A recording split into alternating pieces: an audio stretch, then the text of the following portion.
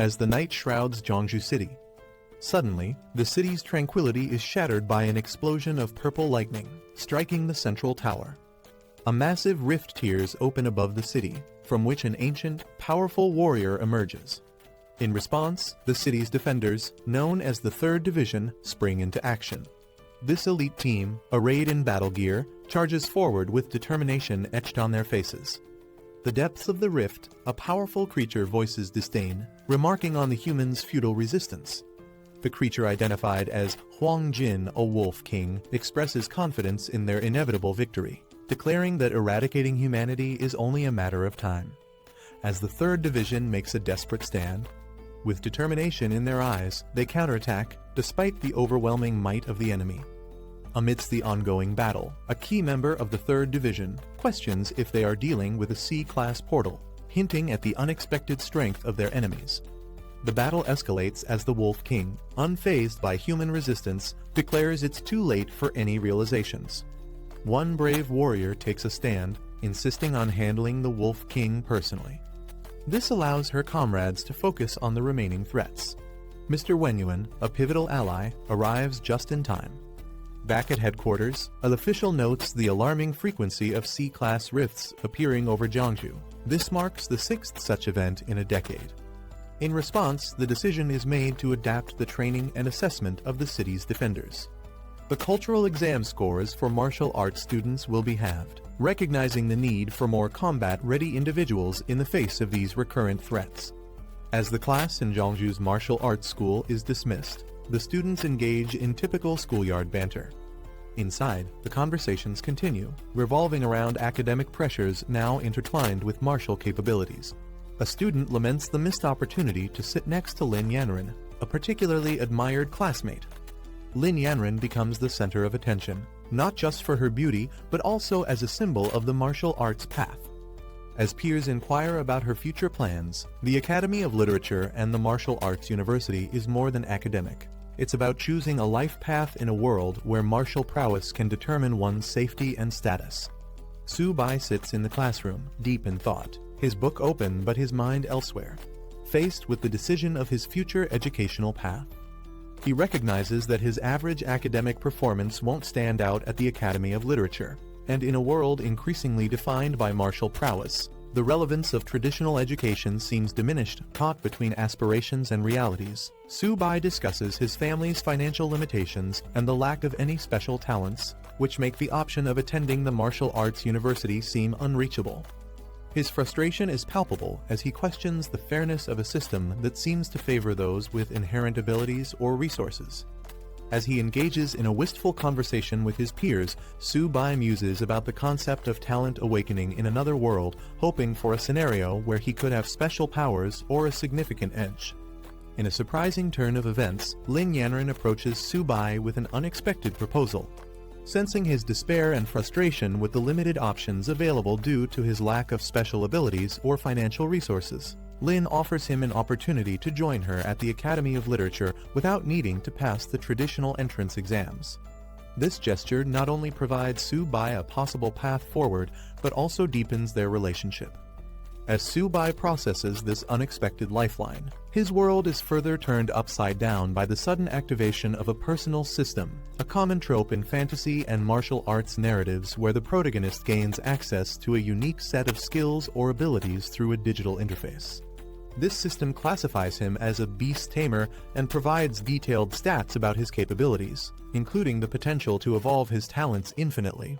Overwhelmed and unsure, Su Bai stands at the cusp of a new beginning, his previous concerns about his future momentarily overshadowed by the new and mysterious opportunities that the system might offer him. As Su Bai tries to comprehend the sudden appearance of a system interface only he can see, Lin Yanren concerned for his sudden distress. Despite his assurances that he's fine, the situation quickly escalates when a jealous classmate, infuriated by Su Bai's proximity to Lin, confronts them aggressively. As the classmate threatens to teach Su Bai a lesson, driven by of envy and misplaced loyalty towards Lin. The escalating conflict in the classroom is swiftly interrupted by the arrival of a formidable teacher, who commands immediate silence. She brings with her exciting news for the students, effective immediately. Individuals who have awakened their abilities can enroll directly at Jeonju Martial Arts University without the need to pass the cultural exam.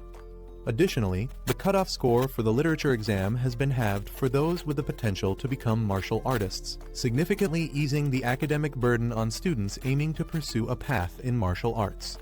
This announcement offers a new horizon for Su Bai and his classmates, potentially altering their educational and professional futures. With the announcement of the new education policy, excitement ripples through the classroom.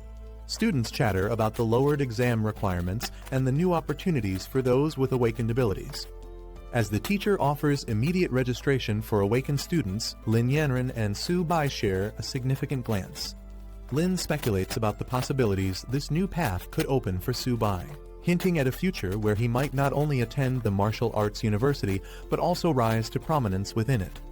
Su Bai walking confidently through the city streets, a mere high school student to a potential martial arts contender, setting the stage for his journey in a world where academic and martial prowess are intertwined with one's destiny. On September 18, 1906, a massive spatial rift opened in the sky above Jeonju, changing the course of history. From this rift, a host of terrifying monsters emerged, wreaking havoc across the city. The creatures were relentless, their attacks causing widespread destruction and chaos. As the situation grew increasingly dire, the armies of various countries mobilized, launching a concerted effort to combat these monstrous invaders. The battles were fierce and prolonged, with significant losses on all sides, but eventually, the combined military forces managed to repel the monsters. This event marked a pivotal moment for Jeonju, highlighting the city's vulnerability to supernatural threats and the global community's capacity to respond to such unprecedented crises. Despite repeated military efforts to contain the threat, the persistent rift continued to spawn monsters, prompting a drastic measure. Recognizing the relentless nature of the threat, a daring decision was made to send a suicide squad into the rift to gather intelligence and explore its origins. Inside, they discovered an expansive and boundless land, suggesting a complex network of worlds beyond their own. Faced with the enormity of this discovery, the world's militaries united to construct a formidable military base directly within the rift. This strategic move aimed to fortify humanity's defenses, allowing forces to engage the monsters at the source and potentially control or even close the rift. This base represents humanity's resilience and commitment to safeguarding their world from the continuous onslaught of extraterrestrial dangers. A new era for humanity officially began with the appearance of additional rifts in the sky. Following the first rift in 1906, a second and third rift appeared in quick succession by 1907, and soon more followed. Over the century, these rifts grew more frequent, each introducing a unique breed of monsters, leading scientists to name the interconnected dimensions behind the rifts the battlefield of 10,000 races. As these rifts proliferated, so did the battles and the species of monsters emerging from them. This ongoing war necessitated global cooperation, resulting in the construction of military bases within the rifts to combat the threats directly at their source. Interestingly, alongside the physical battles, a transformation occurred within humanity itself. The spiritual energy of Earth began to rise, awakening latent abilities in humans, giving rise to a new era of martial artists and superpowered individuals. As the intensity of the battles escalated, traditional weaponry began to fall short, replaced by the power of these newly awakened beings. This ongoing war between humans and the myriad of alien races from the rifts has continued to the present day, profoundly impacting every aspect of life on Earth, including educational reforms like those seen at Jeonju Martial Arts University, indicating the severity and widespread nature of this global crisis. Su Bai, having activated a system that grants him the ability to tame beasts, decides to harness this newfound power to safeguard his family in a world increasingly fraught with danger. Recognizing the urgency to enhance his abilities, he resolves to attend a martial arts university backed by the military, which would not only provide him with the training he needs, but also place him in a position to directly contribute to humanity's defense against the rifts. Fortunately, Su Bai's special ability to tame beasts qualifies him for admission without the need for traditional exams, a boon that aligns perfectly with the recent educational reforms. Armed with his savings of more than 2,000 coins, he approaches the university with determination, hopeful that his financial resources will be sufficient to cover any additional expenses. As he steps into the university, he remembers that his system is supposed to automatically detect and guide him towards suitable opportunities. Yet, upon entering, nothing happens, leaving him momentarily confused. He approaches the reception, seeking guidance on how to proceed, a tangible step towards realizing his dream of becoming a protector not just for his family, but for his city as well. Upon entering the university, Su-bai, declaring his newfound ability as a beast tamer, inquires about the types of beasts available for taming. He's directed to several options, each with varying prices and capabilities.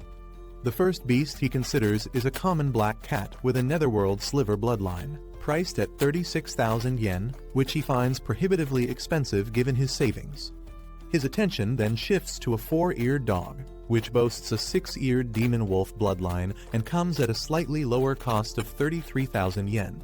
Still exploring his options, he's shown more beasts, including one priced at 56,000 yen and another at 90,000 yen, escalating his dilemma as he balances the potential of each beast against the financial constraints he faces.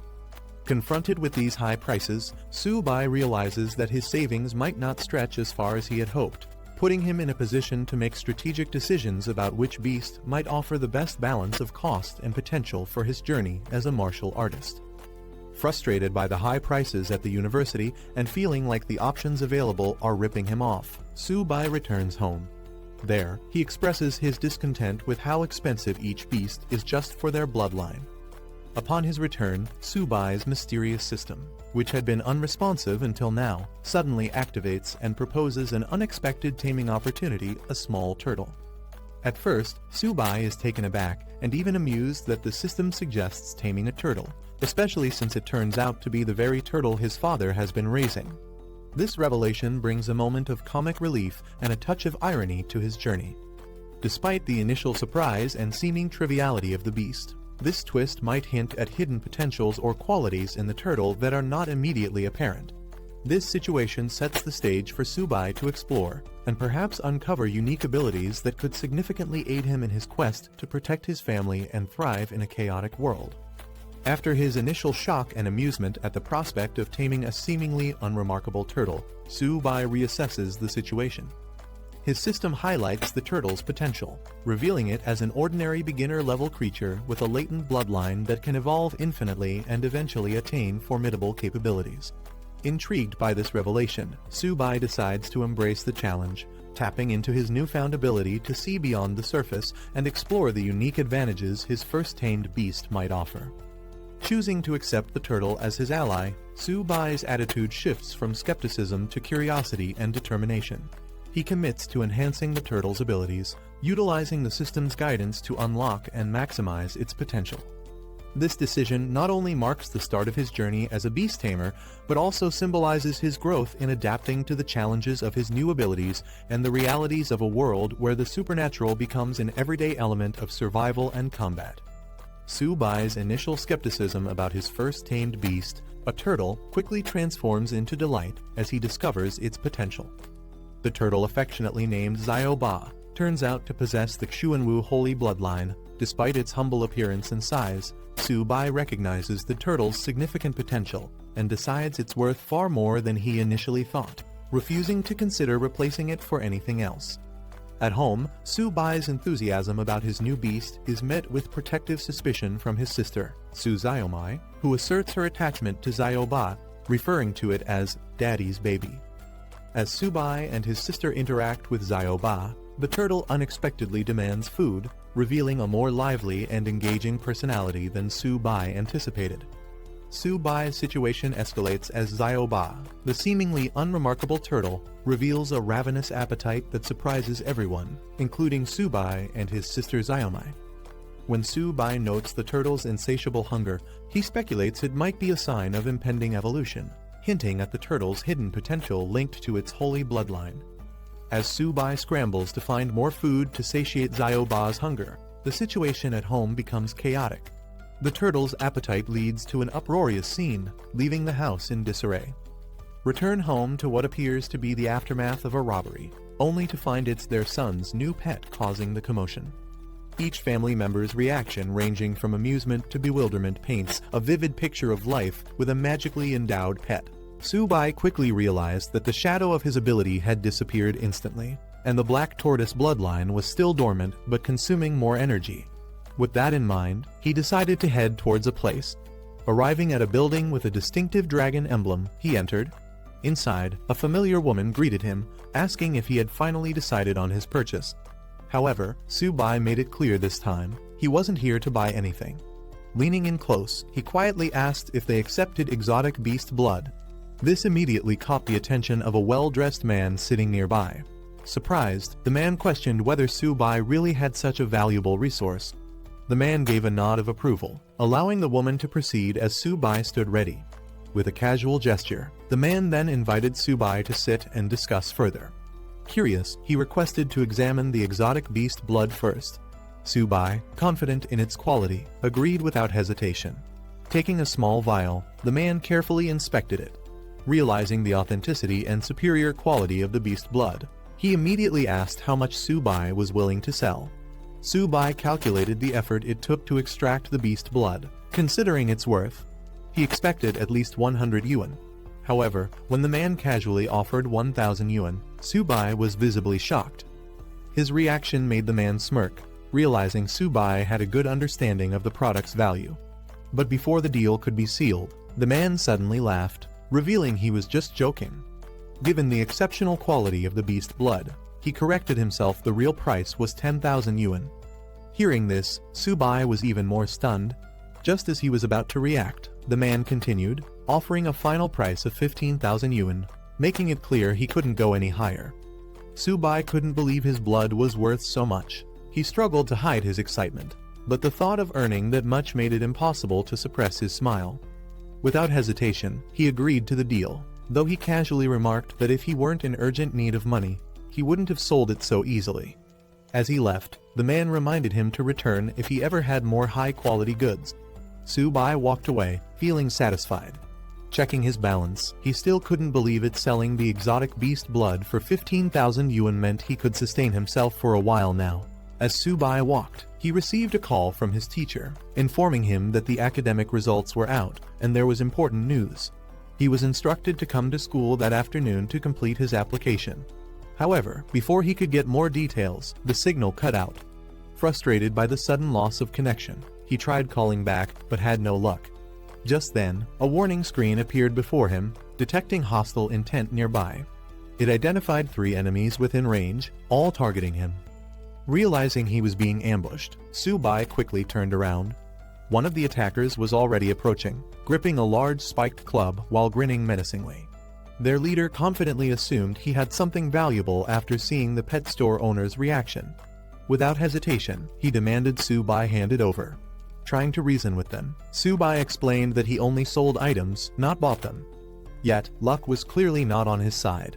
He quickly assessed the situation. Only one of them was a primary warrior, which meant he had a chance. Confidence sparked in his eyes. He wasn't afraid. However, the thug laughed at his expression, mocking his supposed cowardice and demanding the money. Su-bai appeared to surrender, curling up slightly, as if preparing to comply. He suddenly made his move, pretending to surrender, but instead hurling his turtle companion straight at the bald thug. Caught off guard, the thug quickly raised his weapon to strike, but the unexpected attack threw him off balance. His eyes widened in shock as he realized too late this was a trap. Panic took over as he let out a terrified scream.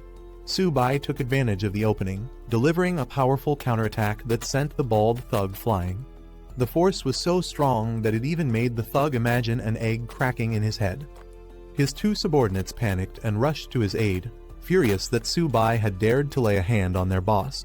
Without hesitation, they charged at him, weapons in hand. But Su-bai used his turtle companion's defense to shield himself. One of the attackers lunged, thinking he had Su-bai cornered. But Su-bai swiftly reacted, grabbing his fist mid-air, ready for the next move. He struck the incoming attacker, sending him flying backward. The second thug barely had time to react before he, too, was slammed into the ground. The bald leader, now regaining his footing, roared in fury. His face twisted with rage as he crawled forward, vowing to kill Su-bai. Su-bai quickly prepared to retreat.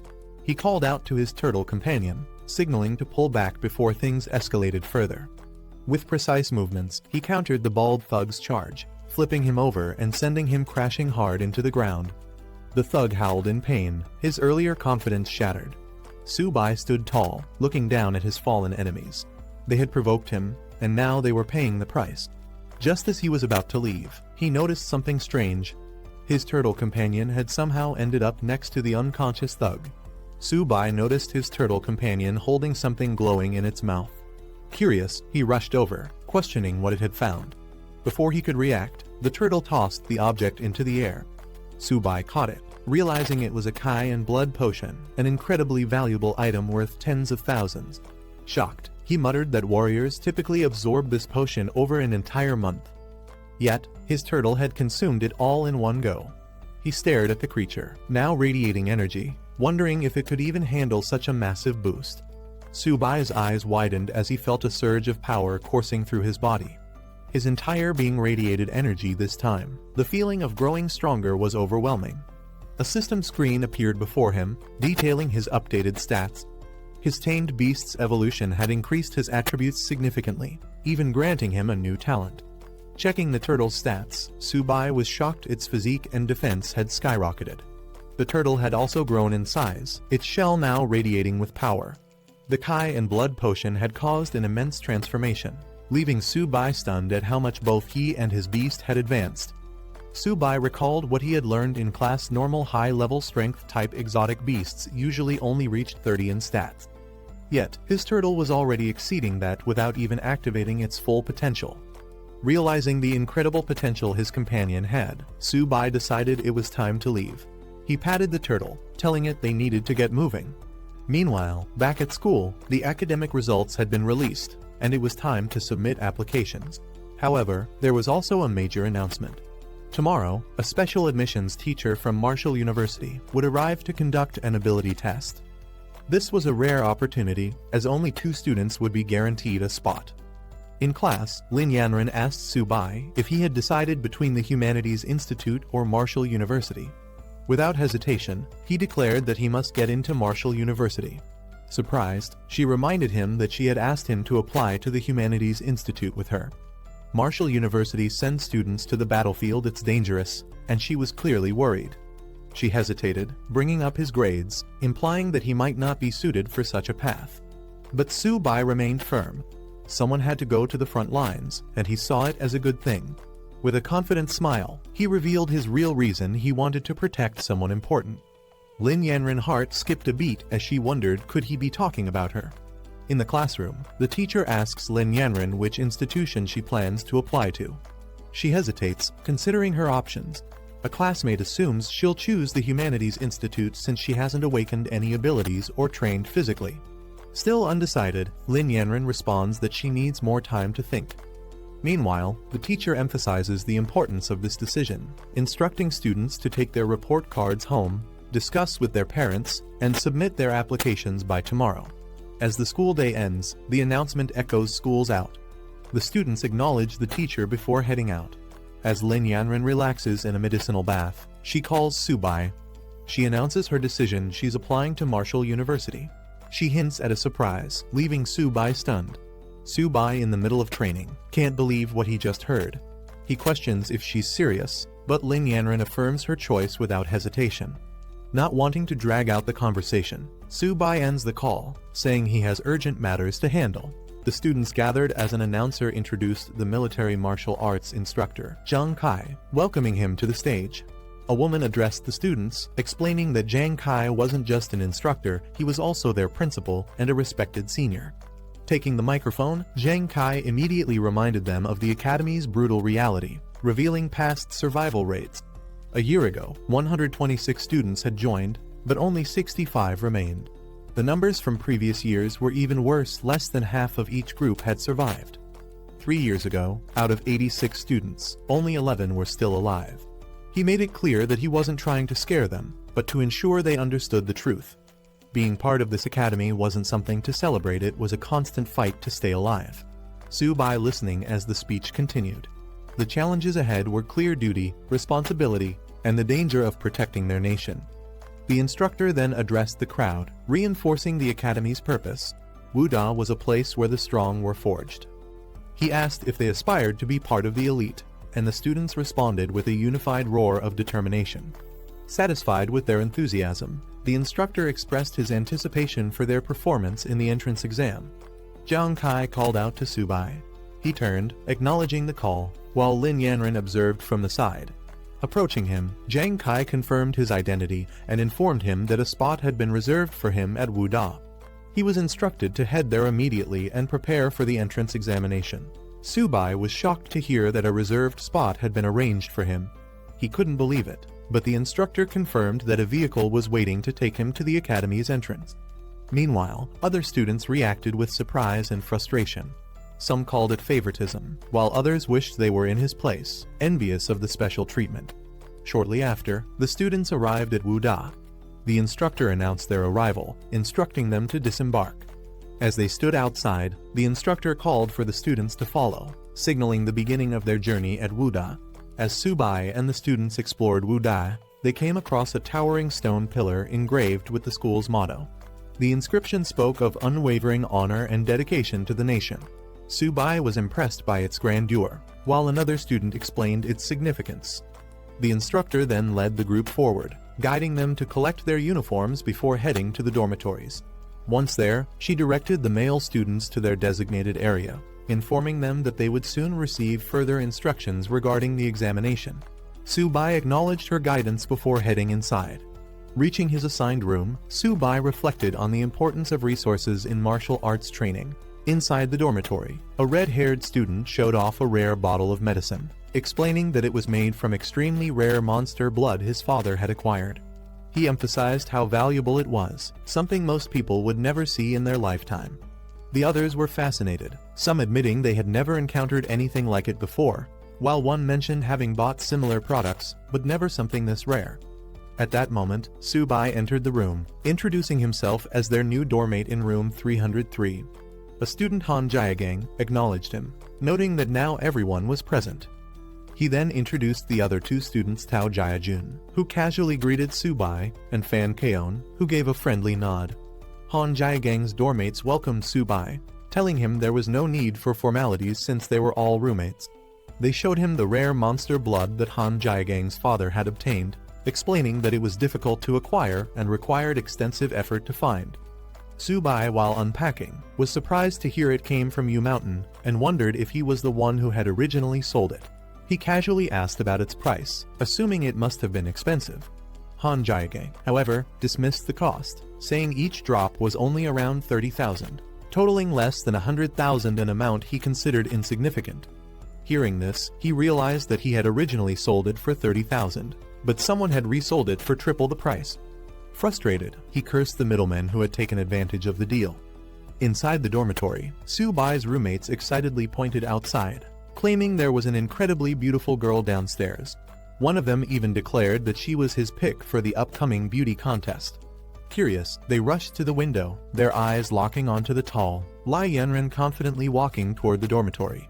They were mesmerized by her appearance, praising her elegance and wondering why she was there.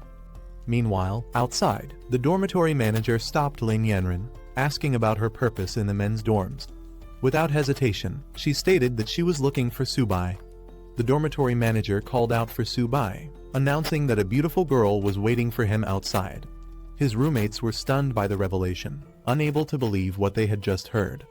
Subai, without hesitation, decided to leave, while his roommates watched in disbelief. They couldn't understand why someone as stunning as her would be looking for him. Suspicious, they started to wonder if Subai was more influential than he appeared. Outside, Lin Yanren greeted Subai, complimenting how well he looked in his uniform. He responded casually. Lin Yanren adjusted Subai's uniform, complimenting him on how good he looked. Subai was caught off guard by her sudden closeness, unsure how to respond. Meanwhile, his doormates watched from the window, completely stunned. Seeing Lin Yanren personally fixing Subai's clothes left them in disbelief. They were outraged, unable to accept that Subai was casually interacting with someone they considered a goddess. Lin Yanren then brought up the reserved spot at Wuda, asking if Subai was upset about it. He reassured her that he wasn't angry, though he had initially planned to earn his place through the entrance test. Lin Yanren thanked him sincerely, admitting she had been worried about his reaction. Subai simply smiled, placing a hand on her head, telling her there was no way he could be upset with her. Lin Yanren informed Su-bai that the entrance examination was approaching and offered him some pills to help. However, Su-bai declined, saying she had already helped him enough and should keep them for herself. Before leaving, Lin Yanren waved at Su-bai, telling him she'd see him tomorrow. Su-bai could only watch as she walked away. Meanwhile, inside the dormitory, the other students had been observing everything. Shocked that Su-bai had not only interacted closely with Lin Yanren, but had even touched her head, they were desperate to find out who he really was. Back in the dorm, Su-bai returned to a completely different atmosphere. His roommates, who were once skeptical of him, now treated him with newfound respect, calling him Brother Su and eagerly inviting him to sit with them.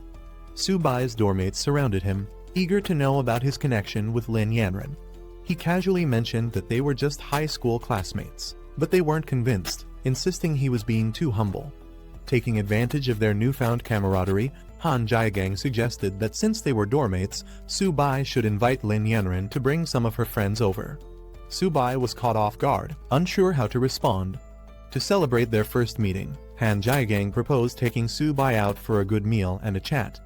The others quickly agreed, deciding to handle all the arrangements themselves while telling Su-bai to rest. As they excitedly rushed out, Su-bai was left standing there, slightly overwhelmed by how quickly their attitude toward him had changed. After his dormmates left, Su-bai reflected on how interesting they were. He then took out Little Ba, letting it stretch out and breathe. Curious about what Lin Yanren had given him earlier, Su-bai checked the package and found a blood essence potion. He smiled, realizing that it would be beneficial for his little companion Little Ba. With a mischievous grin, Su-bai teased Little Ba, asking if it knew what to do after consuming the potion. Meanwhile, his dormmates arrived at an extravagant hotel for their gathering. Su-bai was surprised at the high-end choice, questioning if it was necessary. However, Han Jiagang assured him that all he needed to do was enjoy himself and leave the rest to them. At the luxurious hotel, Han Jiagang raised a toast, expressing how fortunate he felt to have such great dormmates, especially Su-bai. The others eagerly joined in, welcoming the camaraderie. As they settled down, Su-bai mentioned his connection with Lin Yanren, casually implying that he could arrange introductions to some of her friends later. Shifting the topic, he told Jiagang that he needed his help with something. Revealing a bottle of rare monster blood, Su-bai downplayed its importance but asked for Jiagang's assistance in handling it. The others were instantly intrigued, recognizing its incredible value. Jiagang examined the blood carefully, realizing that it was of even higher quality than his own. Shocked, he admitted that he had never seen anything like it before. Han Jiagang was shocked by the rarity of Su-bai's monster blood and immediately offered to call his father for assistance. Later, Jiagang stepped aside to make the call, but his father was initially unimpressed, assuming his son had once again run out of pocket money. Jiagang quickly reassured him that this was serious. Explaining the situation, he told his father that his classmate had 7 drops of rare monster blood far superior to what they had obtained before. Unable to determine its value, he sought his father's advice. Hearing this, Jiagang's father was stunned, questioning if it was truly better than before. Jiagang swore by it, urging him to come see for himself. Without hesitation, his father instructed him to send the location, promising to dispatch Master Cow immediately. An hour later, Master Cow arrived to examine the monster blood. The moment he saw it, he was in awe, calling it the purest and most potent he had ever encountered. He excitedly declared that with such high energy content, he could create something extraordinary. Jiagang's father, still skeptical, questioned if Master Cow was exaggerating. However, Master Cow insisted that even with the finest equipment, the value of this blood would only increase.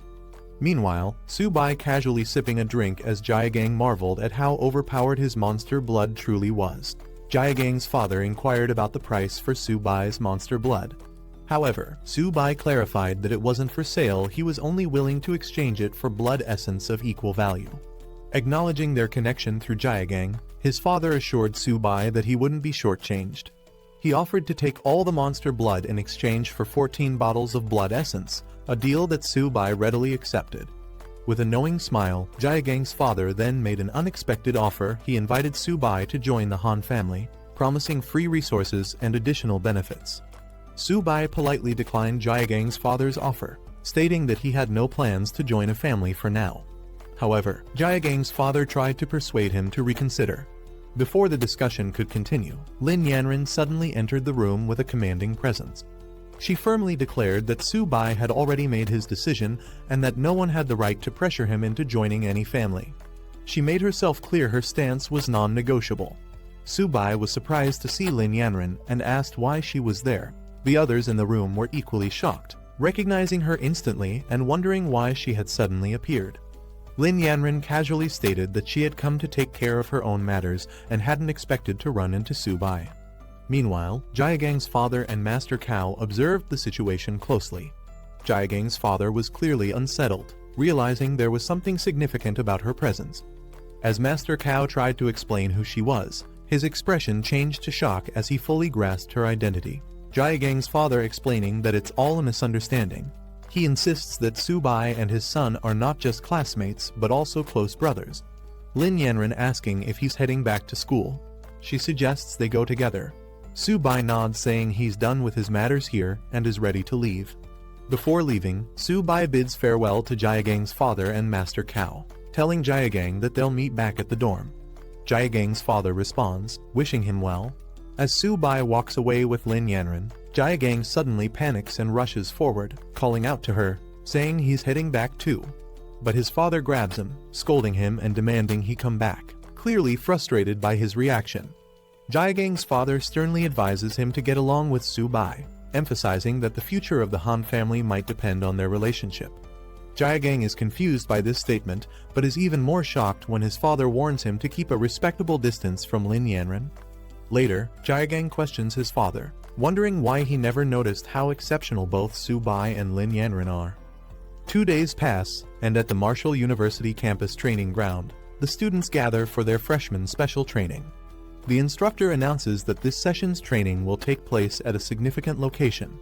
The students are stunned to learn that they will be training at the battlefield of myriad races, a place filled with danger.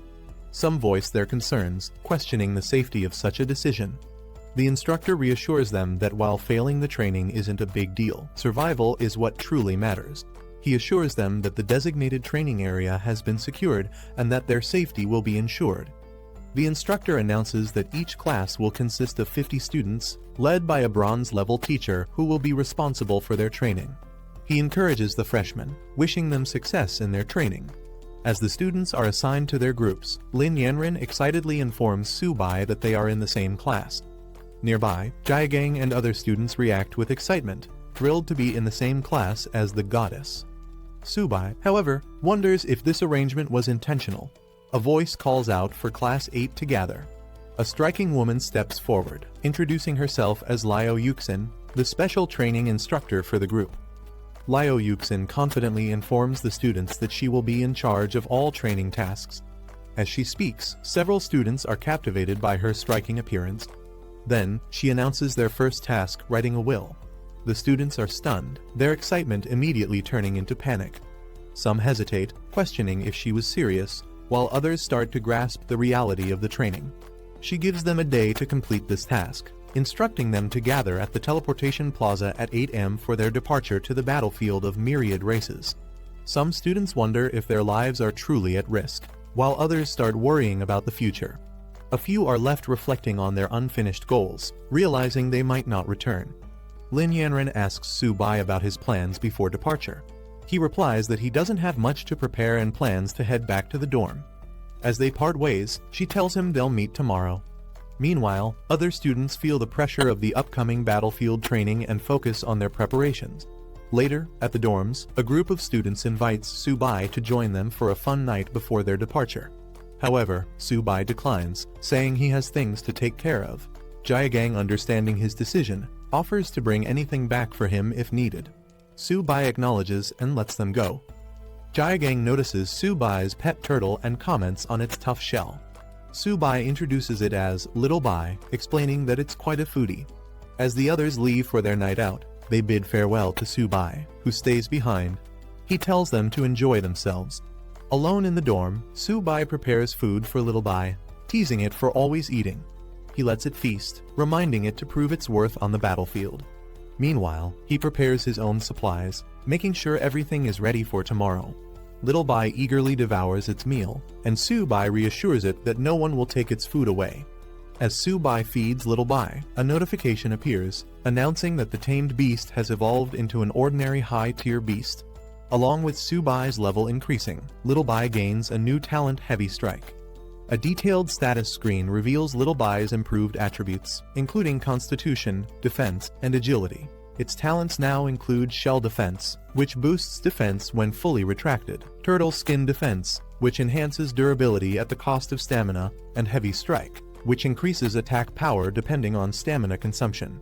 Another screen displays Su Bai's updated stats, confirming that he, as a beast tamer, benefits from his beast's evolution. His base attributes have grown, and Little Bai's abilities will partially enhance him as well. Excited about the improvements, Su Bai acknowledges that the Blood Kai powder played a crucial role in the upgrade. He praises Little Bai, encouraging it to give its best performance in the upcoming battle. Little Bai responds confidently, ready for the challenge ahead. The preparations for battle are complete, and a report is sent to the chief instructor confirming that all students are ready. Instructors stand by as orders are given to activate the teleportation array. With a command, the massive portal begins to hum with energy. Students marvel at the enormous teleportation array, acknowledging that only Marshall University could provide such a grand sight. Before departure, Lin Yanran expresses concern for Su Bai, urging him to stay cautious on the battlefield. Su Bai reassures her with confidence, promising that they will complete their mission successfully. She nods, wishing him luck as they prepare to embark on their journey. As the teleportation process begins, Su Bai and the students step forward, preparing for the transfer. A bright glow surrounds them as the command is given. The students arrive at their destination, disoriented but amazed. Jiagang stumbles slightly, exclaiming in surprise, while others look around in awe. A student wonders if this is the military base within the battlefield of myriad races. They take in the vast structure, realizing they have truly arrived. Some are excited, marveling at the incredible technology, while others remain cautious about their new surroundings. Before the excitement can escalate, Liao Yuxin commands everyone to quiet down. She addresses a high-ranking officer, Deputy Commander Liatao, apologizing for the students' reactions, explaining that they are all new recruits who haven't seen much yet. The Deputy Commander of Military Base F-269 introduces himself, making it clear that rank doesn't matter here, everyone follows his orders. He demands acknowledgement, and the students, led by Liao Yuxin, respond in unison, affirming their understanding. As the commander addresses them, Jiagang questions why they should be impressed by a mere deputy commander. However, Su Bai observes the scar on his face, recognizing that he must be a seasoned officer. The commander then assigns their first task, cleaning the battlefield. However, it's not just about clearing debris. They must also eliminate any remaining shadow cats lurking in the area. He deems it a perfect test for new recruits stepping onto the battlefield for the first time. The deputy commander explains the reward system. Eliminating shadow cats earns merit points, which can be exchanged for valuable resources like blood kai powder and body refinement elixirs, helping students enhance their strength. Hearing this, the students become excited. Jiagang and others realize why so many risk their lives to enter the battlefield of myriad races. The opportunity to exchange merit points for potions makes the mission even more rewarding. Noticing their enthusiasm, the commander smirks, acknowledging their eagerness for action. Without wasting time, he gives the order to move out. The students respond energetically, ready to start. Su Bai, confident in his skills, looks forward to accumulating merit points. He also considers how much Little Bai will benefit from this hunt, anticipating a feast for his pet. The group arrives at a section of the base where wounded soldiers are being treated. Many are covered in injuries, fresh from battle, groaning in pain as they receive medical attention. Seeing this, the students are shocked. They question whether these injuries were caused by shadow cats, the lowest-ranked monsters. Doubt and fear spread among them. If even such weak creatures are this dangerous, how will they survive? One student panics, worrying about making it back alive. However, Liao Yuxin quickly shuts down the fear-driven murmurs, reminding them that the battlefield of myriad races is not a place for hesitation. Anyone who joined Marshall University should already be prepared for danger. Lin Yanran, feeling uneasy, tells Su Bai to stay close to her in battle, not wanting anything to happen to him. Su Bai acknowledges her concern, but he knows they must remain vigilant at all times if they want to make it through alive. A soldier reports to the deputy commander that they have been guarding the northern gate and have successfully eliminated 35 beasts that attacked the camp. Awaiting further orders, the commander decides it's time for the recruits to experience the true nature of the battlefield. With a firm command, he orders the camp gate to be opened. Liao Yuxin reminds them that this is a rare opportunity. As Deputy Commander Liatao himself is leading the team, they must prove themselves in battle. Liatao warns the recruits, having left their wills behind, they must now be prepared to walk alongside death every second from here on out. The commander addressed the gathered rookies, ensuring they were ready for the mission. With their confident response, he wasted no time giving the order to move out. Meanwhile, the strike force was instructed to follow and provide protection.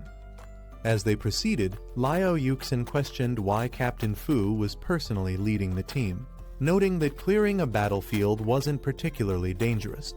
The commander casually dismissed her concerns, saying it would be a waste to send inexperienced rookies straight to the front lines. When Yuxin pressed further, he cut her off, telling her not to ask unnecessary questions. Later, as they marched, Yuxin expressed gratitude for his presence, but the commander brushed it off, stating that the students were warriors on the battlefield, and it was his duty to protect them. At Didu, the highest military command post in Long, an urgent report was brought forth. Officials wasted no time in allowing the messenger to speak. The report detailed a dire situation. Monsters had broken through defenses on the battlefield of all races. A powerful group from the Young Cats tribe was already engaged in combat, but the crisis was far from contained. The invading horde had spread out, launching attacks on 12 additional military camps in the southwest. A high-ranking officer swiftly took charge, ordering an immediate assessment of the monsters' movements and warning other camps to prepare for battle. He emphasized the importance of protecting the new students from Wuda, as they represented the future of Long. The command was clear: these recruits must be safeguarded at all costs. Meanwhile, in Area F-269, the battlefield was chaotic. Soldiers were reminded that time was critical. Every moment spent there increased the risk of death. Fires raged, fallen enemies littered the ground, and the battle showed no signs of slowing. The rookies had entered a true war zone, where survival depended on speed and skill. Su Bai and his team continued harvesting resources from the battlefield. One of them pointed out that the hides, blood, flesh, and claws of the Yaoming cats could be used to craft weapons and medicines. Another remarked that with such valuable materials, it was no surprise that many people were willing to venture into such a dangerous place. Excitedly, someone announced they had found another monster core, celebrating their luck. Su Bai focused on gathering more resources, planned to collect additional cores to exchange for blood spirit essence. He figured this would allow his companion, Little 8, to level up once again. However, his interface suddenly flashed with an urgent alert. 164 Yaoming cats were rapidly approaching from 3 kilometers away in the southwest forest. The warning classified the situation as an extreme danger, rating the threat level at 5 stars and the danger to life at 4 stars. Su Bai was taken aback. The last time his system had issued a warning, it was for a minor threat, a low-level martial artist. But now, it was flagging a 5-star, life-threatening crisis. Alarmed, Liao Yuxin noticed his change in expression and immediately asked what was wrong. Su Bai urgently called out to Liao Yuxin, warning her about a large horde of monsters moving toward them from the southwest. Perched on a tree, she seemed skeptical, but listened as he insisted on the danger. Observing the area, Liao Yuxin found nothing unusual, only silence stretching across the battlefield. Frustrated, she reminded Su Bai that this was a battlefield, not a place to stir panic. Recklessly alarming others could have severe consequences. However, Su Bai insisted he wasn't joking. The threat was real, and the monsters were approaching fast. Captain Fu, overhearing their exchange, stepped in. He confidently dismissed Su Bai's claims, asserting that no monsters were within 2 kilometers. Su Bai, however, stood firm, warning that over 100 Yaoming cats were just 3 kilometers away and closing in quickly. Captain Fu scoffed at Su Bai's claim, questioning whether his senses were superior to his own. Liao Yuxin, trying to de-escalate the situation, suggested that Su Bai was simply overreacting due to his inexperience in battle and that it wasn't worth wasting time on. However, Lin Yanren stepped forward, insisting that no conclusions should be made without proper verification. She declared her trust in Su Bai, leaving Captain Fu momentarily speechless. Determined, Su Bai addressed everyone, urging them to believe him. He explained that as a monster tamer, he possessed an exceptional sense for detecting danger. This revelation surprised the group, with some questioning why the school hadn't documented such an important ability. Su Bai clarified that since he was guaranteed a spot at Wu Da, his special abilities weren't officially recorded. Doubts spread among the others if he truly had the ability to tame monsters. Why had no one seen any proof of it? A sudden cry rang out as the Yaoming cats finally appeared, proving Su Bai's warning to be true. The group quickly realized the sheer number of enemies approaching, forcing them to act fast. Orders were given to form a defensive formation immediately. As the threat grew, the call for reinforcements was sent out. However, bad news followed. Nearby camps were also under attack, meaning no backup would be coming.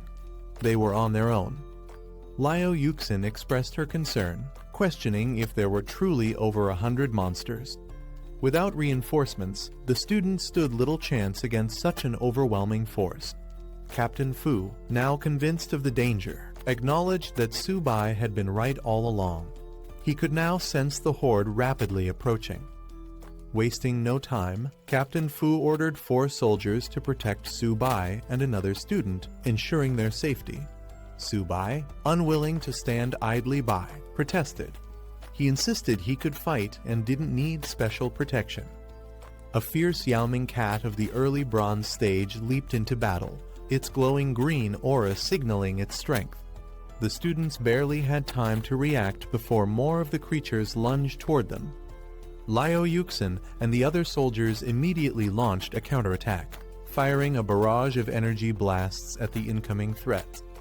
Urgent orders echoed across the battlefield to protect the students at all costs. Despite their efforts, the monsters were relentless.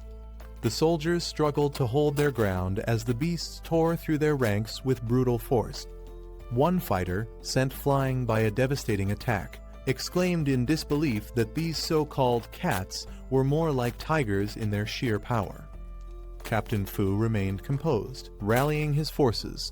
He commanded everyone to maintain their defensive formation, assuring them that if they could withstand the initial wave, victory was still possible.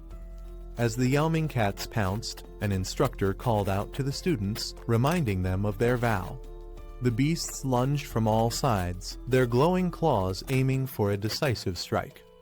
In response, the students stood their ground, their spirits unwavering. With shields raised and weapons drawn, they declared their resolve by the honor burning in their chests. They swore their country would never fall. Suddenly, a powerful blue energy blast tore through the sky, striking down multiple enemies in an instant. Reinforcements had arrived, launching a devastating counterattack from above. As the battle intensified, Zhang Mani leaped into action, commanding the others to hold the Yaoming cats at bay while she rained arrows upon them from above. Meanwhile, Luo Yongqiang charged forward, dismissing the threat as nothing more than mere cats, vowing to handle them himself. Liao Yuxin was impressed. With Mani's exceptional archery and Yongqiang's brute strength, this batch of students was proving to be extraordinary. Su Bai observed them in admiration, acknowledging their power and skill. He couldn't help but note that while they had impressive abilities, his only weapon was his trusted companion, Little 8. Around him, other students were in awe of Mani's combat prowess, some even referring to her as a goddess. They marveled at how both she and Yongqiang were on an entirely different level, far beyond their own abilities. A strange and piercing sound echoed across the battlefield, sending a wave of confusion and unease through the fighters. Alarmed, one of the soldiers shouted for everyone to cover their ears, but the unsettling noise had already disrupted their focus. The students' expressions turned grim as they realized what they were facing: the king of the Yaoming cats, a fearsome beast that had reached the middle silver stage. With its towering presence and immense aura, the Cat King radiated overwhelming power. Its stats confirmed the worst: its agility was off the charts, making it an even deadlier threat. Captain Fu, now visibly shaken, demanded an immediate call for reinforcements. A silver stage monster of this caliber had no business being here, and their chances of survival were now slimmer than ever. Determined to strike first, a warrior lunged at the Yaoming Cat King, dismissing its threat and launching an attack. Another student attempted to assist, aiming to disrupt the beast's vision and create an opening. However, Liao Yuxin's expression turned to panic as she realized the recklessness of their actions. She shouted at them to retreat, warning that a silver stage monster was not something they could handle so carelessly. Before they could react, the Cat King countered with a devastating energy attack, sending its challengers flying through the air. The overwhelming force of the beast was undeniable, and the reality of its power became clear as one of the students crashed hard into the ground, unable to withstand the impact. Liao Yuxin shouted in frustration, urging the students to fall back immediately. But it was too late. The Cat King had already launched its counterattack. Seeing no other option, the soldiers provided cover fire, desperately trying to suppress the beast's advance. A terrified student found himself directly in the Cat King's path, its massive frame looming over him. With energy surging around it, the beast prepared to strike. The student screamed for help, realizing he was powerless against such overwhelming strength. Just as the fatal blow was about to land, a sudden blast struck the Cat King, knocking it back. Little Bai arrived with force, deflecting the attack and creating a moment of hope amid the chaos. Liao Yuxin and the others stared in disbelief at the unexpected newcomer. A turtle? She could hardly believe it. Another student quickly recognized it as Su Bai's beast companion, Little Bai. Su Bai stepped forward with confidence, finally revealing himself as a beast tamer. He declared that while the others should handle the smaller enemies, he and Little Bai would take on the Cat King directly. The astonishment only grew when Little Bai unleashed a powerful attack, sending the mighty Cat King flying. The students were completely dumbfounded. How could a turtle be this strong? Liao Yuxin, still trying to make sense of it, turned to Su Bai in shock. Was this truly the beast he had tamed? Nothing about it seemed ordinary. The tide of battle had shifted, but with this unexpected twist, everyone was left questioning just how powerful Su Bai and his companion really were. Su Bai commanded Little Bai to unleash its strength against the Cat King. The seemingly slow turtle suddenly moved with incredible speed, shocking everyone. The students could hardly believe their eyes. Was this really a turtle? As the battle raged, even Liao Yuxin admitted her surprise at Su Bai's abilities. No one had expected him to be this skilled, and his beast companion was unlike anything they had ever seen. With Su Bai now facing off against the Cat King, Liao Yuxin took charge of the battlefield. She rallied her classmates, calling for them to regroup and eliminate the remaining ghost cats before they could overwhelm them. The students responded with renewed determination, launching a fierce counterattack. The battle had now fully shifted into two fronts: Su Bai's showdown with the Cat King, and the students' fight to clear the battlefield. The Cat King roared in fury, unleashing a devastating attack as it pinned Little Bai under its massive claws. Energy surged through its body as it prepared to deal a crushing blow. A barrage of blue energy blasts erupted, forcing the Cat King to momentarily recoil. However, to everyone's shock, Little Bai remained unharmed, its shell absorbing the full force of the attack. The beast's legendary turtle armor defense had activated, leaving the Cat King stunned as it reeled back in disbelief. One of the soldiers looked on in pure astonishment. How was an ordinary beast holding its ground against the claws of a silver stage Cat King? What kind of monstrous defense was this? Seizing the opportunity while the Cat King was distracted, a soldier called for cover fire as he prepared to land a decisive strike. His comrades responded immediately, keeping the battlefield secure as he moved in. With precision, he targeted the beast's weak spot, its waist and abdomen. Flames erupted around his blade as he leaped into the air, ready to deliver a crushing blow. the attack came down with immense force, aimed directly at the Cat King's vulnerable point. The beast roared in pain, its body writhing under the impact. But just as victory seemed within reach, the Cat King twisted its body at the last moment, narrowly avoiding a fatal strike. In an instant, it countered, sending the attacker flying backward. The plan had failed just barely. The battle raged on as a soldier, filled with determination, charged forward with his flaming weapon. He roared at the beast, declaring that this fight would end with either its defeat or his own. Meanwhile, another group of recruits faced their own challenge. One of them confidently instructed Little Ba to unleash a special move. As the small turtle-like creature began to spin, some of the team looked on in confusion, questioning what was so special about it. Doubt filled the air as they observed the turtle rotating in place. They weren't sure how this was supposed to be an effective attack. However, one of them quickly recalled knowledge from a book, noting that the Cat King's weakness lay in its waist and abdomen. One of the recruits charged in, launching a powerful attack with a swift aerial strike, his determination unwavering. The force of his strike sent shockwaves through the battlefield, carving through the ground as energy erupted from the impact. The spinning turtle move, which had initially seemed questionable, now came into play. The energy it generated surged toward the enemy, targeting the exact weak spot mentioned in the book, the waist and abdomen. The beast, caught off guard, roared in pain as the attack connected, proving its effectiveness. Seeing the direct hit, another fighter stepped forward, ready to capitalize on the moment. A smirk crossed his face as he acknowledged that the weak spot had been struck. Now, the real challenge was whether the enemy could endure what was coming next. The battlefield raged on, but with each moment, the recruits grew stronger and more confident in their strategies. The fight was far from over, but they had proven that teamwork and knowledge were just as crucial as raw strength. The Cat King let out a final agonized roar as the attack struck its weak point. Blood dripped from its wounds as it struggled to stay on its feet, but its strength quickly faded. The once mighty beast collapsed onto the battlefield, defeated. The recruits stood in stunned silence for a moment, watching the fallen enemy. They had fought hard, but had they really won? Then, confirmation came. Someone triumphantly announced that the Cat King had been defeated. Relief and excitement spread through the group as the realization set in. One of the recruits, still processing the moment, hesitated before asking if they had truly won. The battle had been intense, and victory felt almost surreal. Then, before he could react, a teammate rushed forward, embracing him in excitement. She praised him for his incredible feat, exclaiming that he had managed to defeat a gold Cat King. Still catching his breath, he stood there, dazed, wondering if it was really over. With the battle over, admiration for Subai spread among the recruits. They praised his strength, impressed by his victory over the gold Cat King. Some, however, were more interested in his turtle companion, wondering where they could get one for themselves. Meanwhile, Little Ba, the turtle, wandered off and found something intriguing, an energy-filled crystal. As it happily grabbed its newfound prize, Subai called out in exasperation, demanding it return before causing trouble. Just then, an ominous presence filled the air.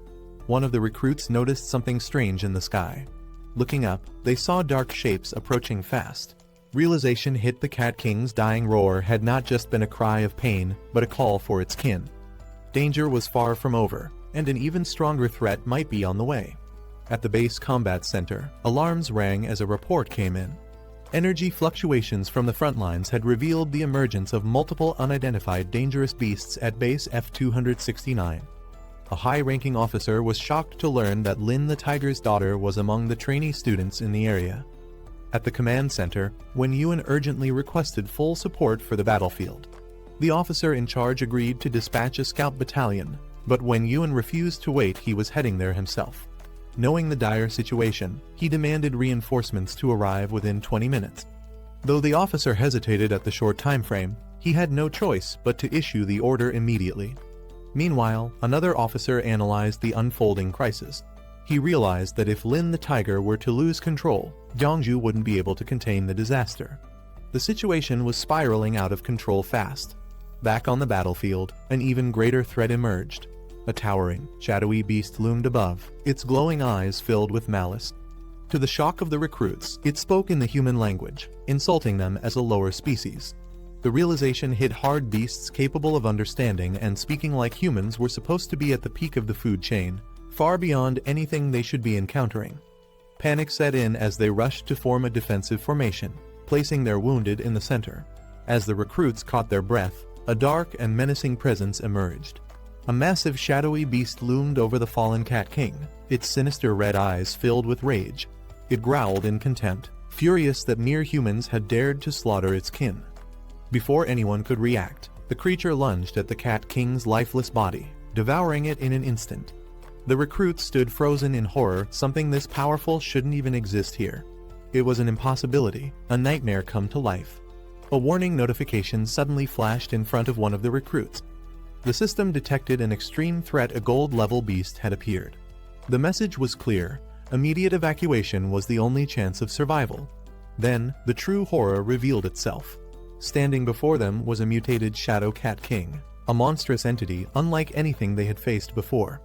The combat analysis was grim. It was bloodthirsty, with the ability to enter a frenzy state, doubling its attack power at the cost of its defense. Panic spread among the recruits as they faced the reality of their situation. A gold-level beast was something even their instructors had never encountered before. One of them broke down, terrified and desperate to leave, while another grimly pointed out that reinforcements hadn't arrived yet. With no other option, the deputy commander took charge. He ordered everyone to escort the wounded to safety, while he stayed behind to hold off the monstrous enemy. With a determined battle cry, he charged straight at the beast, ready to risk everything. However, his courage was met with brutal reality. The beast barely acknowledged his attack, swiping him aside effortlessly. The deputy commander was sent flying, the overwhelming power difference evident. The creature mocked him. Was he really foolish enough to challenge it alone? Seeing their leader in danger, one of the recruits quickly shouted for Little Ba to step in and protect him. The battle was far from over, but the gap in strength was becoming painfully clear. Little Ba launched itself into action, intercepting the gold-level beast's devastating attack. Flames and energy surged through the battlefield as the turtle bravely took on the monstrous foe, its shell acting as an impenetrable barrier. The beast staggered back in disbelief.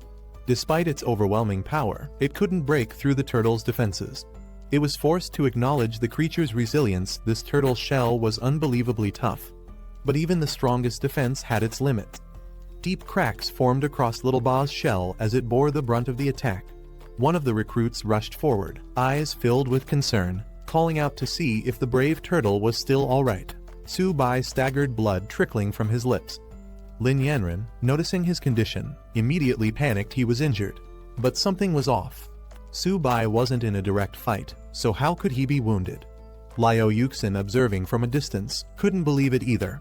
She speculated that this might be due to the beast tamer talent, Origin Confluence, a rare ability. The commander, however, found it hard to accept and decided to check on Su Bai himself. A system warning confirmed their suspicions. Su Bai's tamed beast was in critical condition, and because of Origin Confluence, he was sharing its pain and injuries. As they reached him, they found no external wounds, yet his body showed clear signs of strain. Yuxin marveled at the possibility that Su Bai had truly mastered this legendary beast-taming skill. Lin Yanren anxiously asked if he was alright, and despite his weakened state, Su Bai managed to assure them he was fine. Liao Yuxin quickly realized that Su Bai was suffering from the attacks meant for his tamed beast, the silver-level nether cat. Knowing he couldn't withstand the damage alone, she immediately called for support. Lin Yanren agreed they couldn't let him fight by himself. The other trainees rallied behind them, weapons drawn, ready to assist.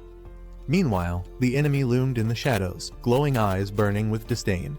It scoffed at their efforts, viewing them as nothing more than insignificant pests. As the battle erupted, Liao Yuxin and the others charged forward, launching an assault on the beast. But just as she prepared to strike, something unexpected happened. Her expression changed as she sensed imminent danger. With wide eyes, she realized she had miscalculated. Lin Yanren rushed forward, pushing Su Bai out of harm's way as a dark force surged toward them. A massive explosion erupted, engulfing the battlefield in flames. As the smoke cleared, Lin Yanren held onto Su Bai, her eyes widening in disbelief. Su Bai, now steady, smirked with confidence. He revealed that the crystallization of the Silver Cat King had finally been fully absorbed. Su Bai's tamed beast, the little tortoise, had undergone a breakthrough, advancing to bronze tier with significantly enhanced attributes. Its new talents granted it a powerful defensive barrier, a spirit-infused form for combat, and even the ability to manipulate gravity. A brilliant golden light engulfed the battlefield as the tortoise evolved into a massive armored beast. Liu Yuxin and the commander could hardly believe their eyes. This wasn't an ordinary upgrade. Could it have reached an epic-level transformation? Meanwhile, Lin Yanren helped Su Bai to his feet, relieved to see that his injuries had healed. Su Bai assured her that he was fine now. Su Bai stood tall, commanding his tamed beast to eliminate the enemy. In response, the newly evolved tortoise unleashed its power, striking with devastating force. The monstrous foe was sent flying, crashing into the ground with immense impact. The commander, unable to believe what he had just witnessed, noted that despite only being bronze tier, Su Bai's beast radiated an overwhelming presence. As the dust settled, the once dominant beast lay defeated, thrown into the distance like it was nothing. The Cat King, enraged by its defeat, let out a terrifying roar as dark energy crackled around it. Consumed by fury, it declared its intent to annihilate everyone. Seeing its berserk transformation, the commander urgently warned the team to retreat. This fight had escalated beyond expectations. With a sinister laugh, the Cat King unleashed its shadow clones, summoning multiple monstrous figures that lunged toward the group. There was no time to escape. Combat was inevitable. Before the clones could reach their targets, Su Bai's tamed beast took action. The golden tortoise roared, its immense body shielding the team from the incoming attack. Su Bai didn't hesitate. He commanded his beast to put an end to the chaos. In an instant, a powerful gravitational force erupted from the tortoise, pulling everything toward it. One of the trainees struggled to defend himself as a shadow beast lunged at him, its claws aimed for a lethal strike. But before it could land, a massive force pulled the creature away. Su Bai's tamed beast unleashed its gravitational might, sending the enemies hurtling through the air. With an earth-shattering roar, the armored tortoise stood tall, radiating an unstoppable power. Su Bai's eyes burned with determination as he commanded his beast to go all out. Responding to its master's call, the golden tortoise let out a deafening roar, gathering an overwhelming surge of energy in its core. The air trembled as it unleashed a massive energy blast, a blinding beam of golden light shooting toward the heavens. The shockwave from the attack spread across the battlefield, forcing everyone to shield themselves. As the golden energy engulfed the battlefield, the enemy was completely overpowered. From a distance, a man watched from atop a tree, intrigued by the overwhelming scene before him. Down below, the surviving warriors scrambled to clear the battlefield, tending to the wounded and gathering what remained. After the battle settled, the man approached, relieved to see Lin Yanren unharmed. She assured him that she was fine, then curiously asked about his sudden arrival. Meanwhile, the deputy commander of the F-269 military base provided a report. During the battle, their forces worked alongside university students and mentors, eliminating over 800 nether cats, including bronze, silver, and even a gold-level beast. He explained that they were now assessing casualties and tending to the wounded.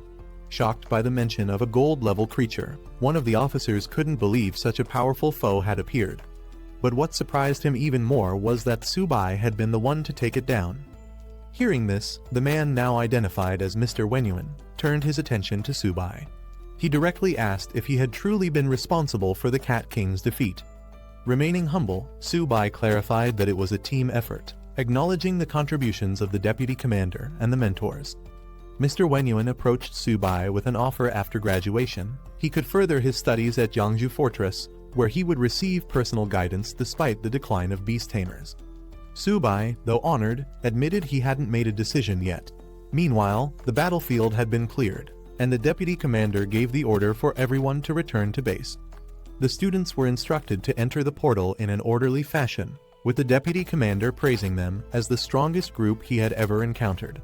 As they prepared to leave, the officers observed the recruits, noting their potential. Su Bai, in particular, stood out. His strength as a freshman was nearly unimaginable. As the teams parted ways, the deputy commander expressed his gratitude, acknowledging that he owed Su Bai a life for his actions in the battle. Liu Yuxin responded modestly, bidding him farewell until they met again. Su Bai and the others finally returned, stepping out of the portal. For some, the mission had been thrilling, while for others, it was an experience they wouldn't forget anytime soon. At the university, a grand welcome awaited them. Faculty and students hailed them as heroes, celebrating their return. Among the returning students, some were humbled, recognizing that Su Bai was the true hero of the battle. Others were just relieved to have made it back alive, reflecting on how many of their classmates hadn't been as fortunate. As the students returned, they were praised for their achievements, with their battlefield performance set to be one of the highest in history. However, for Subai and many others, the only thing they cared about was getting some well-earned rest. Back at the dorms, exhaustion hit them all at once. The beds had never felt so comfortable, and the reality of surviving such an intense battle started to sink in. Some students reflected on their achievements, wondering how their military contributions would be rewarded. With Subai taking down a gold-level beast, they joked that he could trade his merits for an entire stash of training resources. One of the students asked about Subai's turtle, considering getting one as a pet for its calming present. Subai hesitated, knowing full well that his little tortoise was far from ordinary. Loud knocking echoes through the dormitory, waking Jayagang up. Still half asleep, he groggily complains about the noise, questioning who would be knocking so early. Rubbing his eyes, he reluctantly makes his way to the door and opens it, only to be caught off guard by the unexpected sight before him. Standing outside are several senior female students from the Jongwoo Student Council, holding breakfast and smiling warmly. They cheerfully introduce themselves, explaining that since the juniors had just returned from the battlefield, they decided to bring them food as a reward. One of them teasingly warns that since the meals were personally prepared by their senior sisters, no one is allowed to complain. Still struggling to process what's happening, Jayagang looks on in confusion as the students then ask which one of them is Subai. The senior students confidently enter the dorm, assuring the juniors that they appreciate their efforts and won't let their kindness go to waste. However, they remain focused on their primary concern, finding Subai. They ask once again, eager to meet him. One of the dorm residents, still in his pajamas, looks confused but asks if he can take a photo with them.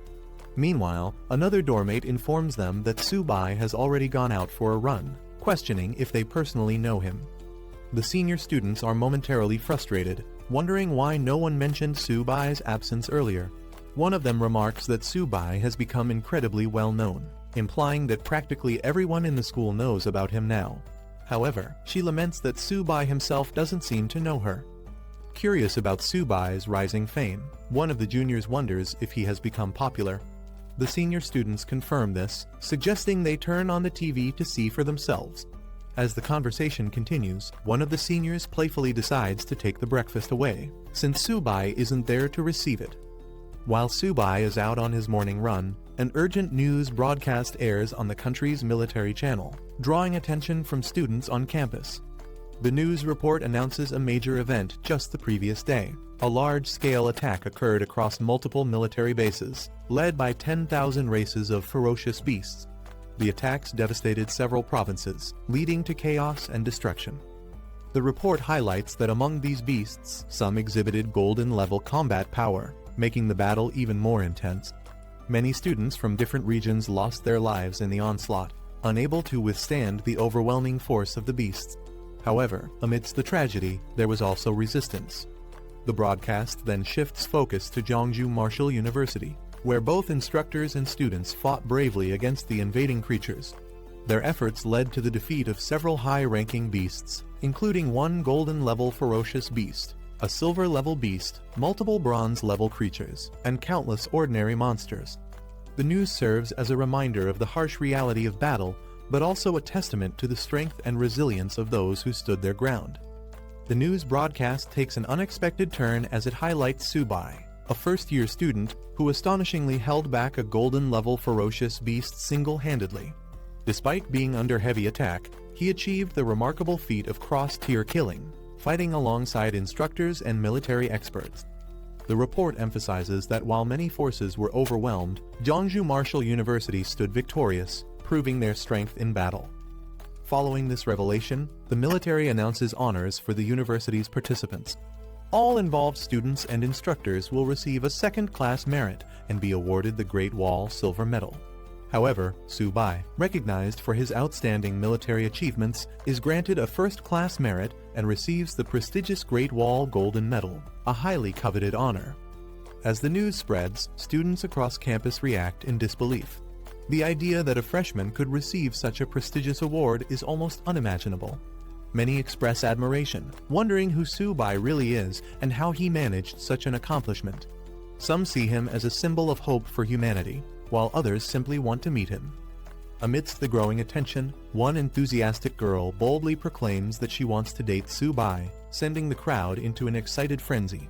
Meanwhile, Su-bai, realizing the sudden spotlight on him, starts feeling overwhelmed and contemplates making a quiet escape before things spiral out of control. After stepping away from the crowd, Su-bai takes a moment to process everything that has happened. Just as he tries to clear his head, his phone suddenly rings. On the other end is his excited younger sister, who eagerly tells him that he's on TV. Su-bai, already aware of the situation, responds nonchalantly. She then informs him that their parents want him to come home for a visit and treat him to a meal, but Su-bai hesitates, wondering if it's really necessary. Back home, his parents are overwhelmed with pride. His father mentions how all the neighbors are talking about him, and his mother adds that a relative even called, eager to introduce him to a potential girlfriend. His sister, realizing the growing attention on their family, urges him to return soon before people start showing up at their house uninvited. After considering everything, Su-bai decides to take a short break and visit home since his tests have just ended. He acknowledges that his sudden fame will likely make his father so proud that he'll be grinning in his sleep. As Su-bai arrives home, he is immediately met with an overwhelming reception. The entire neighborhood seems to be gathered, excitedly announcing his return as if welcoming a legendary hero. Caught off guard, Su-bai is bewildered by the attention, questioning whether all of this excitement is really for him. Before he can process it, a crowd quickly surrounds him, showering him with praise. Familiar faces from his childhood emerge, eagerly reminding him of their past connections. The overwhelming enthusiasm makes Su-bai realize that his sudden fame has spread far beyond what he expected. As he finally steps into his home, his family rushes to greet him. His sister excitedly throws her arms open, thrilled that he has returned, while his parents beam with pride. The warm welcome, though intense, reminds Su-bai that no matter how much his world changes, his family will always be his anchor. As soon as Su-bai arrives, the overwhelming hospitality of his neighbors kicks in. One of his aunts invites him over for dinner, proudly announcing that she made seafood dumplings, only for Su-bai to politely decline, explaining that he is allergic. Another enthusiastic neighbor insists on bringing him over for a drink, boasting about a special dish he has prepared just for the occasion. Realizing that the situation is getting out of hand, Su-bai's father steps in, thanking everyone for their kindness but explaining that the family has already prepared a meal at home. He assures them that once things settle down, Su-bai will make time to visit each of them. Su-bai agrees, knowing he can't refuse everyone outright, but hoping to escape the immediate flood of invitations. The situation takes a turn when one of the elders eagerly suggests introducing Su-bai to her granddaughter, hoping to set them up. Before Su-bai can even react, another person interjects, claiming that she isn't worthy and that they should introduce him to someone else instead. Overwhelmed and unsure of how to respond, Su-bai finds himself stuck in the middle of their matchmaking plans. Later, back home, Su-bai vents to his sister, regretting that he didn't sneak in under the cover of darkness to avoid all the attention. His sister laughs, teasing him that it wouldn't have mattered one of their aunts had already stationed herself near their house, waiting to introduce her granddaughter to him no matter what. Realizing he's completely trapped by his newfound fame, Su-bai sighs, wondering how long this chaotic homecoming will last. After the chaotic welcome from his neighbors, Su-bai finally makes it home, where his parents prepare a warm family meal. His mother informs him that his father is personally cooking today, and she asks his sister to assist in the kitchen while telling Su-bai to take a break. Dropping his bag onto the couch, Su-bai slumps down and stretches, savoring the rare moment of peace. He leans back, relieved to finally take a breather after everything that has happened.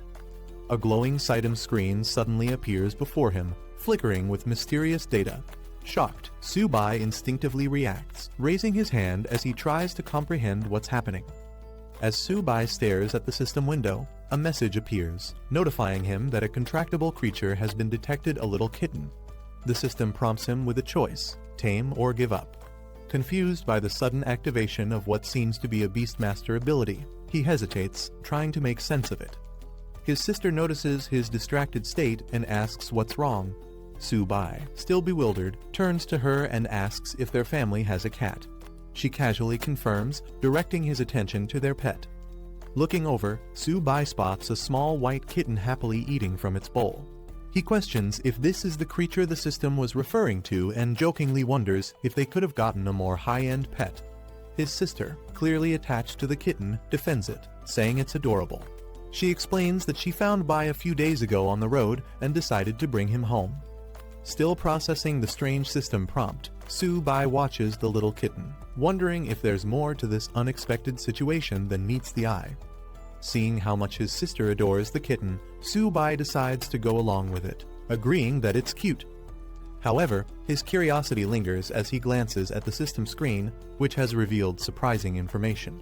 The kitten, seemingly an ordinary stray, actually possesses a lineage of the white tiger's sacred beast, and has the potential to grow infinitely strong, eventually capable of slaying gods. Shocked by this revelation, Su-bai struggles to believe that this small creature could be so powerful.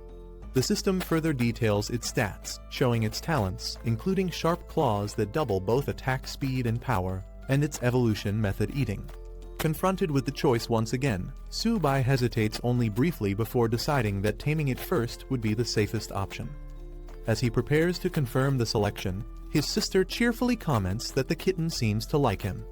Su-bai takes this moment to confess something important. He's now a beastmaster, someone who can form powerful bonds with creatures. With a playful smile, he asks if he can keep Bai for himself, suggesting that the kitten might be more than just a household pet. Su-bai's attempt to claim Bai as his own is met with instant resistance.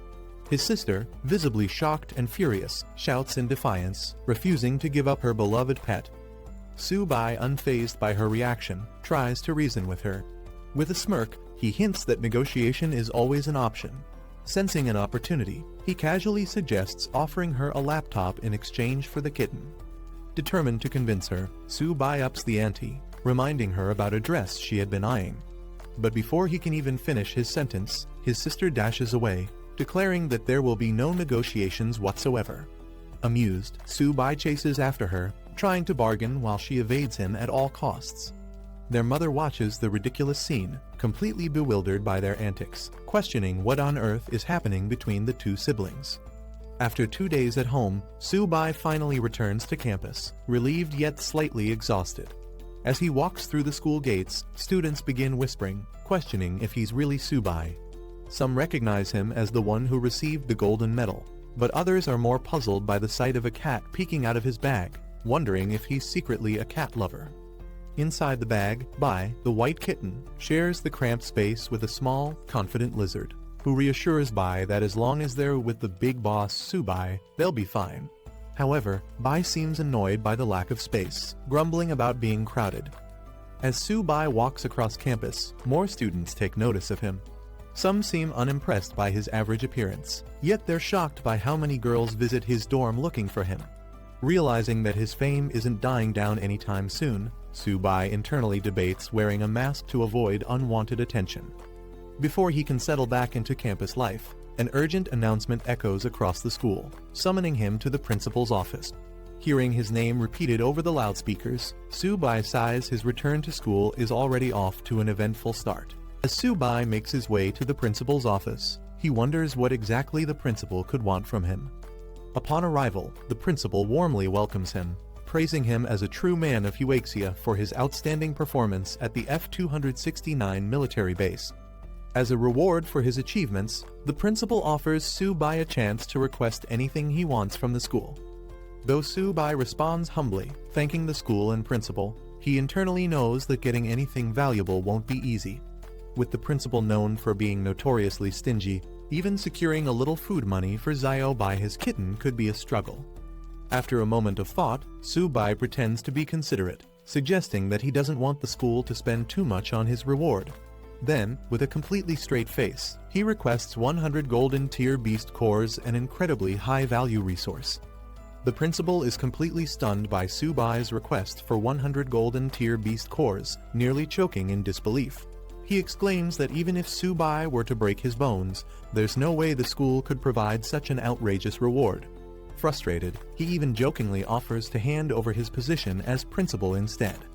Seeing the reaction he expected, Su-bai quickly lowers his demand, saying that 100 silver tier beast cores would also be acceptable. However, the principal immediately shuts down that idea, reminding Su-bai that his current military merit isn't even enough for a fraction of that.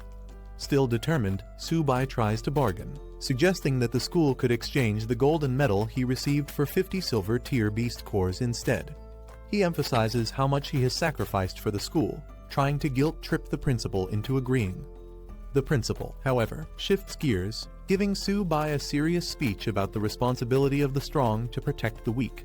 He insists that saving people should be Su-bai's mission, emphasizing the moral duty of his strength.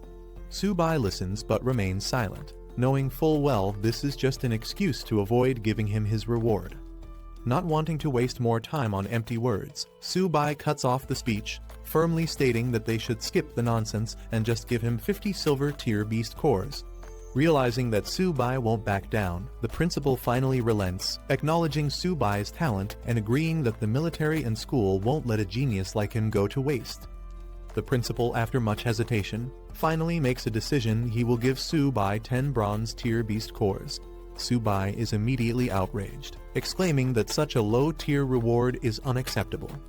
Not willing to back down, Su-bai pushes for at least 20. However, the principal flares up, countering with a firm offer of 15 cores, take it or leave it. Realizing he won't get anything more out of this negotiation, Su-bai accepts the deal, though internally he finds the whole situation ridiculous. He mentally notes that the principal is as stingy as expected, clearly unwilling to part with better rewards. Just as he's about to leave, the principal stops him, saying there's one more small matter to discuss. Su-bai, already skeptical, wonders what kind of trouble is coming next. The principal observes that young people are becoming harder to deceive, acknowledging his own reputation as a schemer. Su-bai silently agrees with the rumors, confirming the principal's shrewd nature. The setting shifts to a large hall where the principal addresses a gathered group of students. He informs them that the 100 Schools League is now under military organization. While their school lacks the same level of resources as elite institutions like Imperial City Martial University and Magic City Martial University, he expresses his hopes that they can still achieve great results.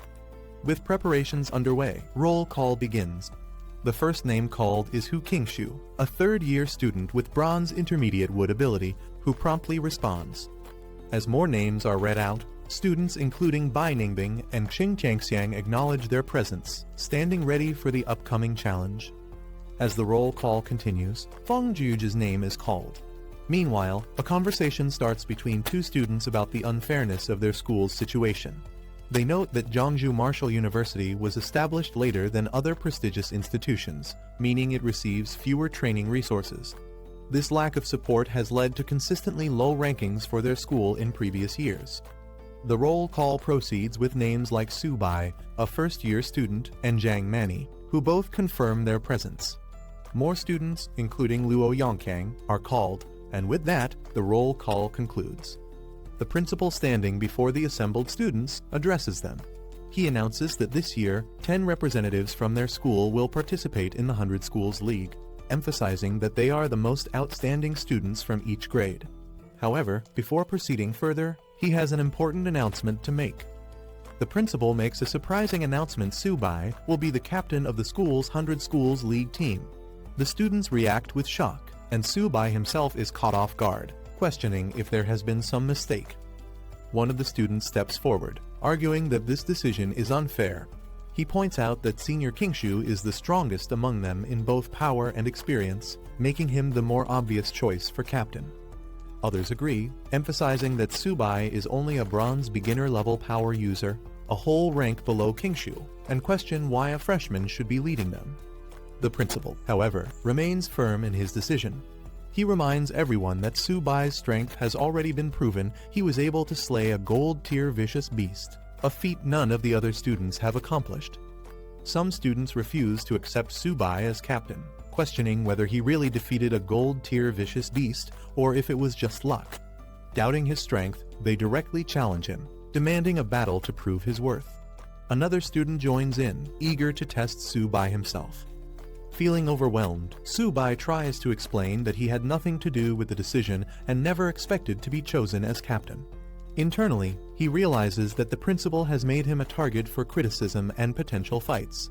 Before the situation escalates, the principal intervenes, dismissing further disputes and instructing everyone to focus on preparing for the upcoming 100 Schools League, which is less than 20 days away. He encourages the students to train hard and show their best performance. Seeing an opportunity to escape, Su-bai quickly makes a run for it, pretending to have urgent matters to attend to. As he dashes off, the other students call after him, demanding answers. Meanwhile, he can't help but note how quickly the principal left the scene, avoiding any further arguments. After Su-bai hurriedly leaves, the skeptical students continue to mock him, refusing to believe he actually defeated a gold-tier vicious beast. One of them calls him a coward, convinced it must have been luck. Another, smirking, says there's no need to rush once they reach the 100 Schools League. They'll make sure Su-bai regrets being chosen as captain. Meanwhile, Su-bai returns to his dorm, excited to train and level up. He calls out to Xiao-ba, preparing to feed and strengthen his beast companions. As he sits down with his white cat, Xiao-bai, he acknowledges that the principal kept his word, providing him with 15 bronze-tier beast cores, which should be enough to boost their strength. He affectionately feeds Xiao-ba, calling it a little foodie, while assuring Xiao-bai that there's something for it as well. The two eagerly devour their food, looking forward to growing stronger. Su-bai continues feeding his two beast companions, Xiao-bai, the white cat, and Xiao-ba, the turtle.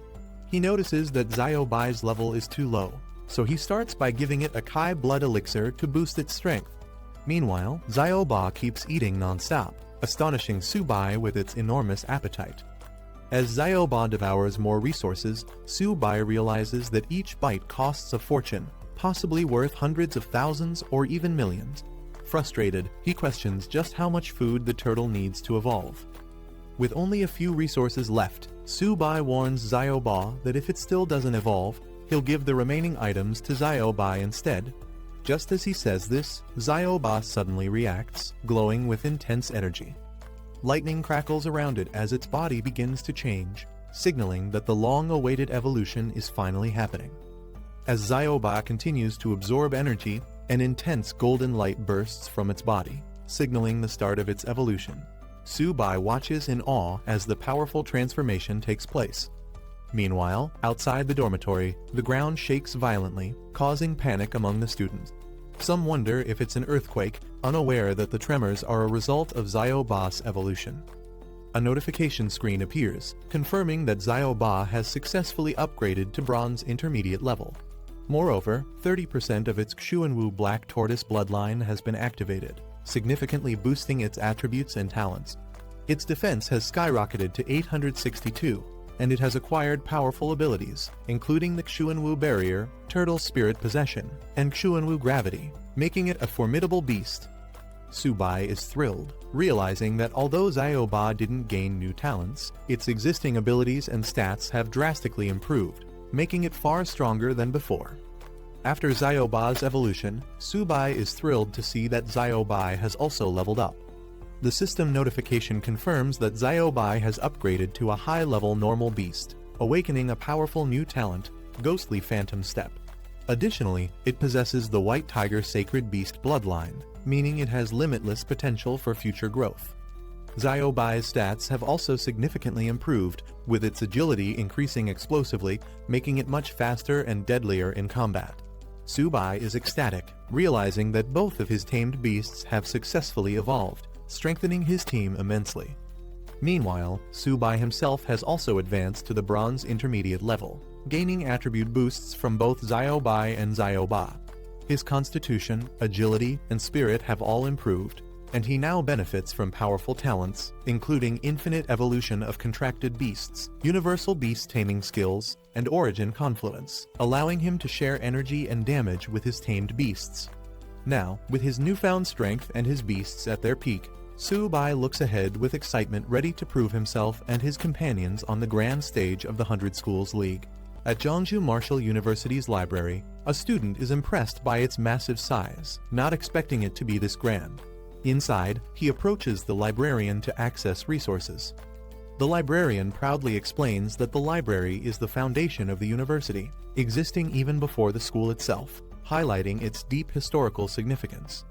As she processes his request, she is surprised that he, a freshman, already has 180 credits, which is quite unusual.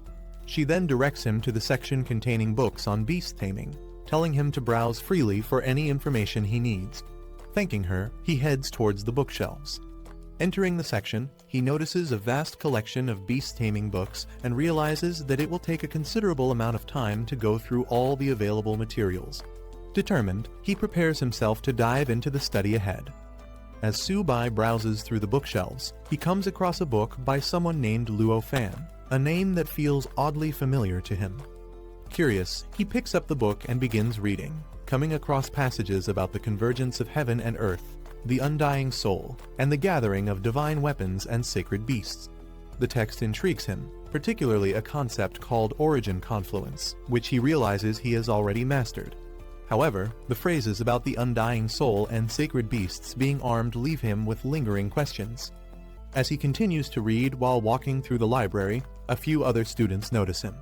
Recognizing him as the freshman they've heard about, they seem unimpressed. One of them dismisses beast tamers, claiming that no matter how much they study, their future is bleak. Instead of paying him much attention, they decide to head elsewhere. As Su-bai continues reading, he becomes more fascinated by Luo Fan's legacy. He learns that this powerful senior created 3 divine skills: origin confluence, sacred beasts armed, and undying soul. Not only that, but he once fought alone against an invasion from various tribes, displaying unmatched strength. However, despite his incredible abilities, he was ultimately outnumbered and fell on the battlefield. Realizing the significance of this knowledge, Su-bai decides to study the book carefully. Suddenly, something strange happens. His eyes widen in shock as an unusual energy stirs within him. The book begins to glow and float in the air, radiating an intense golden light. He feels a mysterious force flowing into his body, leaving him both amazed and confused by the supernatural occurrence unfolding before him. After experiencing the strange energy from the book, Su-bai takes it to the librarian and asks if he can borrow it. The librarian greets him and takes the book to check its classification. However, she quickly realizes something odd. It has no library label and may not belong to the collection. Confused, Su-bai insists that he found it on the bookshelf. As she inspects the book further, something even stranger happens. No matter how hard she tries, she cannot open it. Shocked, she struggles with the book, unable to understand why it won't budge. Su-bai, who was reading it just moments ago without any issue, is equally surprised and steps in to take a closer look. The librarian remains puzzled about how the book refuses to open in her hands while Su-bai holds it with ease. Deciding that something unusual must have happened, she allows him to take it, instructing him to return it whenever he is done. Su-bai asks if he can borrow it indefinitely, and when she confirms, he thanks her and leaves. After he is gone, the librarian makes a phone call to the principal, informing him that the mysterious book he left on the shelf has been taken by Su-bai. The principal is shocked to hear that Su-bai was able to open the book. As he processes this revelation, a pleased expression crosses his face, and he acknowledges the development as something very good. The principal, standing in his office, reflects on the recent events. He speaks as if addressing someone from the past, stating that after 100 years, the person Luo Fan had been waiting for has finally appeared. He imagines that if Luo Fan's spirit in the underworld knew about this, he would be pleased. 2 weeks later, Jeongju Martial University becomes the stage for an important event, the 100 Schools League. A large welcome sign is displayed as buses arrive from various universities. The competition is divided into 5 major battle zones: East, South, West, North, and Central, with each zone selecting 2 qualifying teams. A reporter covers the event, explaining that 8 martial universities from Jeongju Province will be competing at Jeongju Martial University. Meanwhile, a cheerful live streamer excitedly tells his audience that tickets for the tournament are scarce, promising to broadcast the entire event and even give out small gifts to viewers. The atmosphere is charged with anticipation as the competition is about to begin. Meanwhile, tensions rise as students from different martial universities arrive. A group clad in red uniforms from Longying Martial University is immediately met with hostility from Fuchuan University's team, dressed in blue and white. The 2 sides exchange sharp words, with one mocking Longying for showing up just to be beaten, while the other fires back, insisting that the outcome is far from decided. Their rivalry is evident as they prepare to prove themselves in the competition. Inside the grand tournament arena, spectators are left in awe as they witness the vast battlefield where the matches will take place. The stadium is packed, and anticipation runs high. Backstage, a team gathers and checks for their members. They realize that Subai, their team captain, has not yet arrived. Concerned but confident, one of them reassures the others, stating that Subai would never back out at the last minute. However, his absence leaves a lingering sense of unease as the matches draw closer. Just as his teammates begin to worry, Subai makes his entrance, confident and determined. He dismisses the idea of backing out at the last minute, stepping forward with newfound strength. His presence surprises everyone despite only a few days passing. His aura feels much stronger than before. Standing before Teacher Liao, Subai reassures her that he has everything under control. With the match about to begin, she informs him that they still need to finalize their lineup. But he confidently states that he has already made all the necessary preparations. As the tournament commences, the stadium's large screens display a grim report. A month ago, the myriad beast clans launched a large-scale assault, forcing the military to focus on the front lines. Meanwhile, smaller groups of beasts infiltrated rear military bases, causing devastation. The report reveals a shocking reality: Marshall University students in the affected regions suffered catastrophic losses, with fewer than 1 in 100 surviving. The atmosphere in the stadium turns somber as the gravity of the situation sinks in. A passionate announcer, filled with intensity, addresses the crowd, rallying them with a powerful call to action. He asks if they are ready to avenge those lost in the myriad beast clan attacks, igniting a surge of emotions among the audience. The crowd erupts with fury and determination, chanting their resolve to defeat the vicious beasts and ensure victory for humanity. Seeing this strong response, the announcer praises their fighting spirit, declaring that such determination is the essence of the 100 Schools League. With this declaration, he officially opens the Jiangsu Provincial League, signaling the beginning of the tournament. He then explains the rules. The tournament will follow a team battle format, with each team consisting of up to 5 participants per match. The last standing team member determines the winner, while defeated opponents are eliminated from further participation. With that, the next step is to randomly draw matchups, setting the stage for the first battles of the competition. The tournament matchups are displayed on the large screen, revealing the first round of battles. Longying Marshall University will face Zinmin Marshall University, followed by Jiangsu Marshall University against Qingyan Marshall University.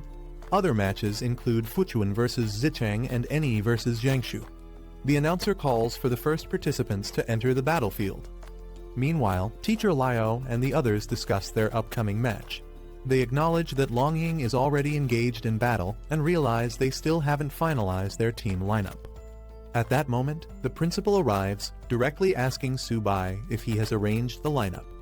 Subai, with his usual confidence, responds casually he will go first, leaving the rest of the team to decide among themselves. His relaxed attitude surprises his teammates, causing mixed reactions. One of them, in disbelief, questions if this is really his strategy for the match. As the team discusses their strategy, some express concerns about Subai's decision to go first without considering Qingyan Marshall University's lineup.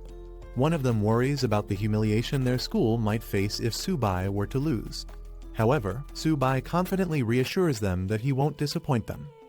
The principal, observing Subai's rapid progress, is impressed by how much he has improved in just a few days. However, he also pulls Subai aside and jokingly warns him not to go too far, advising him to leave some chances for the seniors. He hints that if Subai offends too many strong opponents, it could make his future at the university difficult. Meanwhile, the first match between Longying Marshall University and Zinmin Marshall University reaches its conclusion. A decisive attack sends a competitor flying out of the arena, and the victory is declared in Zinmin's favor. With Zinmin Marshall University swiftly defeating Longying, the competition proves to be fiercer than expected. Teacher Liao acknowledges their strength but quickly shifts focus. It's now Subai's turn to take the stage. Without hesitation, Subai confidently strides forward, telling everyone to watch closely. His composed demeanor draws mixed reactions. Some are eager to witness his capabilities, while others remain skeptical about his strength. From the stands, Subai's supporters cheer loudly, urging him to win the championship. Among them is a red-haired girl in a white coat, passionately rooting for him alongside Jaegang, who appears just as excited for the upcoming battle. Stepping onto the grand stage, Su-bai faces his opponent in the massive arena. With the match set to begin, the anticipation reaches its peak. It's time to prove himself in the 100 Schools League. Lai Lingfeng, the squad captain of Qingyan Martial University, stepped onto the stage, exuding confidence as he prepared to display his strength. He was eager to demonstrate what true power looked like. Meanwhile, Su-bai calmly called out his tamed beast Xiaoba, which immediately caught Lingfeng's attention. He seemed unimpressed, questioning if that little creature was really Su-bai's companion for the competition. Lingfeng couldn't hold back his laughter, mocking Su-bai for bringing what looked like a household pet into the tournament. As Su-bai casually drank his soda, he nonchalantly mentioned that he was in a rush that morning and hadn't even eaten yet. The audience erupted in disbelief. Spectators openly ridiculed Su-bai, wondering why he would bring such a weak-looking creature into a serious competition. Some even criticized Jiangsu Martial University, claiming the school had lost all credibility by allowing someone like Su-bai to participate. As Su-bai casually ate peanuts and drank cola on stage, the spectators, including Liu Yuxin and others, were in disbelief. They couldn't understand why he seemed so relaxed when facing a mid-bronze rank opponent. Some even questioned if he was underestimating his opponent too much. Meanwhile, Su-bai turned to Xiaoba, reminding it that after consuming so many beast cores, it shouldn't embarrass him now. As the battle commenced, Xiaoba unleashed an unexpected surge of power, shocking Lai Lingfeng. He couldn't believe the energy radiating from the small creature. In an instant, Xiaoba's body began to transform, its legs glowing and growing larger. As Xiaoba transformed into its black tortoise form, its sheer size and power overwhelmed Lai Lingfeng, who found himself staring up at the massive beast in terror. The crowd erupted in shock at the sight of the enormous turtle. Spectators couldn't believe how massive it had grown, with some comparing its eye size to a basketball. The discussion quickly shifted from disbelief to admiration as people noticed its metallic, armor-like skin and powerful claws. Some even began to understand why Su-bai had the strength to take down a gold-ranked beast. The astonishment continued as others in the audience realized the sheer power Xiaoba now possessed. It looked strong enough to crush opponents with a single slap. Those who knew Su-bai were left wondering when his beast had become so formidable, while others simply acknowledged that Su-bai had grown far stronger than they had expected. Su-bai sipping his soda as he casually gave Xiaoba the order to finish the fight quickly. Lai Lingfeng, still confident, barely had time to react as Xiaoba launched its attack. He barely managed to register what was happening before the massive turtle's strike came crashing down with incredible force. The sheer speed and power of the attack left Lingfeng stunned. Before he could properly react, he was already sent flying, crashing hard onto the battlefield. Lying on the ground, he gasped in disbelief, unable to comprehend how a turtle could move so fast. Su-bai casually told Lai Lingfeng to hold on just a little longer. He wanted to finish his cola before this fight ended. Determined to turn the battle around, Lingfeng convinced himself that Xiaoba's attack had been nothing more than a sneak attack. He steeled himself, deciding to unleash his full power. If Su-bai thought he was tough, then Lingfeng would show him who was truly stronger. With that, his body underwent a transformation, his entire form turning into solid rock. Lai Lingfeng charged forward with his rock-infused fists, determined to take Xiaoba head-on. However, before he could even land a hit, the massive turtle retaliated with a single, devastating slap.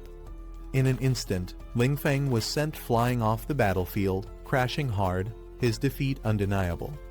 The spectators were left in stunned silence as the match ended in a blink of an eye. Among the observers, disbelief spread rapidly. Some couldn't believe Su-bai had actually won, while others acknowledged the sheer power of his tamed beast. Even experienced figures watching the match admitted that the younger generation was proving to be truly formidable. Meanwhile, discussions erupted among the crowd, with some mocking Lingfeng's inability to dodge such an obvious attack. However, a few spectators pointed out the simple physics Zyoba's movements might not have seemed fast, but its sheer size and weight made its attack unstoppable. The audience was left stunned after Zyoba's overwhelming victory.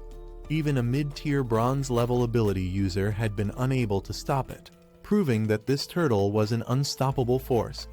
Some spectators were in disbelief. How could a beast capable of taking down a gold-level opponent be so easy to defeat? Meanwhile, others who had known Tsubai before were amazed at how much stronger Zyoba had become. With the first match officially over, Tsubai was declared the winner. However, there was no time to celebrate as the second contestant from Qingyan Martial University, Zhang Xuan, was called to the stage. Zhang Xuan, a mid-bronze rank warrior, strategized her approach before the battle even began. She knew she couldn't let Zyoba get close and decided to rely on her superior speed to take control of the fight. As soon as the match started, she moved at lightning speed, dashing around Zyoba in an attempt to stay out of its range. Zhang Xuan expertly used her speed to her advantage, staying just outside Zyoba's attack range. The audience immediately noticed the difference in strategy compared to the previous fight, with some even mocking Li Lingfeng for his reckless approach. Confident in her abilities, Zhang Xuan remained focused, believing that one well-timed strike would be enough to secure victory. She patiently waited for the perfect moment to strike while keeping her movements unpredictable. Meanwhile, spectators watching the fight analyzed the situation. Liu Yuxin and another instructor observed that Tsubai seemed to be underestimating his opponent, as Zyoba had been unable to land a single hit due to Zhang Xuan's superior agility. Tsubai remained as casual as ever, lazily sitting beside Zyoba while sipping his soda. Zyoba suddenly slammed the ground with overwhelming force, sending shockwaves across the battlefield. Zhang Xuan caught mid-air, barely managed to evade, but acknowledged the sheer strength of the turtle. She landed skillfully, steadying herself for a counterattack. However, realizing the difficulty of facing Zyoba head-on, she quickly shifted her strategy. Instead of continuing the fight against the beast, she made a split-second decision to target the beast tamer directly. With lightning speed, she dashed towards Tsubai, hoping to turn the tide of the battle before it was too late. Tsubai, unfazed as ever, simply sipped his soda, as if the entire fight was nothing more than an afterthought. As Zhang Xuan made her move towards Tsubai, the spectators reacted in alarm. Liu Yuxin immediately recognized the danger, warning that Zhang Xuan was shifting her target. Lin Yanren, watching anxiously, shouted for Tsubai to be careful. Zhang Xuan, confident in her strategy, lunged forward with her weapon, declaring Tsubai's defeat. However, Tsubai remained entirely unfazed, still sipping his soda as if the fight was nothing more than entertainment to him. At the last moment, something unexpected happened. Tsubai continued drinking, completely unbothered, as a sudden force intervened. Just as Zhang Xuan closed in for her final strike, Zyoba reacted instantly, swinging its massive tail with precision. The sudden counterattack sent shockwaves through the battlefield, forcing Zhang Xuan to retreat. The audience erupted in amazement at Zyoba's move, calling it a divine tail swipe. Lin Yanren and others breathed a sigh of relief, realizing how close that encounter had been. As the dust settled, it became clear the match was over. Tsubai had claimed another swift victory. The spectators were in disbelief at how quickly he had won again, while Liu Yuxin and the other instructors acknowledged Tsubai's true strength. Meanwhile, Zhang Xuan, now on the ground, seemed completely drained. However, instead of frustration, she simply muttered something unexpected. She was finally full. Tsubai casually stretched, commenting that Zyoba might have been a bit too rough this time. Without much concern, he told Zhang Xuan to go heal herself before turning his attention back to the competition. Meanwhile, Zhang Xuan, exhausted and lying on a stretcher, muttered weakly while Tsubai nonchalantly declared that he was finally going to get serious. With complete confidence, he stood alongside Zyoba, issuing a challenge to the remaining competitors who was brave enough to step up next. The crowd erupted as another opponent was sent crashing into the water, the large screen replaying the dramatic fall. Without hesitation, he called for the next challenger. His confidence was unshaken as another opponent fell before him, knocked down with ease. Amid the competition, Subai casually snapped a picture, flashing a grin while Zioba dealt another decisive blow, sending yet another fighter flying. Finally, the match concluded with the announcement of his victory. The referee raised his hand, declaring Jeongju Martial University's Subai as the winner.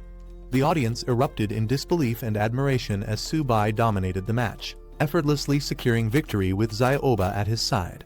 Despite relying on his turtle companion, he had taken down 5 opponents in a row without breaking a sweat. Spectators were in awe, calling him both incredible and unorthodox. As chants of "one man, 5 wins" echoed through the arena, Subai couldn't help but feel amused and slightly puzzled. The way they phrased it made him feel more like the turtle in the fight rather than the actual fighter. After his impressive performance, officials and mentors approached him, praising his victory over the formidable King Shan Martial University. His success had brought great honor to Jeongju Martial University, and he humbly accepted the recognition. With the morning matches concluded, contestants were given time to rest and recover before the next round. The cafeteria was open to all, ensuring they could replenish their energy for the battles ahead. The competition was far from over, but for now, the fighters had earned a well-deserved break. As the competition continued, an announcement declared that food in the cafeteria was free of charge, much to the delight of the contestants. Meanwhile, in the Fuchuan Martial University lounge, the team strategized for their upcoming match. They anticipated facing Jeongju Martial University again, which meant they would likely go up against Subai. His tamed beast Zioba was nearly unbeatable in close combat, making them anxious about how to counter him. In another lounge, Zinmin Martial University was also preparing. Their coach reassured them that despite Subai's strength, he wasn't invincible. He had weaknesses that could be exploited. Their best chance to win was to find a way around Zioba's formidable defense and target Subai directly. Back in the arena, the announcer praised the fierce spirit and determination displayed by the students in the morning matches. With the first round complete, the second round of the competition was about to begin. Spectators marveled at Subai's dominance, some joking that the rest of Jeongju Martial University's team didn't even need to participate. With him alone, they believed he could defeat all the other schools. His teammates couldn't deny that having such a powerful ally was a great advantage. However, not everyone shared the same enthusiasm. A cautious observer reminded others that they were still in the provincial stage. Once Jeongju Martial University faced stronger opponents from outside the province, their overwhelming success might not continue. While the team had struggled for recognition in the past, Subai's presence now made their other members seem even more insignificant. As the excitement built up, the second round matchups were announced. Jeongju Martial University was set to face Zinmin Martial University, while other schools were also paired for their respective battles. In the first match of the round, Subai was chosen to fight against Lai Feng from Zinmin Martial University. As he stepped onto the stage, his opponent remained calm. Zinmin had anticipated this matchup and had already prepared a strategy specifically to counter Subai and his beast companion, Zioba. Subai leaned casually against Zioba, completely at ease as he watched his opponent.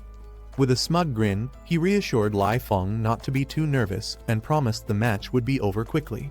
However, as soon as the battle began, Lai Feng refused to let Subai's arrogance go unchecked. He activated his ability, Clearwind Step, allowing him to move at incredible speed. As a high-level bronze rank fighter and captain of Zinmin Martial University, he was determined to prove that Subai wasn't invincible. Using his swift movements, Lai Feng closed in, aiming to break through Zioba's formidable defense. Zioba, unfazed, braced itself as the attack approached. Whether Lai Feng's strategy would be enough to bypass its defense remained to be seen. Lai Feng moved swiftly, dodging Zioba's massive attack with ease, using his speed to create afterimages across the battlefield. With an opening in sight, he launched a powerful kick at the turtle's side, confident in his strategy. However, as his attack landed, reality struck. Zioba's defense was far too strong. Despite his speed and force, his attack barely made an impact. Shocked, he realized he couldn't even break through the beast's sturdy shell. Frustration set in as Zioba turned its head, seemingly unfazed by the attempt. Lai Feng had aimed for a weak point, but instead, he found himself facing an impenetrable defense. Spectators watched in surprise as Zioba struggled to land a hit on Lai Feng. Some laughed at how easily the Zinman captain was provoking the turtle, making it angry and reckless. This unexpected development raised a question: if Lai Feng suddenly went after Subai, could he actually win? Excitement filled the stands as more people started cheering for Lai Feng. While some saw it as taking advantage of Xiaoba's dim-witted nature, others found the strategy entertaining. Lai Feng smirked, taunting the enraged turtle as he dodged its attacks. Meanwhile, the Jiangsu team observed the battle with concern. Liu Yuxin questioned why Subai wasn't making a move to counter this strategy. Instead of strategizing, he rummaged through his bag and finally found what he was looking for: a drink. Casually, he took a sip, remarking that his lunch had been too salty. As the audience continued cheering for Lai Feng, Subai stood calmly, drinking as if he wasn't even in a match. Lai Feng saw an opportunity. Subai was at a distance, seemingly vulnerable. He was confident that Xiaoba's attacks couldn't reach him from this range. Fueled by frustration, Lai Feng launched a powerful attack, accusing Subai of underestimating him. Frustrated by Subai's nonchalant attitude, Lai Feng launched himself into the air, determined to make him pay for his arrogance. Subai, still calm, simply called out to Xiaoba. Suddenly, glowing golden rings spread across the battlefield, catching Lai Feng off guard. In an instant, his body froze mid-air, unable to move. Panic set in as he struggled to understand what was happening. Subai, still sipping his drink, watched as Lai Feng flailed helplessly, Xiaoba radiating an overwhelming presence. Lai Feng was in disbelief. This was beyond what he had prepared for. Subai, unbothered as ever, casually told Xiaoba to stop playing around and finish the battle. Xiaoba unleashed its ultimate move, Black Tortoise Gravity, as the golden armored illusion roared to life. Panic took over as he desperately pleaded, realizing he had lost control of the situation. With a sudden burst of energy, the golden projection launched Lai Feng like a shooting star across the battlefield.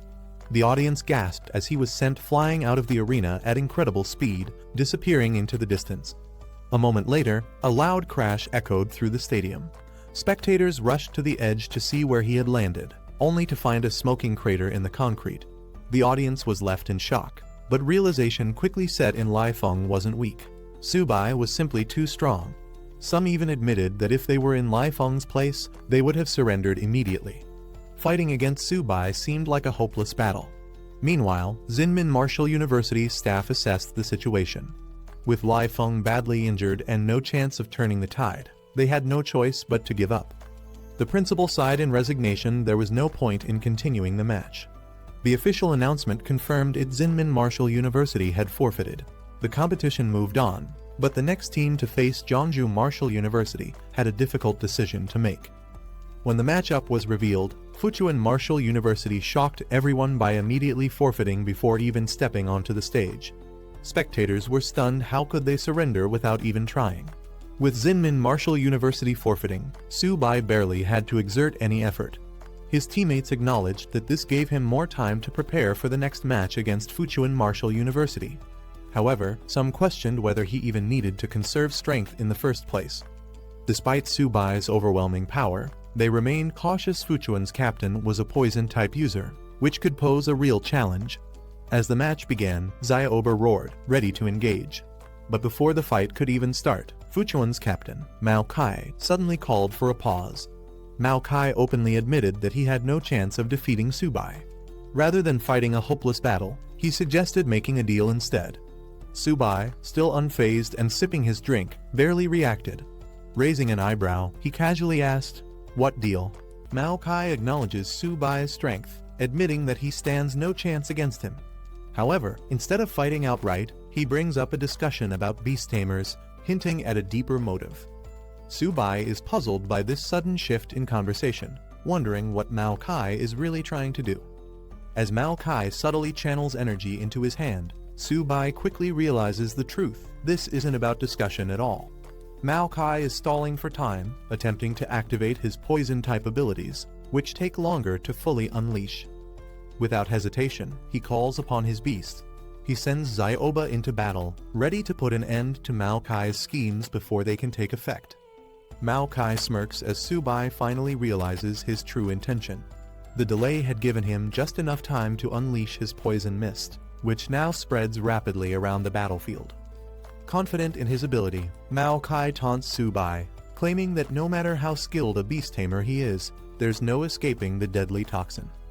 The mist engulfs the arena, leaving Su-bai seemingly trapped with no way to avoid the attack. Watching from the sidelines, Liu Yuxin and the others begin to worry. They recall Mao Kai's past victories, where he managed to poison even high-level beasts. Mao Kai moves confidently through the dense poison mist, unfazed by its effects. With a smug grin, he mocks Su-bai, knowing that his opponent is blinded and vulnerable while he remains unaffected. He believes the battle is already decided, convinced that Su-bai was too careless from the start. As the toxic fog thickens, Mao Kai watches Su-bai, who appears to be meditating in an attempt to resist the poison's effects. However, Mao Kai isn't concerned. He has more than just the mist at his disposal. With a sudden burst of energy, Mao Kai lunges, aiming to finish the fight. His hand surges with poison as he delivers his final blow, determined to eliminate Su-bai once and for all. Mao Kai launches his attack, aiming to strike from behind, but Su-bai remains completely unfazed. A defensive energy shield blocks the strike effortlessly, leaving Mao Kai stunned. Su-bai smirks, unfazed by the poison mist, remarking that attacking from behind was a mistake.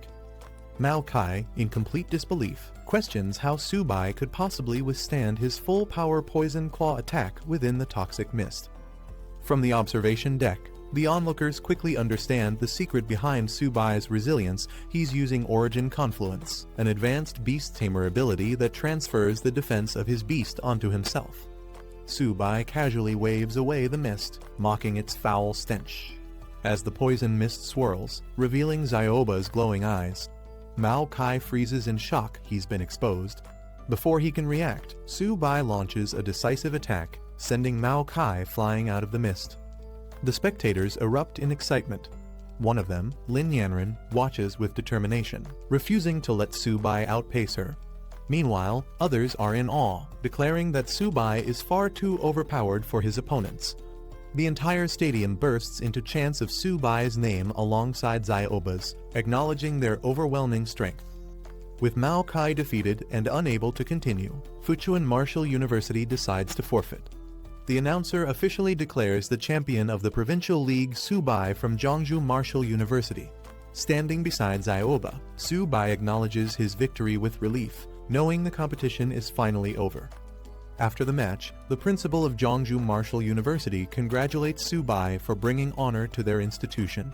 Seizing the moment, Su-bai playfully suggests that, given his achievement, he should receive additional resources for his cultivation. The principal, however, sees right through Su-bai's opportunistic request. With a knowing smirk, he chuckles to himself, amused that this clever brat is already trying to take advantage of the situation. With Zhongzhou Martial University emerging as the Provincial League champion, the principal announces that the military will reward them with military merit points, which can be exchanged for valuable resources. However, some students murmur their doubts, noting that only Su-bai participated in the competition. They question whether they would receive any benefits from the victory, leaving the principal struggling to respond. Shifting the focus, the principal informs them that in 3 days, they will be heading to Luo City for the regional league. He rallies the team, asking if they have confidence, but only Su-bai immediately responds enthusiastically, while the others remain hesitant. With the meeting coming to an end, the principal encourages everyone to rest and prepare for the upcoming challenge. But as he turns to leave, Su-bai once again brings up the matter of resources, ensuring that he doesn't miss out on any potential rewards from his victory. Before leaving, the principal specifically calls out Su-bai, expressing his high expectations for his performance in the upcoming regional league. However, Su-bai sighs, noting how quickly the principal dodges any conversation about resources. With the provincial league officially concluded, the top martial universities are recognized, but the most talked about competitor is undoubtedly Su-bai from Zhongzhou Martial University. His dominant performance, where he single-handedly defeated 5 opponents in each battle, has made him the highlight of the event. As Su-bai's achievements are broadcasted, people across the city take notice. His name spreads rapidly, inspiring martial arts students and earning admiration from onlookers who eagerly express their desire to meet him. Meanwhile, away from the attention, Su-bai finally finds a quiet place, the training room. In the training room, Su-bai reassures Ziobai, his small feline companion, that its chance to shine will come soon.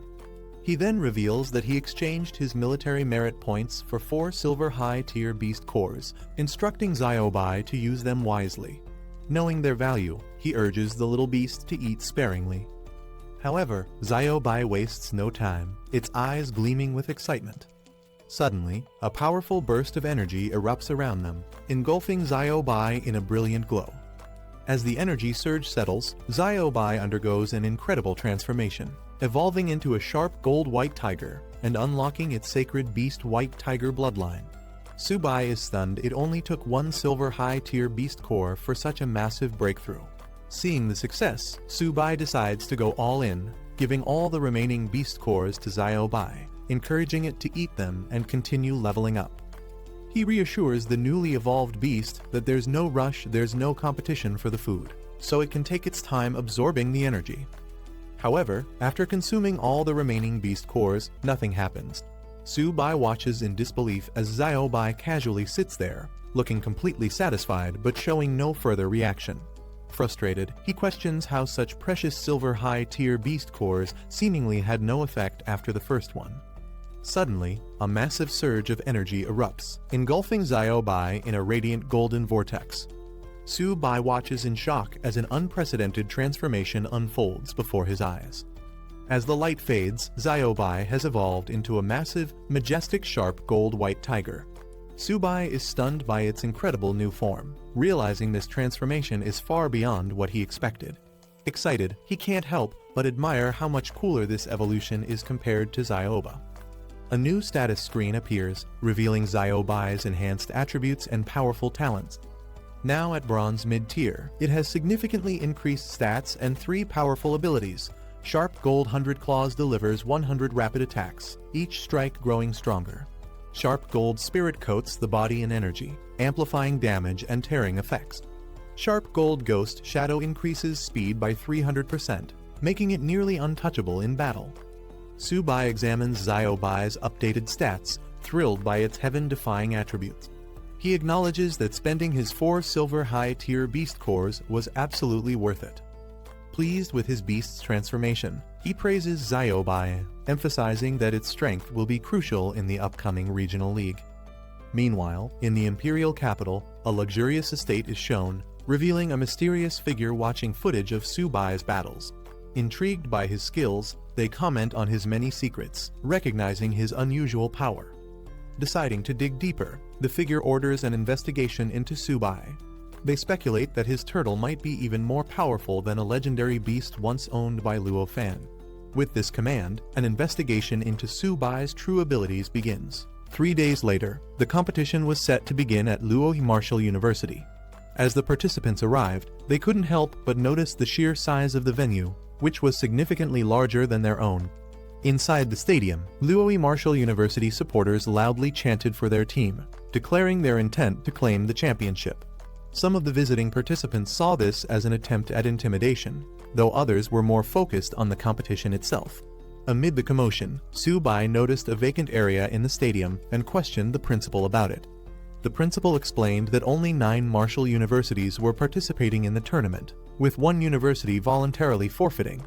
This meant that one team would receive a bye in the random draw, automatically advancing to the next round. Everything depended on luck. Hearing this, Subai silently hoped that his team wouldn't get the bye. He was eager to fight and earn military contributions through victories. With determination, he turned to the principal, insisting that he be allowed to participate, no matter what. As the anticipation for the tournament grew, Subai wasn't the only one eager to compete. His teammates also stepped forward, requesting to participate. The principal assured them that this time, everyone would get a chance to fight. However, first, they needed to go through the lot drawing process, and all eyes were on Subai as he prepared to draw. Once the draw was completed, the matchups were announced. The first battle would be between Luo Martial University and Fuchuan Martial University. As the announcer continued, it was revealed that one university would automatically advance due to the odd number of participants.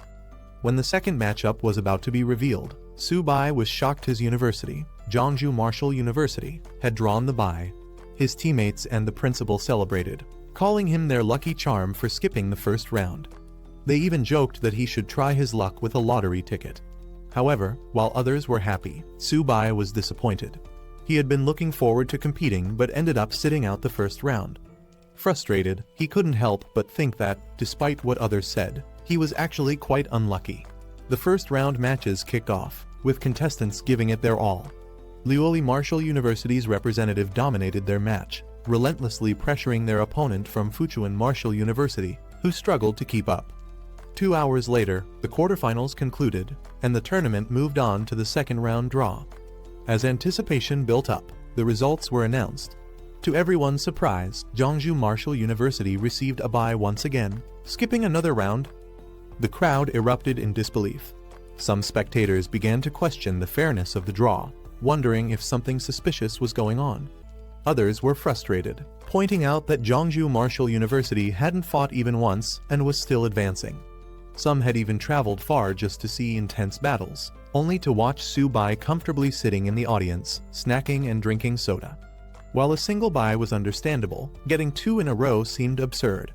As whispers and complaints spread, Su-bai found himself at the center of attention, though not in the way he had hoped. Frustration spread among the audience as some competitors started questioning the fairness of the tournament. A red-haired girl speculated that Luof Martial University might be afraid of facing Su-bai directly, which was why Jeongju Martial University had been given another bye. Others agreed, calling the competition system unfair, arguing that such an advantage was disrespectful to the other teams. In response to the complaints, a military representative conducted an official inspection. After reviewing the situation, he declared that there was no evidence of bias or foul play involved in Jeongju Martial University's advancement. With that, the competition was set to continue as planned. Meanwhile, the principal of Jeongju Martial University celebrated their luck, realizing that their team had already secured a top 3 ranking in the competition zone. One more victory, and they would advance to the final stage of the 5 major competition zones. However, while the principal and others were pleased, Su-bai was beyond frustrated. Another bye meant yet another missed opportunity to fight. An hour later, the tournament reached a critical moment. The audience roared in excitement as the final match of this competition zone was about to begin. The next battle was finally announced. Jeongju Martial University would face Lan's Martial University. Finally, Jeongju Martial University's turn had come, and the team was eager to step onto the battlefield. Su-bai, desperate to fight, immediately volunteered to go first. However, the principal urged everyone to stay calm, reminding them that despite their luck so far, they couldn't afford to be careless. He then assigned the match order. Luo Yanghao and Bai Ningbing would go first, followed by Wang Qingqing and Hu Qingshui. Su-bai was placed last, reserved for the decisive battle if needed. As the first match began, Luo Yanghao faced a mid-level bronze opponent despite only being at a low bronze level himself. He fought valiantly, putting up a strong resistance, but ultimately lost by a narrow margin. With the first round over and the pressure increasing, Jeongju Martial University had to bounce back in the upcoming fights.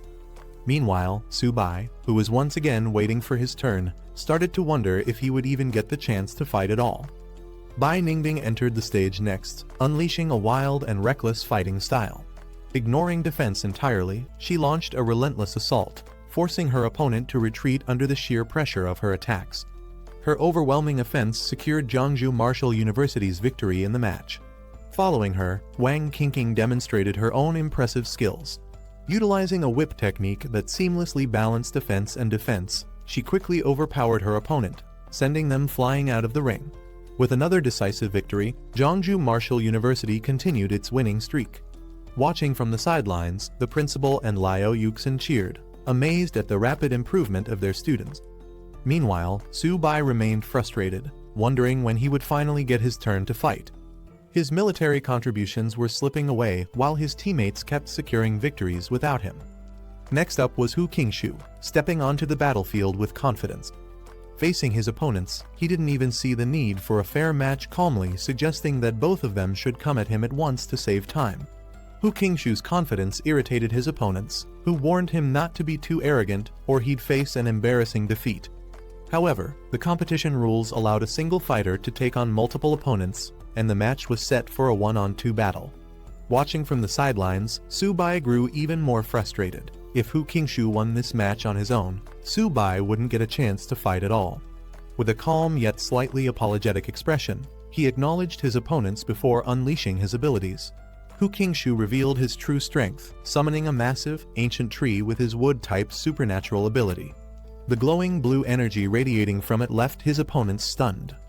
Realizing the danger, one of the opponents warned his teammate to be cautious. They quickly noticed that the swirling leaves weren't ordinary, they seemed to hold a hidden threat. Despite their wariness, they tried to hold on, believing that Hu Qingshu's psychic power wouldn't last forever. From the sidelines, Subai and the principal observed the battle closely. Subai was particularly impressed, noting that Hu Qingshu's strength had grown significantly. Summoning such an ancient maple tree was no small feat, proving just how terrifying his psychic power was. Meanwhile, the principal acknowledged that Qingshu was truly living up to the reputation of his prestigious family. The audience was buzzing with excitement as Zhongzhou Martial University continued to reveal its hidden talents. Many were impressed by Hu Qingshu's overwhelming strength, with some finding it hard to believe just how powerful he actually was. However, others still held Subai in higher regard, pointing out that his tamed beast had already defeated a golden-ranked opponent. Meanwhile, Hu Qingshu's opponents were struggling to keep up. Despite their hopes that his psychic power would weaken over time, they saw no signs of it diminishing. The relentless storm of leaves and energy kept them on edge, forcing them into a defensive stance. Hu Qingshu controlled the swirling leaves with precision. Gathering his power, he made his next move, unleashing a breakthrough attack that sent his energy surging forward, aiming to finish the battle in one decisive strike. Hu Qingshu's devastating attack landed with full force, sending his opponents flying out of the ring. The referee wasted no time announcing Zhongzhou Martial University as the winner of the round, further cementing their dominance in the competition. With their victory, Zhongzhou Martial University, alongside Luohe Martial University, officially secured their spot in the national finals. After the match, the principal congratulated Hu Qingshu on his impressive performance, acknowledging that he had surprised everyone with his display of power. Qingshu humbly accepted the praise, but the principal wasn't finished. To Subai's surprise, the principal announced that he was the real hero of the competition. Confused and frustrated, Subai couldn't help but wonder if they were mocking him since he hadn't even stepped onto the battlefield. The team, however, laughed and explained that thanks to Subai's 2 consecutive buys in the draws, their path to victory had been much easier. Their joking remarks left him speechless as he realized his contribution to the team's success was entirely unintentional. With the competition over, the principal addressed the team, reminding them to rest and prepare for the national finals in 1 week. He also revealed that in addition to their earned military contributions, the school would be rewarding them with extra resources for training. The announcement was met with excitement, and the team erupted in cheers. Meanwhile, Subai sighed to himself. Since he hadn't participated in any battles, he was returning empty-handed and now had to figure out how to gather enough resources to feed his tamed beasts. At the Lin family mansion, Yanren was in the middle of intense combat training against robotic opponents. Her movements were swift and relentless, as if she had no intention of stopping. From a distance, Uncle Wenyuan called out to her, reminding her it was time to eat. However, Yanren refused to take a break, insisting that she wanted to continue training for another hour.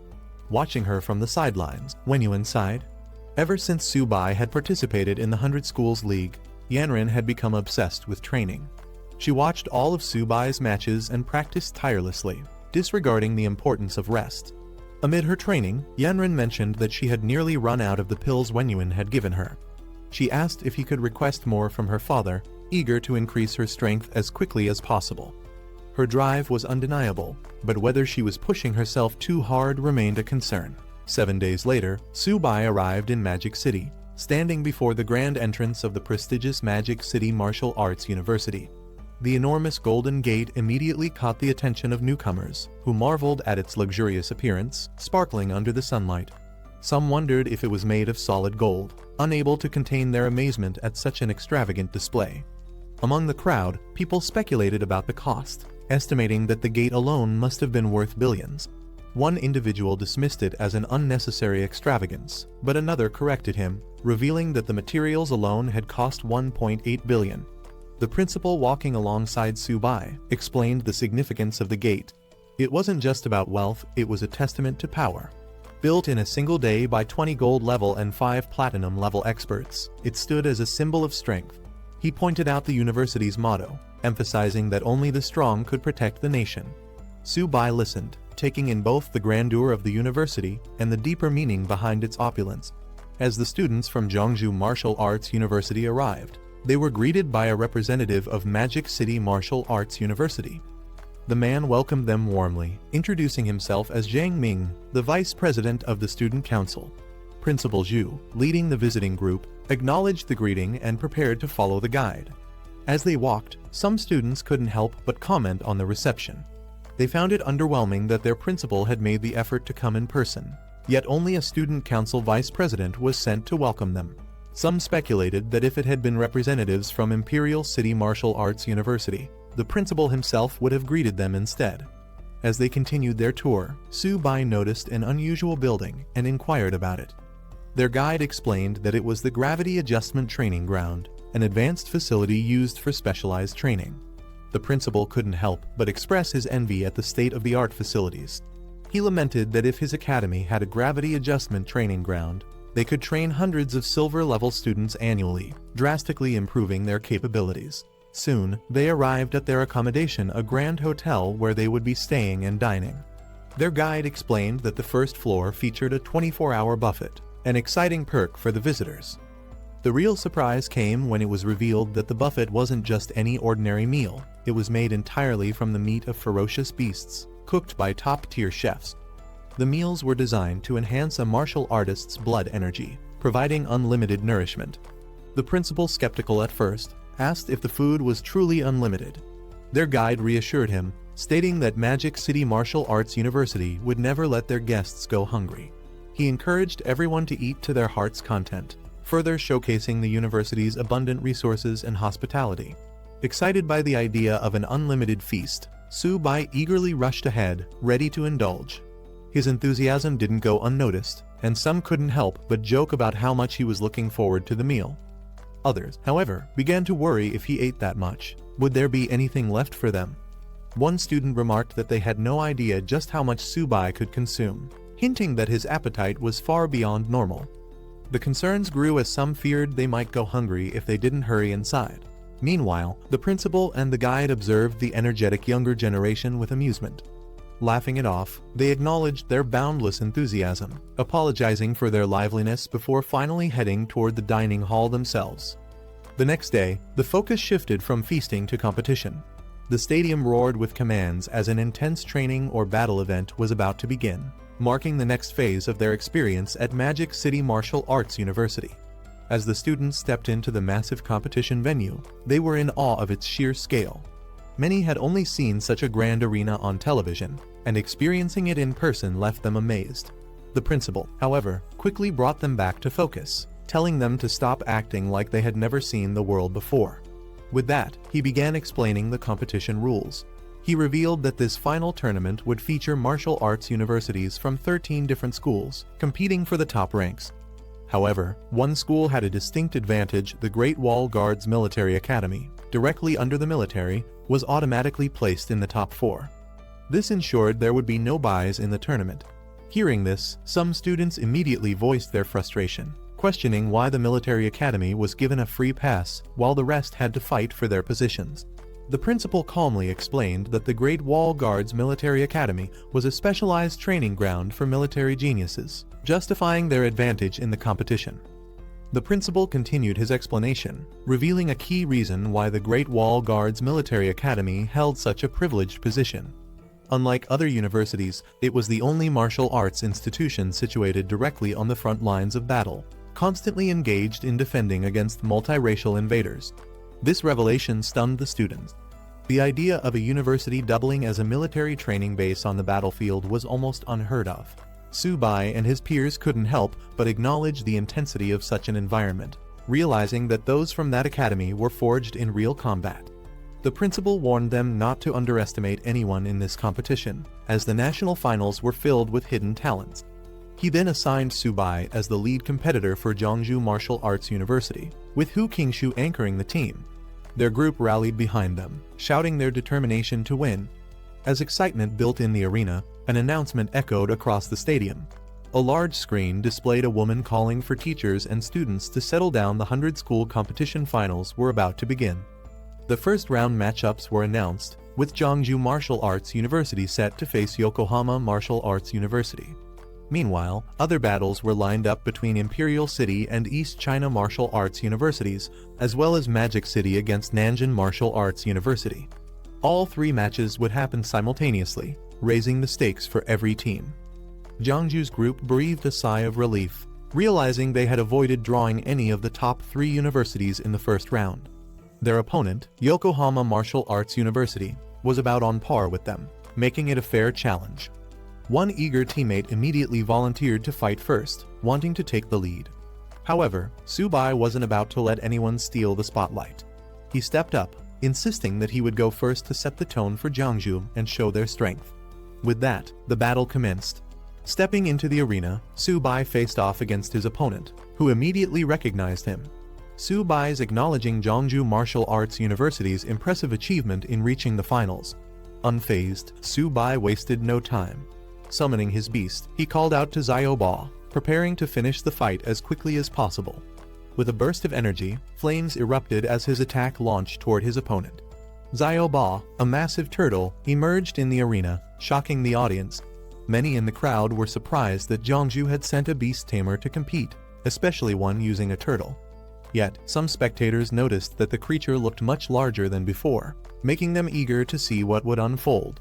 Subai's opponent was in complete disbelief. Staring up at Xiaoba's massive form, he struggled to accept what he was seeing. The beast was far too large, far too powerful, it had to be cheating. Before he could process it any further, the battle was already over. With a single, overwhelming attack, he was sent flying out of the arena, screaming in frustration. Meanwhile, Subai barely seemed interested in the match's outcome. Casually sitting down, he remarked at how weak his opponent was. He hadn't even started eating his peanuts yet. Lying on the ground in defeat, the martial artist couldn't believe it. He had always thought beast tamers were weak, but this battle proved otherwise. Spectators were baffled by Subai's carefree attitude. Bringing a small stool to the national finals seemed outright disrespectful, making some question if he was even taking the competition seriously. Others, however, understood his confidence. Those familiar with Subai's previous battles explained that his turtle, Xiaoba, wasn't just any beast, it possessed overwhelming defense and strength, easily reaching silver level. Meanwhile, a new challenger stepped forward, angered by Jeongju Martial Arts University's casual approach. She saw Subai's nonchalance as an insult and was determined to make him pay. However, Subai remained unfazed, casually enjoying his snack and even taking a moment to appreciate the comic he was reading.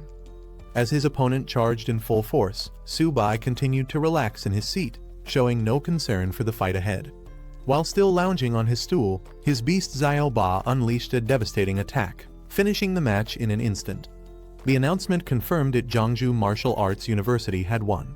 Spectators couldn't believe what they had just witnessed. Not only had Subai barely moved during the fight, but he had been snacking on peanuts the entire time. His behavior was so casual that it bordered on humiliating for his opponents. Meanwhile, the principal of Jeongju Martial Arts University couldn't help but chuckle at the situation. While Subai's overwhelming victory was a great achievement, it also meant he would have to deal with the aftermath. How was he supposed to face Yokohama's principal after this? However, not everyone was celebrating just yet. A reminder came from the sidelines: Subai might have dominated so far, but tougher opponents were waiting. Attention shifted toward a new figure emerging from the crowd. The team captain from Imperial City Martial Arts University had arrived, and the real challenge was just beginning.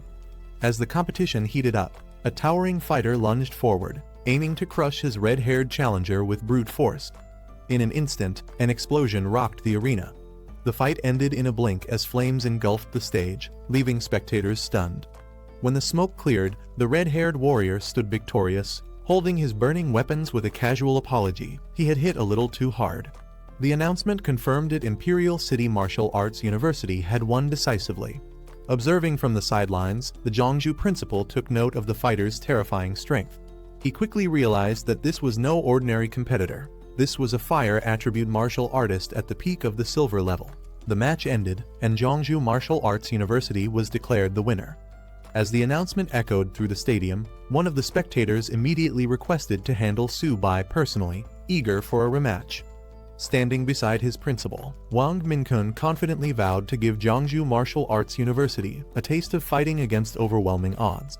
His principal, not wanting him to take unnecessary risks, advised him to use his speed rather than confronting Su Bai's defenses head-on. Minkun, however, showed no concern, assuring his principal that he had it under control. As the next match was set, Su Bai faced off against Wang Minkun. The latter, still bitter about Su Bai's previous victory, was determined to turn the tables this time. He believed Jiangsu's luck had run out and that their victory would not be repeated. Meanwhile, Su Bai, unbothered, sat back and assessed his opponent.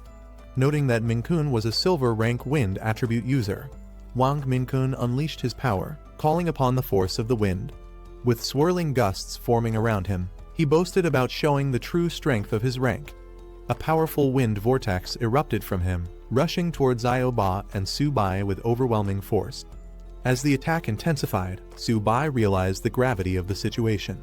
The force of the wind was so strong that even Earth's gravity struggled to restrain Minkun. Wang Minkun overwhelmed the battlefield with his wind attacks, moving too fast for Su Bai to react.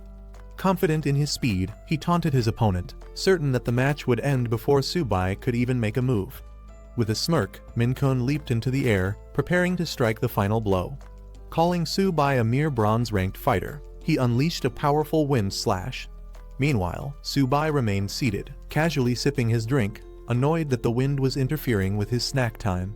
Determined to end things quickly, Minkun intensified his attacks, launching a barrage of wind slashes at Su Bai.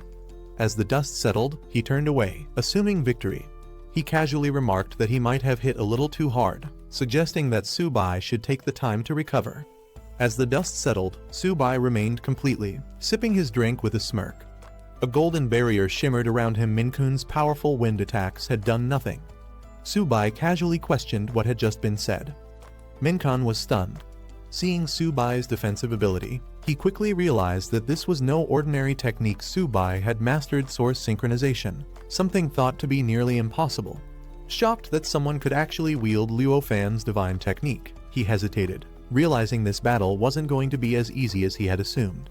Meanwhile, Su Bai remained relaxed, mocking Minkun's reliance on speed. With an amused expression, he challenged the wind attribute user, implying that sheer speed wouldn't be enough to take him down. Finally, as the battle escalated, Su Bai called Xiao Ba back, signaling a shift in his strategy. Su Bai decided to turn the battle into a game of speed. With a smirk, he reached into his bag and pulled out a small, seemingly harmless white cat. Confidently, he declared that he would match his opponent's speed on his own terms. Su Bai encouraged it, signaling that it was time to shine. The small feline let out a fierce cry, surprising the audience. Minkun, however, was unimpressed and burst into laughter, mocking Su Bai for bringing a pet cat to a serious battle. He ridiculed him, questioning whether he had lost his mind. Meanwhile, the spectators were equally entertained, with some questioning what kind of university would allow a contestant to bring a pet into a fight.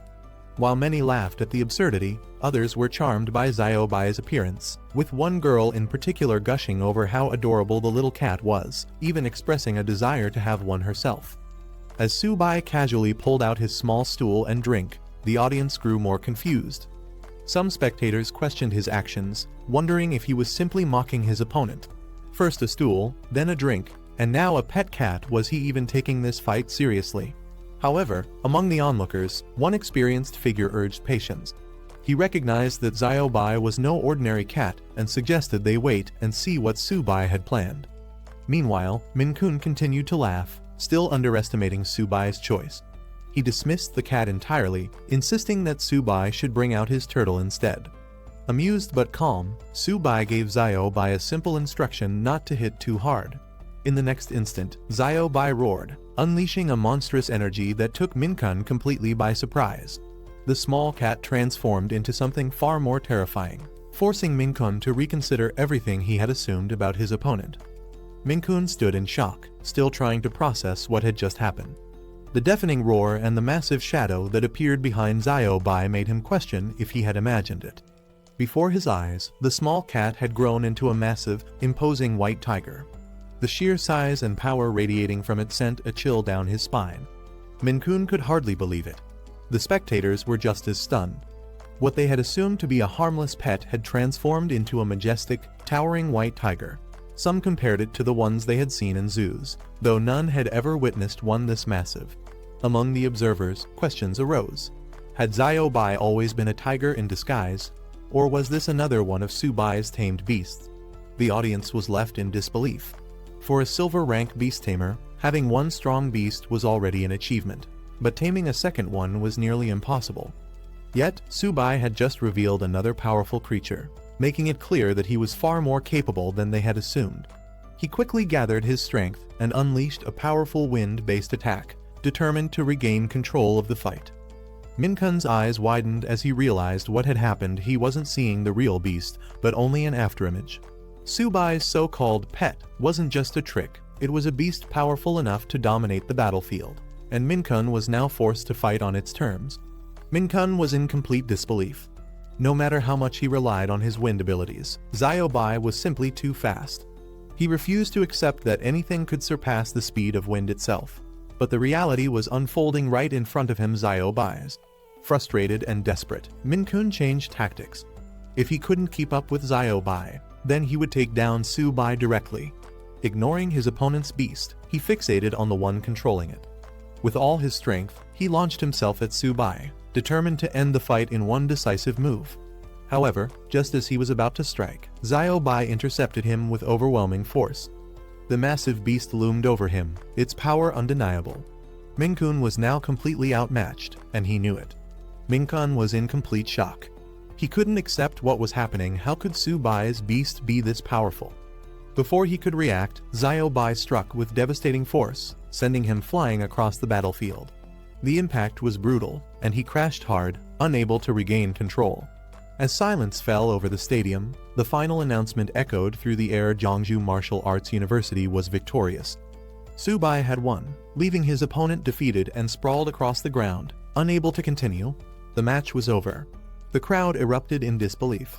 Subai, a mid-tier bronze rank, had just defeated a prestigious silver rank captain. Among the spectators, people murmured about Subai's white tiger. Some felt it was even fiercer than his turtle, wondering how he could have tamed such a powerful beast. The intensity of Xiaobai's presence was undeniable. The stadium soon shifted from shock to admiration as chants of Subai's name filled the air. The audience cheered, rallying behind the unexpected champion, fully acknowledging his incredible strength. Meanwhile, the judges were just as perplexed. None of them had ever heard of Subai before. Yet his performance was beyond anything they had seen, even compared to students from elite universities or the military academy. The judges were astonished by Subai's performance. Jeongju Martial Arts University had produced an absolute powerhouse, someone they never expected. They recognized that with Subai leading the way, the university's reputation was about to skyrocket. Meanwhile, in the Imperial City Martial Arts University rest area, some students dismissed the match. They considered Minkun's loss a reflection of his weakness rather than Subai's strength. To them, Luoyi Martial Arts University had simply sent an unworthy opponent. Elsewhere, a group of students viewed Subai with open disdain. They mocked him, calling him a country bumpkin who had the audacity to bring two tamed beasts just to freeload off the high-end accommodations. At the center of this brewing hostility was Cao Zixuan, the captain of Imperial City Martial Arts University. Lounging confidently, he declared that if they met Subai in the semifinals, there would be no holding back. His team wouldn't just defeat Subai, they would crush him. Subai's match began with Xiaobai dominating the battlefield. His opponent had no chance as Xiaobai pinned him down, ending the fight in an instant. With the referee announcing the victory, Jeongju Martial University secured another win. A woman launched a swift attack, trying to overpower Xiaobai. But before she could land a hit, Xiaobai countered with a powerful strike, sending her flying. The match ended in another decisive victory for Subai. Facing a strong ice user next, Subai remained unfazed as his opponent attempted to freeze Xiaobai in place. Ice spread across the arena, but Xiaobai shattered the trap with sheer force, overwhelming the opponent. The referee declared another win for Jeongju Martial University. The crowd erupted in cheers, celebrating Subai's unstoppable streak. With this victory, Jeongju Martial University advanced to the top 4, proving their strength in the tournament. As Jeongju Martial University secured its place in the top 4, the excitement was overwhelming. The principal, filled with emotion, looked to the sky, declaring that fate had finally favored their university. For years, they had struggled, and now their efforts had paid off. Su-bai's teammates celebrated the victory, cheering for him. They acknowledged his strength and declared that their university would no longer be underestimated. With Su-bai leading the way, their reputation was rising fast. The principal, overwhelmed with pride, approached Su-bai personally. He praised him as the university's greatest contributor in centuries, unable to contain his gratitude. Su-bai remained humble, stating that he was simply fulfilling his duty. Su-bai and the team gathered in a resting area. The principal reaffirmed that making it to the top 4 marked a historic moment for Jeongju Martial University. Their names would go down in history, and every student's contributions would be recognized and rewarded. Su-bai was surprised when the principal spoke about their mission being completed. With the top 4 still remaining, he couldn't understand why they would stop now. His suspicions grew as he realized the administration might be content with just making it this far, unwilling to compete for the championship. The principal tried to reason with Su-bai, reminding him that their goal had already been surpassed. However, the implication was clear: challenging the top 3 universities was not in their plans. But Su-bai wasn't satisfied with stopping here. Others were shocked at the mere thought of taking on the strongest universities, but Su-bai was unfazed. When questioned about his intentions, he simply asked why not. He pointed out the sheer wealth and dominance of top-tier institutions, referencing Madu Martial University's extravagant spending. If Jeongju aimed to compete at that level, they had a long way to go. However, that didn't mean they should back down. Su-bai made his stance clear: he wasn't satisfied with just being in the top 4. He believed they should aim for first place, and even rebuild their university's reputation from the ground up. The students couldn't let down those who supported Jeongju Martial University. They had to push forward. Hearing this, the others were convinced. Giving up now wasn't an option. One of his teammates, despite finding Su-bai's personality irritating, acknowledged his ability. As a result, Su-bai was entrusted with leading the team into the top 4 matches. The principal commended their spirit and determination. He urged them to rest and prepare for the real challenge ahead, facing the strongest universities.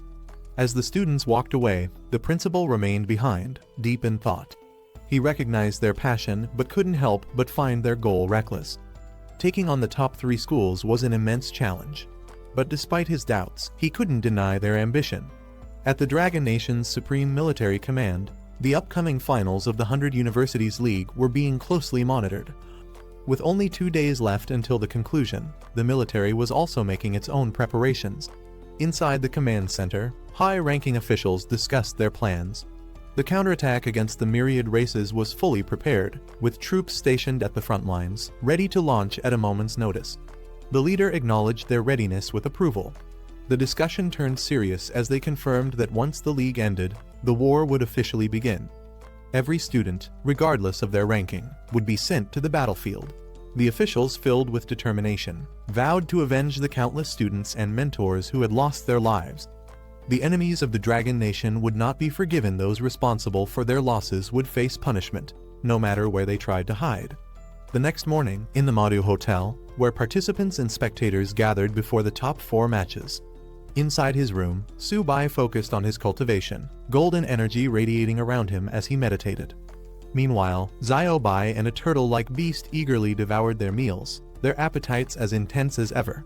Suddenly, an explosion of energy erupted from another room. A fierce competitor activated his holy beast armament, his power surging as he prepared for the battles ahead. Su-bai, caught off guard by the sudden burst of energy, lost focus and nearly fell forward, startled. Even Xiaobai and the turtle reacted in shock. Su-bai was caught off guard when an unfamiliar sensation surged through his body. Looking down, he realized his meal had exploded in front of him, leaving him stunned. A notification appeared before him, confirming that he had unlocked a new Beast Tamer skill transposition. This ability allowed him to instantly swap positions with his tamed beast within a certain range, bypassing all restrictions. Still processing the information, Su-bai tested the skill and found himself swapping places with Xiaobai in an instant. The unexpected effect left him speechless. Was this really a useful skill, or just another unpredictable power? After a brief moment of disbelief, he decided not to overthink it. Any new ability could turn out to be an advantage on the battlefield. With that thought, he grabbed his bag and called out to his beasts it was time to move forward. With newfound determination, Su-bai confidently announced his goal, challenging the 3 top-tier schools. Carrying Xiao-bai and the turtle beast on his shoulders, he was ready to prove Jiangsu Martial University's strength on the grandest stage. Meanwhile, the competition's host addressed the audience. The 100 Universities League had finally entered its most intense phase, the top 4 battles. The first team to enter was the Great Wall Guardian Military Academy, a powerhouse known for its deep military heritage. The history of the Great Wall Guardian Military Academy was unveiled.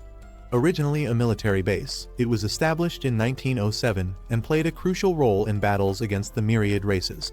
For over 94 years, it had endured countless enemy attacks, standing as a symbol of resilience and strength. As the Academy's representatives entered the arena, their presence was commanding.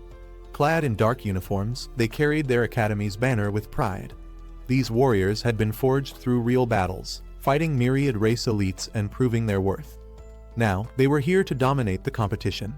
The Great Wall Guardian Military Academy stood by its unshakable motto: as long as the myriad races exist, the Great Wall will never fall.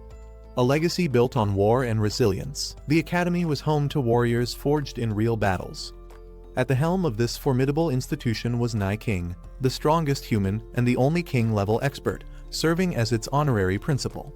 His presence alone was enough to deter any myriad race from setting foot near their territory. Recognized as the most powerful martial academy in the Dragon Nation, the Great Wall Guardians were more than just competitors. They were the frontline barrier of humanity itself. The audience buzzed with anticipation. The Academy's reputation was legendary. Every student there was considered a hero. If Madu Martial University and Capital Martial University were already terrifying, the strength of the Great Wall Guardians was unimaginable. Some spectators questioned why the Academy only had 5 team members and no substitutes. However, others quickly dismissed the concern. An academy of their caliber didn't need replacements. As the competition intensified, the legendary king-level expert, Nai King, was praised as the ultimate protector of humanity. For Jiangsu Martial University, merely competing against an academy of such prestige was considered an honor. Watching from the sidelines, Su-bai couldn't help but wonder when would he reach such a level of strength. The official draw results for the semifinals were announced. The first battle would be between the Great Wall Guardian Military Academy and Capital Martial University. The second match would pit Madu Martial University against Jiangsu Martial University. Meanwhile, at Madu Martial University's camp, their fighters were unimpressed. One of them, Cao Zixuan, showed complete disinterest in their upcoming match, claiming Jiangsu Martial University was too weak to be worth his time. Other members echoed his sentiment, mocking Jiangsu for making it this far. To them, facing such an opponent wouldn't even be a challenge. One of their team members eagerly volunteered, confident that they could single-handedly defeat Jiangsu in a single round. The first battle of the semifinals began as the Great Wall Guardian Military Academy sent out their captain, Han Zhan. A lord-level expert and grandson of the legendary General Han Dang, he was clad in purple gold armor forged from diamond-level cores, exuding an overwhelming presence. The crowd watched in anticipation, wondering who Capital Martial University would send to face him. Without hesitation, Han Zhan called out his opponent Wang Yang, the captain of Capital Martial University, challenging him to settle their rivalry on the battlefield. Excitement erupted among the spectators. A direct clash between 2 captains at the start of the match. This was shaping up to be a king versus king battle, a fight between top-tier powerhouses. The battle commenced with lightning-fast action. Han Zhan's overwhelming strength sent Wang Yang flying across the arena, leaving the crowd in shock. Wang Yang, the captain of Capital Martial University, stepped onto the battlefield with an air of confidence. He downplayed the situation, treating Han Zhan's challenge as unnecessary, but his smug demeanor hinted at his arrogance. The crowd erupted with cheers, particularly from Wang Yang's admirers, who saw him as the ideal warrior. Su-bai, however, remained unimpressed, questioning what was so special about him. As the match continued, Su-bai turned to his team, instructing Luo to go first. Luo hesitated, unsure if he was up to the task, but Su-bai reassured him it was time to prove themselves. Meanwhile, Han Zhan prepared to fight, standing tall in his battle armor. With overwhelming confidence, he gave his opponent the first move. As the match intensified, Wang Yang unleashed his Howling Wind technique, summoning powerful blue energy waves that tore through the battlefield. The crowd watched in awe as Han John countered with his diamond-level battle armor, a technique refined to perfection. His purple energy clashed against Wang Yang's storm, creating a dazzling display of raw power. Despite Han John's defensive mastery, his opponents charged at him, attempting to overwhelm him with numbers. However, his energy barrier deflected their attacks with ease, proving that sheer strength alone wasn't enough to break through. Watching from the sidelines, Su Bai observed the fight closely. Principal, standing beside him, analyzed the battle, noting Wang Yang's unmatched agility and how his technique made him nearly invisible in combat. Su Bai couldn't help but question the vast power difference. Wang Yang was at mid-tier silver, while he was still only at mid-tier bronze. Wang Yang's movements blurred as his howling wind technique intensified. Revealing his true strength, Han Jan unleashed a surge of power. His mid-tier silver rank was now on full display. Without hesitation, he struck with a devastating move, sky-splitting slash. A massive wave of energy descended, engulfing the battlefield in flames and sending shockwaves in all directions. The impact left Wang Yang struggling to maintain his balance as the sheer force pushed him back. The audience watched in shock as Han Jan's sky-splitting slash shook the battlefield. Some recognized the technique immediately, recalling that General Han had once used it to take down a diamond-level enemy. Among the spectators, experts analyzed Han Jan's strategy.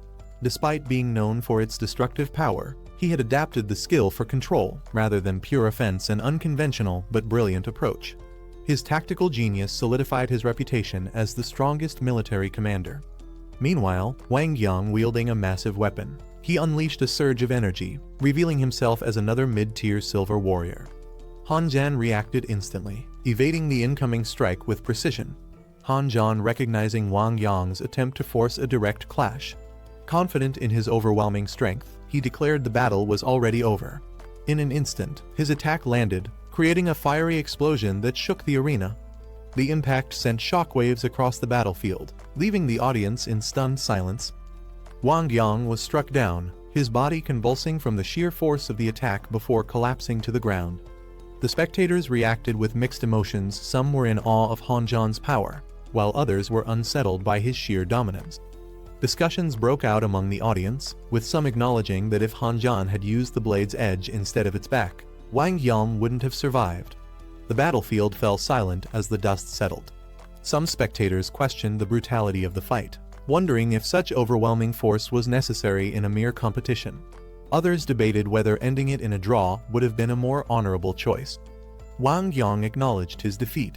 He steadied himself with his weapon, admitting Han Jan's strength was beyond his own. With the first round concluded, the Great Wall military martial arts team secured victory. From the sidelines, Su Bai observed the battle carefully. He noted the sheer strength of the opposing team. However, there was no hesitation. His match was next.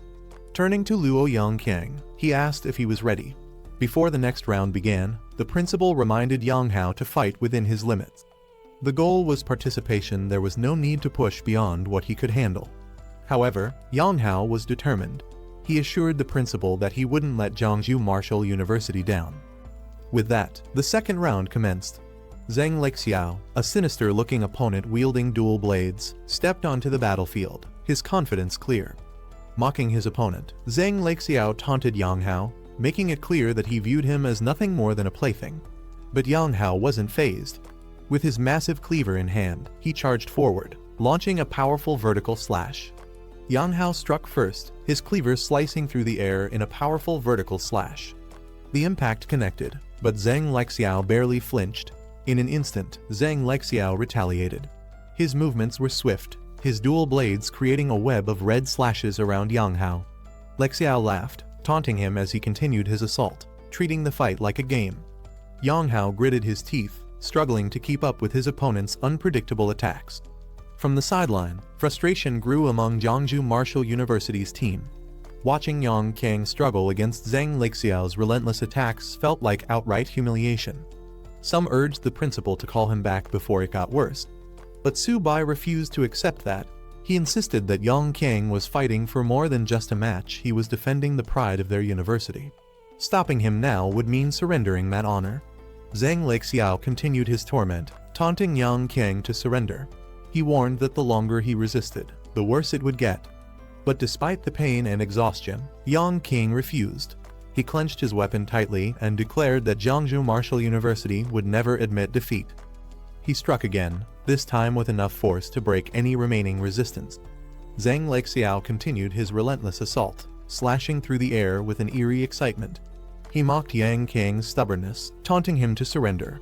But even as his body trembled, covered in wounds, Yang King refused to yield. With one final strike, Lexiao delivered a devastating blow, sending Yang King crashing to the ground.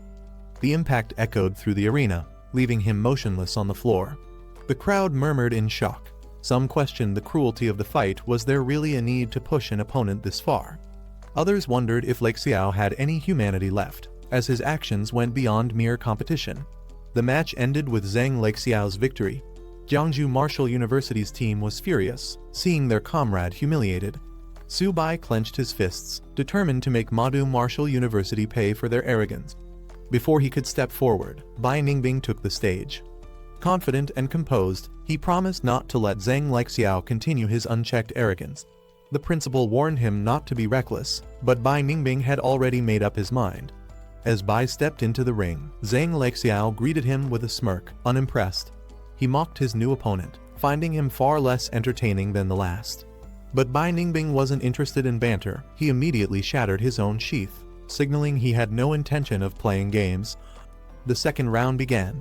Without hesitation, Bai Ningbing launched forward using Void Step. His blade aimed to end the fight in an instant. Bai Ningbing wasted no time, launching himself at Zhang Lexiao with his White Spirit Blade technique. His movements were swift and precise, aiming for a decisive strike. Lexiao smirked, amused at his opponent's ruthlessness, but he wasn't about to let himself be taken down so easily. With a burst of red energy, he countered, deflecting Bai's assault while maintaining his eerie grin. The spectators watched in awe. The sheer brutality of the battle left many questioning whether they were really witnessing a fight between students. The arena was filled with a scent of blood, heightening the tension. Some onlookers suggested stopping the fight before it escalated further, fearing one of them might die. But neither Bai Ningbing nor Zhang Lexiao had any intention of backing down. The battle was only getting started. Zhang Lexiao weaved his twin blades through the air, forming a deadly net of crimson slashes. But Bai didn't hesitate. With burning determination, he charged straight through the attack, his White Spirit Blade technique tearing through the red streaks. Lexiao dodged at the last moment. Bai's attack had real force behind it. Still, he laughed, unfazed by the threat. He taunted Bai, questioning if he truly had what it took to end him. Bai struck again, his movements razor-sharp. But Lexiao countered effortlessly, blocking the attack. With a cruel smile, he belittled Bai, dismissing him as nothing more than a low-tier fighter from a nameless university. Zhang Lexiao smirked, pressing his blade against Bai Ningbing's throat.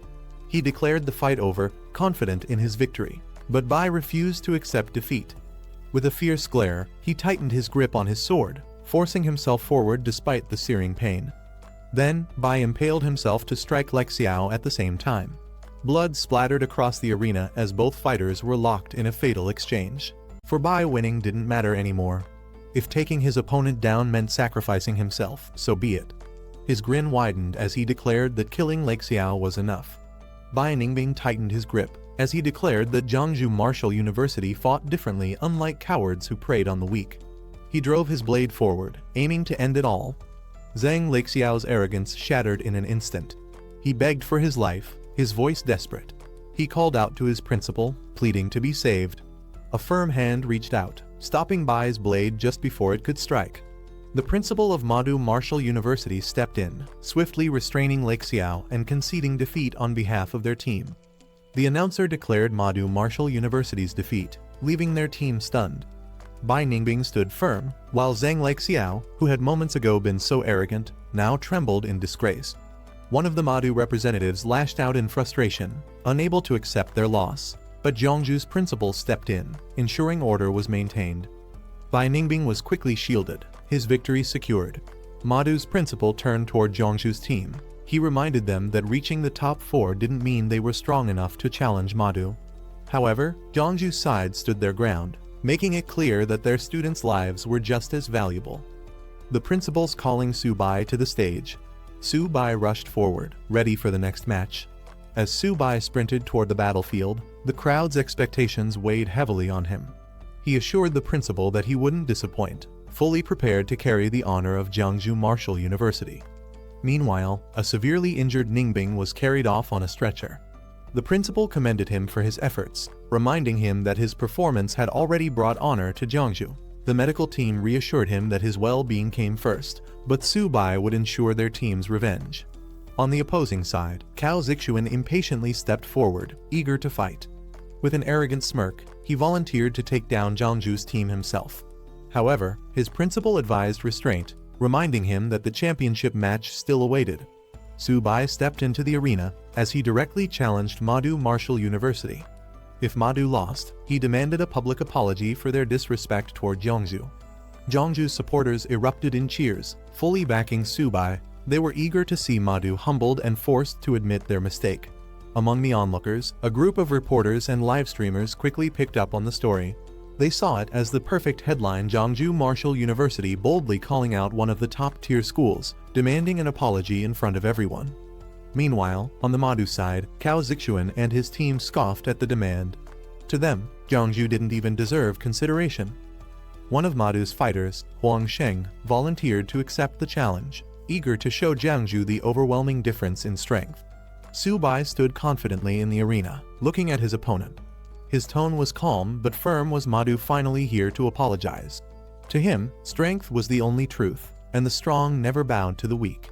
His arrogance was met with approval from his side, reinforcing their belief in superiority.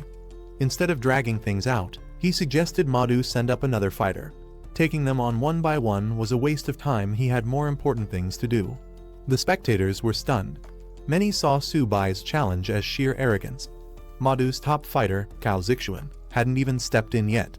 Some questioned whether Su Bai was being reckless, but others admitted that Madu had indeed gone too far.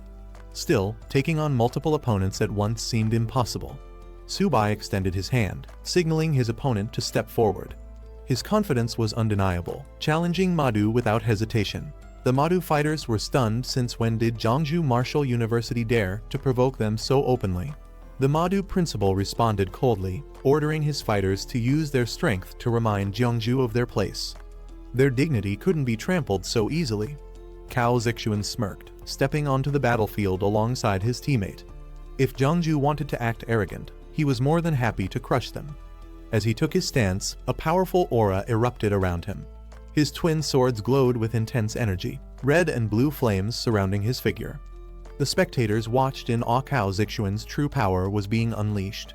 As Cao Zixuan unsheathed his twin swords, the audience was stunned. Forged from millennium cold iron and molten lava iron, these weapons were crafted from some of the rarest materials. But what truly shocked them was the power embedded in their hilts: platinum-level cores from immensely powerful beings. The spectators whispered among themselves, recognizing the immense investment Madu and the Cao family had placed in him. Each sword alone was worth a fortune. Some even speculated if he had mastered the legendary technique left behind by the Ice-Fire War God, a former Madu graduate. Cao Zixuan smirked, offering Su Bai a chance to summon his beast. He claimed he didn't want the fight to be called unfair, giving Su Bai a moment to prepare. Su Bai, unfazed, responded with a smirk of his own. He didn't need a beast to handle this fight. The crowd was in disbelief. Su Bai, a beast tamer, had chosen to fight without summoning his beast. His opponents mocked his decision, considering it sheer arrogance. But among the spectators, some quickly realized the truth. He had activated origin synchronization, merging his power with his beast's abilities. Cao Zixuan wasted no time, charging forward with incredible speed, his twin swords blazing with energy. His confidence was absolute. He believed Su Bai was simply throwing himself to his own demise. A slight smirk crossed his lips as he observed his opponent's impatience. Without hesitation, he activated his abilities: Sharp Metal Spirit, Sharp Metal Phantom, and Earth Spirit Possession, his body surging with overwhelming energy. Su Bai's eyes locked onto his opponent's, his energy surging. This was the moment. With a powerful leap, he launched himself forward, ready to settle the score with Madu. Cao Zixuan and his teammate rushed in, weapons drawn, confident in their overwhelming strength. But in an instant, everything changed. Su Bai moved faster than they could react. His enhanced abilities sent shockwaves through the battlefield as he struck with immense force. The spectators were in shock. Subai's speed had already reached gold tier, a level unheard of for a beast tamer fighting without his beast. Some doubted if he could truly compare to past legends like Luo Fan, but the display of power was undeniable. Standing before Cao Zixuan, Subai spoke calmly, questioning if he had ever felt powerless. Cao Zixuan tightened his grip on his swords, acknowledging Subai's strength. He admitted Subai had earned his respect, but that was all. Without hesitation, he unleashed lava breath, a massive wave of fire meant to end the fight instantly. Just as the flames reached him, his body blurred. Vanishing Void Step activated, allowing him to slip through the attack effortlessly. Subai effortlessly dodged Cao Zixuan's fiery attack, his movements too fast to track. With a smirk, he dismissed his opponent's speed as still too slow. Seeing an opportunity, the bald fighter called out to Cao Zixuan, suggesting they flank Subai together. Cao Zixuan barely had time to warn his teammate before the assault began. Subai delivered a devastating barrage of strikes, each landing with precise force. He struck once, twice. By the time he reached the seventh blow, the bald fighter had been completely overwhelmed. His body slammed into the ground, unable to keep up with Subai's speed and power.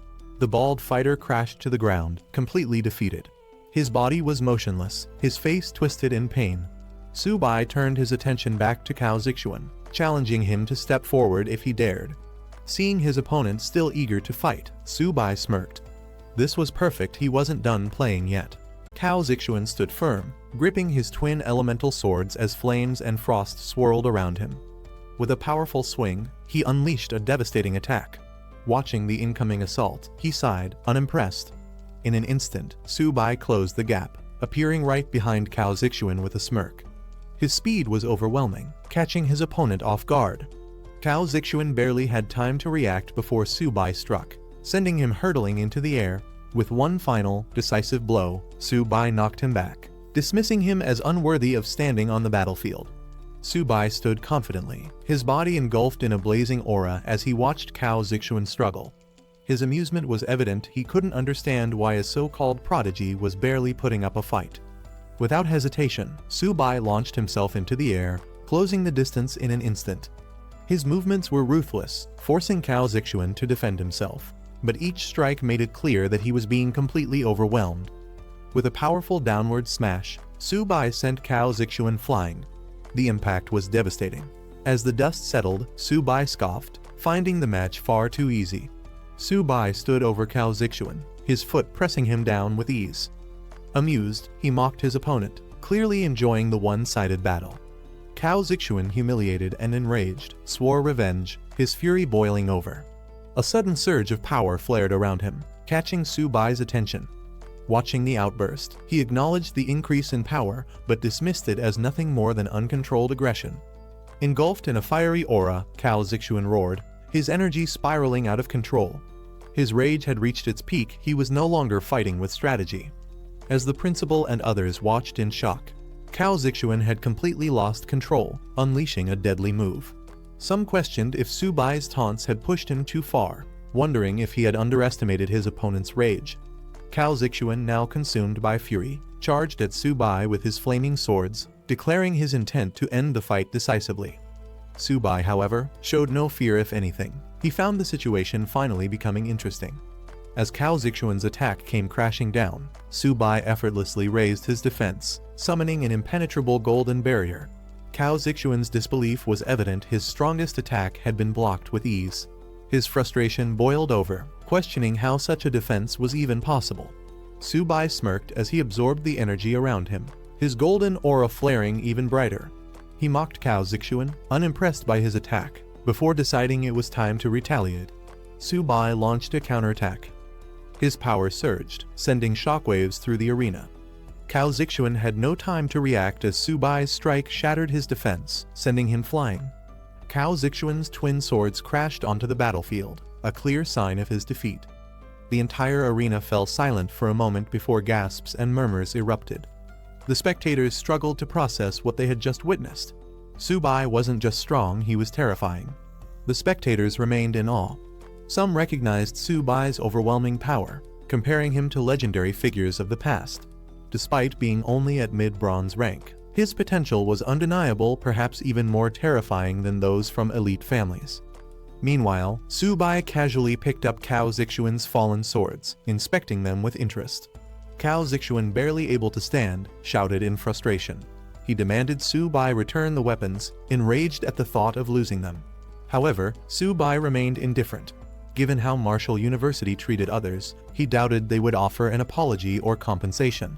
With a smirk, he decided the swords would serve as proper repayment. Cao Zixuan, seething with rage, refused to accept defeat. With reckless determination, he lunged at Su Bai, declaring his intent to end the fight on his terms. Su Bai watched him with a calm expression. As Cao Zixuan lunged, Su Bai swiftly dodged and countered, questioning if his opponent even had the strength left to continue. Without hesitation, Su Bai delivered a powerful knee strike, sending Cao Zixuan soaring through the air. As Cao Zixuan crashed onto the battlefield once again, it was clear this fight had been over long before he realized it. Su Bai charged forward, his eyes locked onto Cao Zixuan. He wouldn't allow anyone to trample over Zhongzhou Martial University. With lightning speed, he closed the distance, unleashing a barrage of strikes. Cao Zixuan had no time to react. Each attack landed with crushing force, punishing him for his arrogance. The crowd erupted in shock. Su Bai's strength was beyond anything they had imagined. His speed, technique, and overwhelming power left no weaknesses. Some questioned if anyone from Martial University could even stand against him, while others speculated that only Han Jia might pose a challenge. As the dust settled, the arena echoed with cheers for Su Bai. Zhongzhou Martial University had made its statement loud and clear. The humiliation of Martial University was complete. This was the price of provoking them. The referee officially declared Su Bai the winner as he stood over Cao Zixuan's defeated body. The outcome had been decisive. Zhongzhou Martial University had secured yet another victory. As Su Bai turned, he noticed a strong gaze fixed on him. Han Yan had been watching him intently since the start of the match. Han Yan made his intentions clear. He wasn't just observing, he was waiting. A future battle between them was inevitable.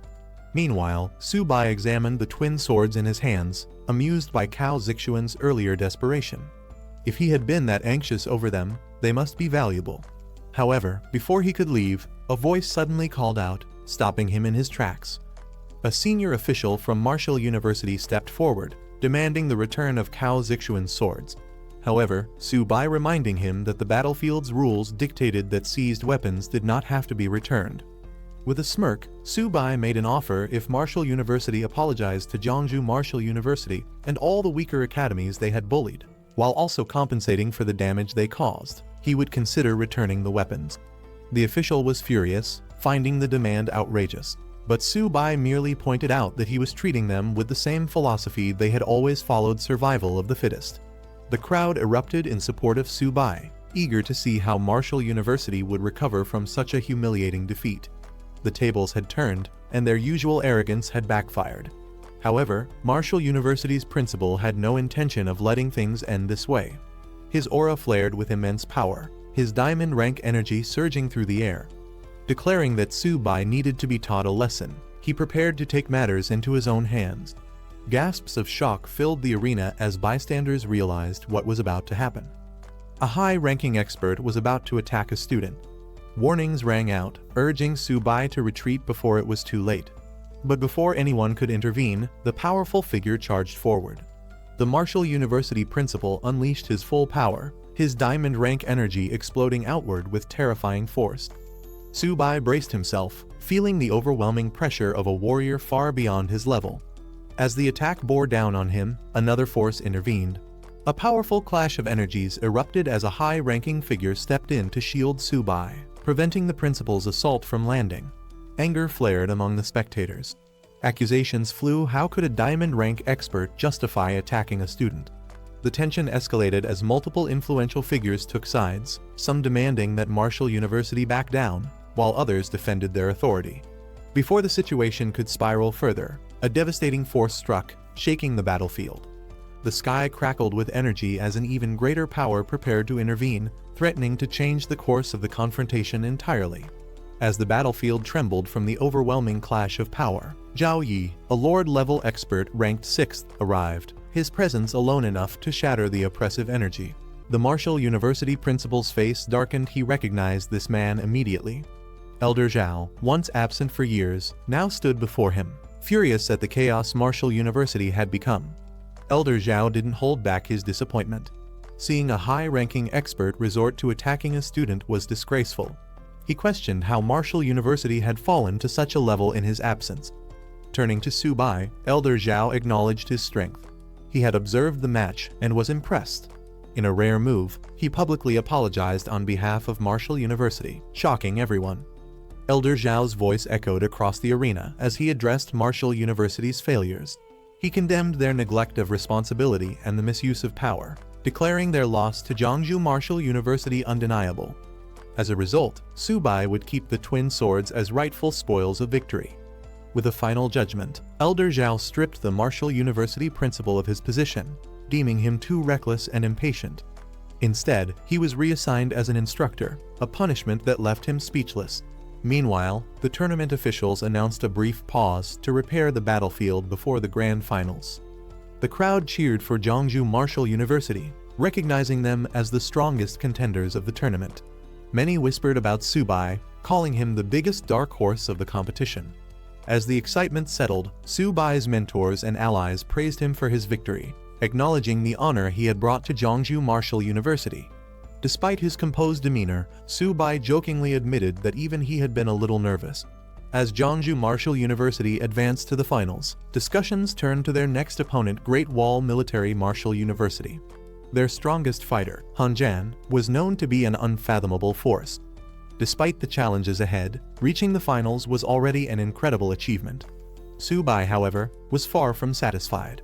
With a playful grin, he reminded the principal of his contributions, subtly hinting at a well-deserved reward. Amused, the principal handed over 2 high-tier silver beast cores, acknowledging Su Bai's ability to take full advantage of the situation. With only an hour before the final match, excitement filled the arena. The 100 Schools tournament reached its climax as spectators roared in anticipation.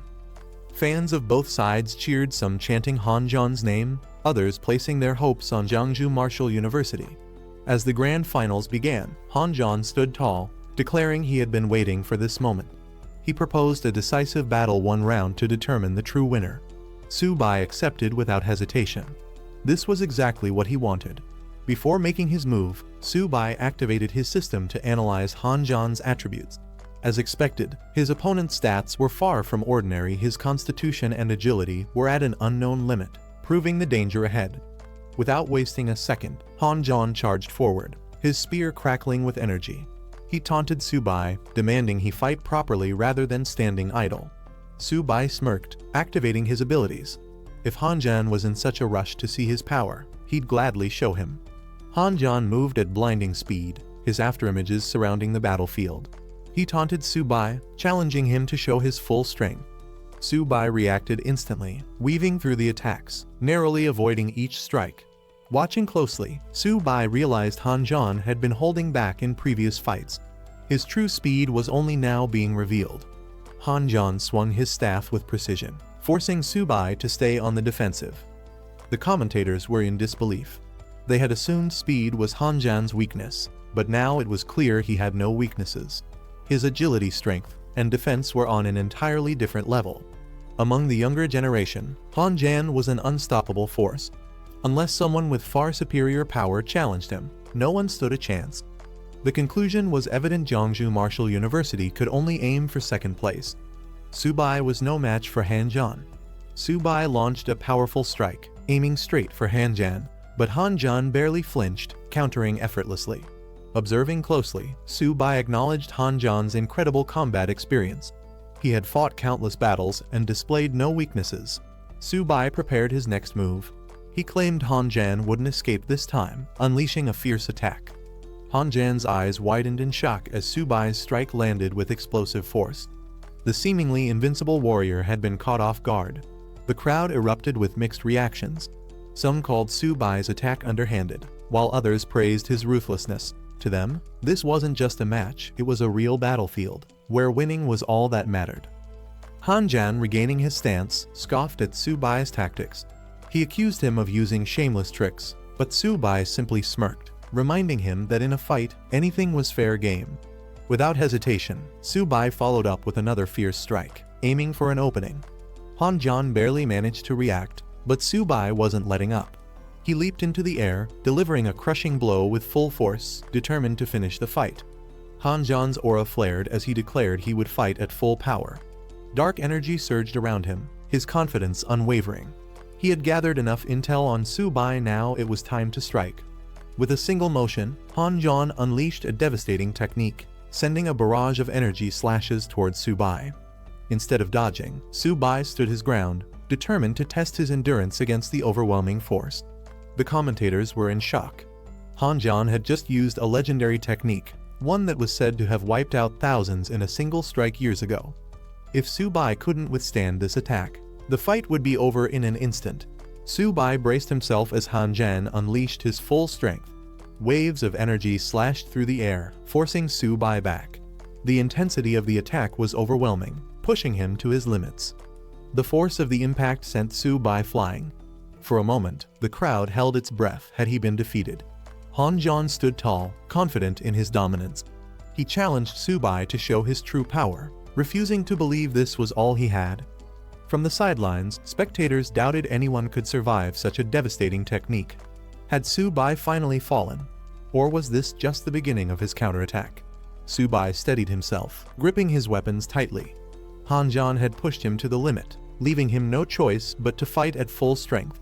Summoning his beasts, Bai and another massive creature appeared beside him, radiating overwhelming power. Flames roared as Su-bai commanded them into battle, turning the tide in an instant. Han Jian acknowledged Su-bai's true strength, realizing he had been holding back all along. But it was too late. Su-bai charged forward with his beasts, unleashing an all-out assault. Su-bai went on the offensive, his powerful allies at his side.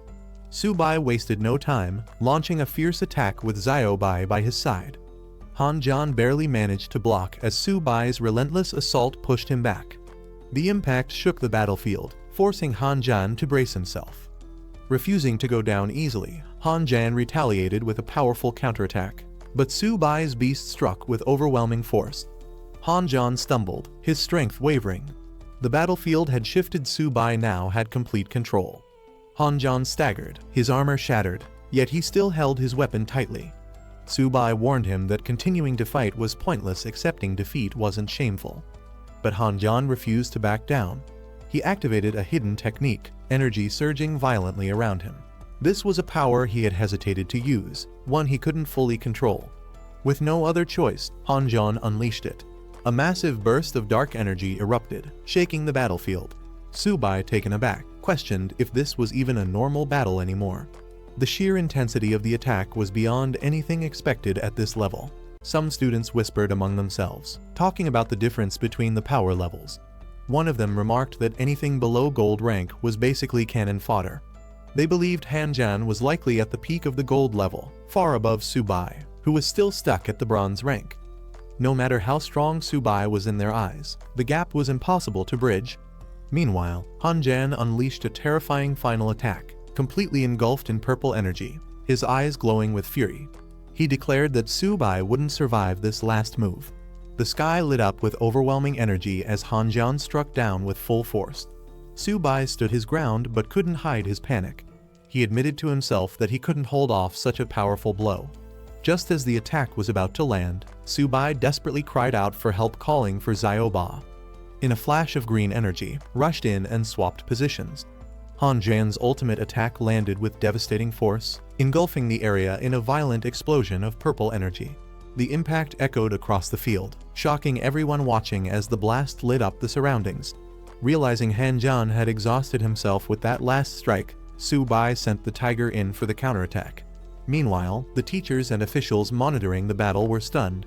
One of them questioned if Su-bai had just used spatial abilities, something only beings at platinum rank and above could typically control. They couldn't believe that someone supposedly still at the bronze level could display such power. The observers continued to reel from the shock of what they had just witnessed. One of the senior officials, stunned, realized that the movement technique Su-bai used wasn't just any skill, it was a top-tier ability, one that had now been reworked by Su-bai himself. That kind of innovation and control could only come from someone with monstrous talent. The question hung in the air: was Su-bai really just a bronze rank? Meanwhile, other spectators in the arena were just as bewildered.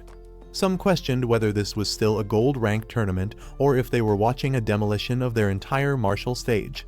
The dust and smoke clouded the arena, and someone wondered if the battle's outcome had already been decided. As the smoke cleared, the result became undeniable. Han Jian lay defeated on the ground, badly injured, while Su-bai stood tall beside his massive white tiger companion. With a sigh of disbelief, someone admitted Su-bai's victory. The principal clenched his fists in excitement. Eyes wide in disbelief, Su-bai had really won. The crowd watched as the announcer confirmed it.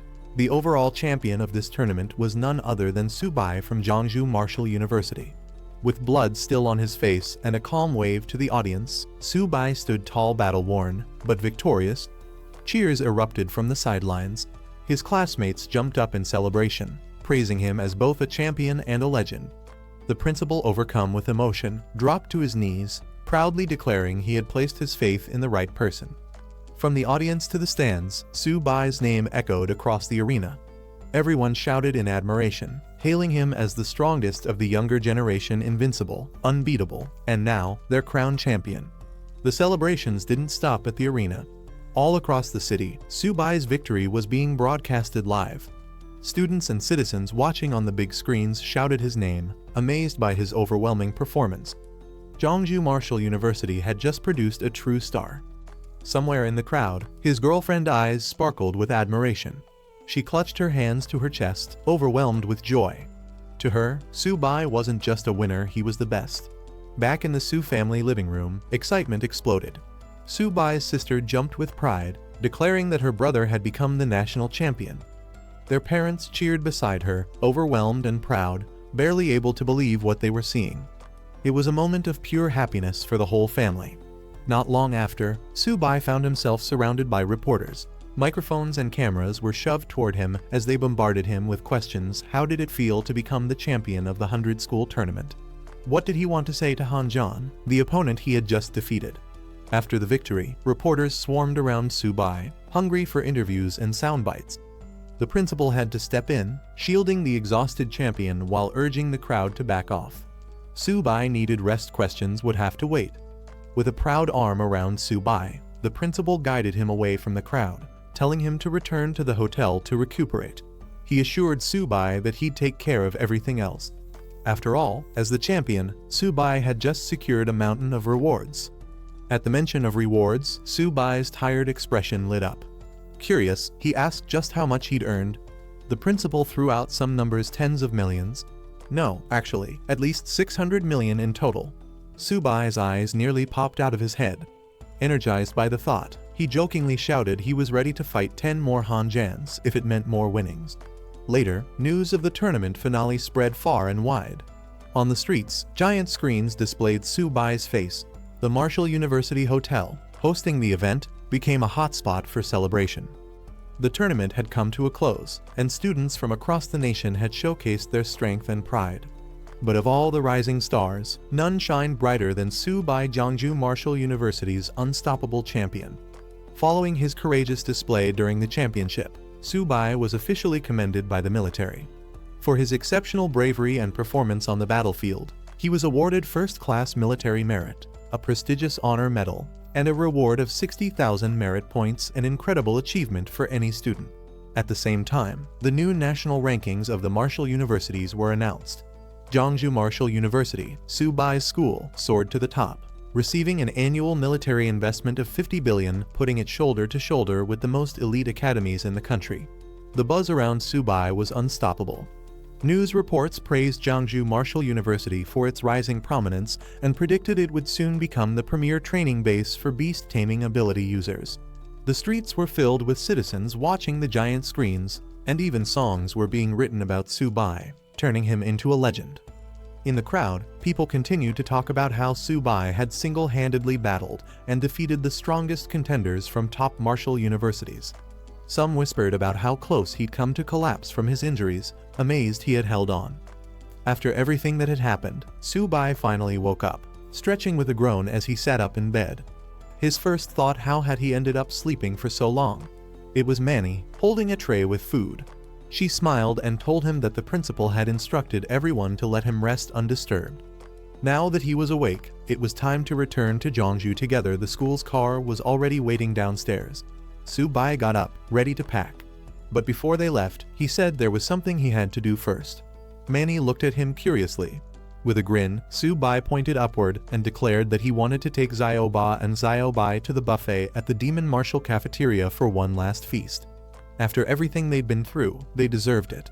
Manny couldn't help but laugh, realizing that after the chaos, Demon Marshal was about to suffer another round of devastation, this time at the hands of Su-bai's appetite. Back at Jeongju Martial University, a massive welcome ceremony awaited Su-bai and the returning heroes. The campus was decorated with banners, and the crowd gathered in full force. Jokes flew about how Su-bai loved Demon Marshal's Grand Gate, but Jeongju had now outdone it with an even more impressive display, thanks to their 50 billion investment. Cheers erupted as voices shouted, "Welcome back, heroes!" The atmosphere was electric, the pride of victory echoing through every chant. The speaker took the stage, announcing to all students that Jeongju Martial had won the championship, truly a sky-splitting moment in the school's history. Soon, the principal invited Su-bai to speak. As the standout captain of the tournament, he stepped forward, the spotlight now his. Su-bai addressed the crowd. What he wanted most to share, he said, was that no so-called legend or invincible opponent was unbreakable. No matter how strong the enemy, as long as they refused to give up, they would always have a chance to win. With the spotlight on him, Su-bai was asked if he had any suggestions for improving the school, now that it had gained such a massive funding boost after winning the championship. Su-bai thought for a moment before speaking seriously. He pointed out that what truly separated top-tier schools from the rest wasn't just prestige, it was the quality of cultivation resources. He suggested hiring professional alchemists to help produce training potions for the students. That, he said, would fill the gap in resources and help everyone grow stronger. The crowd responded with applause, and Su-bai wrapped up his speech by encouraging everyone to work together to bring glory to Jeongju Martial University. His words earned praise from the staff, who hailed him as a true role model and the pride of their academy. Later, in a private meeting, the principal handed Su-bai a reward, reminiscing about when Su-bai first earned his Golden Merit Badge. He'd known back then that Su-bai was destined for greatness. Su-bai accepted the praise humbly, saying it was all his duty, but cheekily reminded the principal not to forget the promised 500 million reward. After giving his victorious speech, Su-bai sat down with the principal to discuss a little unfinished business. Su-bai brought up the reward he was owed, cheekily reminding the principal that the school had earned a whopping 50 billion thanks to him. Surely, he joked, 500 million wasn't too much to ask. The principal nearly choked, exclaiming that it was supposed to be 5 million, not 500 million. But Su-bai argued back he had shed blood for the school and made them a fortune. Wasn't that worth a bit more? Flustered, the principal said he'd transfer him 10,000 military merit points and suggested he redeem cultivation resources directly from the stationed officers. Su-bai, still unsatisfied, protested loudly, accusing the principal of betrayal and injustice. Standing in front of the closed door, he pouted and muttered, "Old man, you win this time?" Though the principal didn't give in to Su-bai's full demand, Su-bai accepted the 1 billion with a smirk, muttering that revenge could wait after all. Even a smaller sum would be enough to upgrade Xiaoba and Xiaobai for now. Meanwhile, Su-bai's popularity continued to explode. A group of female students showed up at his dorm trying to catch a glimpse of him, only to be told he wasn't there. Little did they know, Su-bai was already relaxing somewhere else, far from the chaos. Xiaobai and Xiaoba, his loyal companions, were treated to a hearty meal, gobbling down food happily while a hand from above reminded them not to choke. Su-bai lounged above them on his bunk, arms behind his head, finally at ease. He praised them for their great performance during the tournament and told them to rest up well because there would definitely be more challenges ahead. Just as Su-bai was about to fully relax, a sudden flash of golden light filled the room. His eyes widened, body glowing faintly as he sat up on his bunk. Su-bai's Earth-type spirit beast finally evolved, breaking through to the early silver rank. The breakthrough activated its bloodline and even granted it a new elemental talent related to Earth.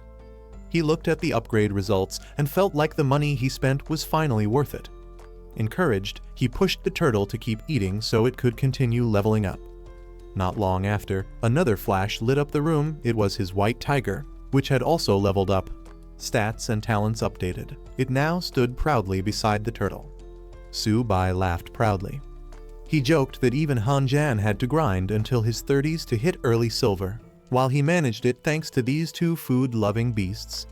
Now, with both pets leveling up smoothly, he was confident his own rank would skyrocket next.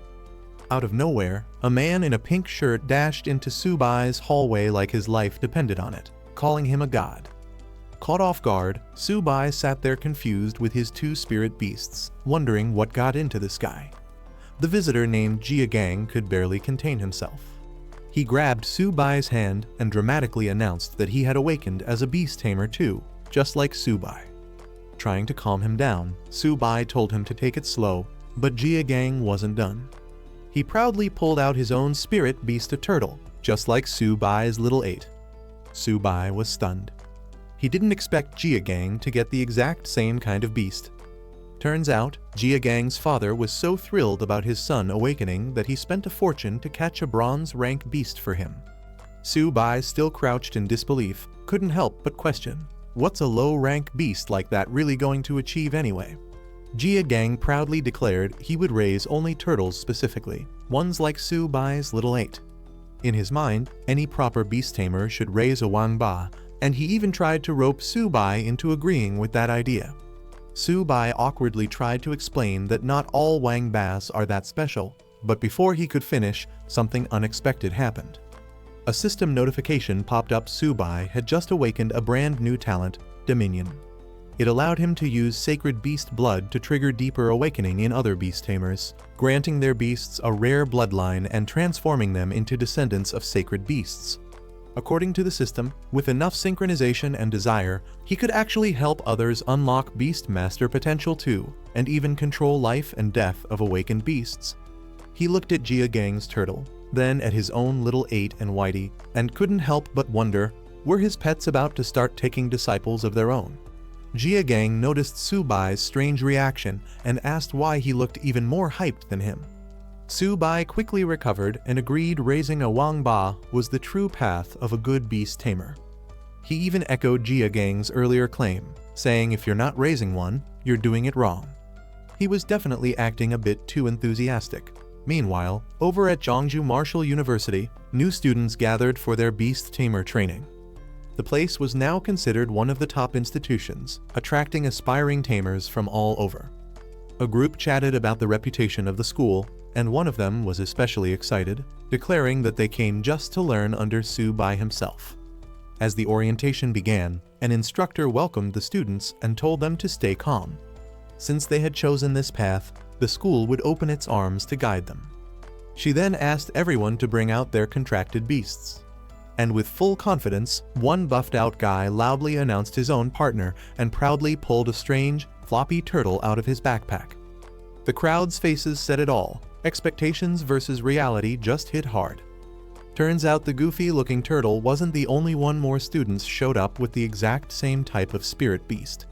It quickly became clear, wangbas were trending, and this was less like an admission event and more like a wangba convention. One student, Lei Guang, proudly displayed his turtle and insisted he was a beast tamer too. But the instructor wasn't buying it.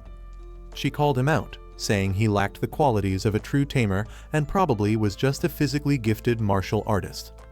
Worse, she questioned whether his spirit beast was even legit, suspecting it was just a cheap wild turtle from the local market. Not stopping there, the instructor shifted her sharp gaze to other students too, starting to assess their abilities. She pointed at another student and pegged him as a lightning type Asura, clearly keeping a mental tally of who belonged where. The crowd wasn't having it though.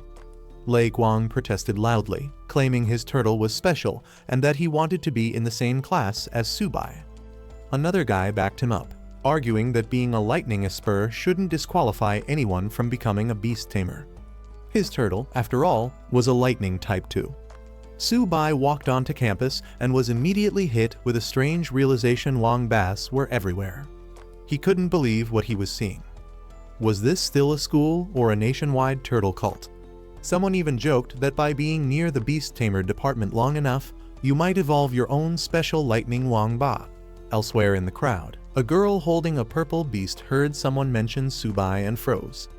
She couldn't believe it. Subai was here in person. As soon as someone spotted him, the crowd went wild. People started shouting his name, drawing attention from all directions. Subai barely had a moment to react before waves of excited fans surged toward him. Dozens of students started shouting their admiration. Some claimed they were inspired to become beast tamers after watching his battles, while others wore outfits mimicking his style. One guy even declared Subai's life goals had become his own. Another, not even a beast tamer, ran forward just to be near him. Subai looked around, stunned. How did stepping onto campus suddenly feel like crashing a fan convention? While the campus buzzed with excitement over Subai's appearance, somewhere else, panic broke out. A cloud of smoke exploded in the courtyard as someone frantically yelled for the principal's help. Meanwhile, on the front lines, a high-level military meeting was underway. Officers gathered in a war room, reporting recent intelligence. Surveillance had picked up movements from multiple enemy tribes. Their actions suggested they were paying close attention to human deployments. 13 powerful enemy factions, including spectral cats, six-eared wolves, and diamond bears, were gathering near the human base. Though their intentions weren't clear yet, the threat was too big to ignore. One commanding officer firmly stated that regardless of the enemy's plans, they must strike preemptively. He revealed he had already given the order. 3 elite students selected from the upcoming inter-academy tournament would be sent ahead to Bihui Marsh to carry out a reconnaissance mission. That sparked protest. Another officer stood up, alarmed at the mention of Bihui Marsh, an infamous forbidden zone. He questioned the decision, worried that these students hadn't even graduated yet. Sending them into such danger sounded reckless. Back in the war room, one of the officers hesitated. He suggested they reconsider sending students to such a dangerous mission. But the man in charge, Mr. Yan King, stood firm. As warriors of the human race, the students would eventually face the front lines anyway. This would just be sooner than expected. He had full confidence they'd carry out the task. He stressed that the only thing keeping enemy royalty from moving recklessly was his own presence holding the line. That's why the upcoming recon mission was critical and must be executed immediately. Everyone nodded in agreement. Orders were clear. Meanwhile, Subai burst into the room, yelling that things were getting out of hand. The school was slowly turning into a Wang Ba breeding ground. The timing couldn't have been more perfect. The principal welcomed him and introduced a guest, Cow Man, the head of the prestigious Cow family. Apparently, he'd come specifically to discuss the return of the Cow family's sacred soldier, and that sacred soldier just happened to be tied to Subai. Subai entered the room to find several men waiting guests of the prestigious Cow family. It quickly became clear what they were here for. They wanted the return of the legendary twin blades tied to the Cow clan's legacy. Subai casually pointed out that even the principal said those weapons were being entrusted to him. If they were here to reclaim them, they were a step too late. The Cow representatives weren't having it. They shouted that those divine weapons rightfully belonged to their family. If it weren't for the respect they held for Principal Zhao, they wouldn't have even bothered negotiating.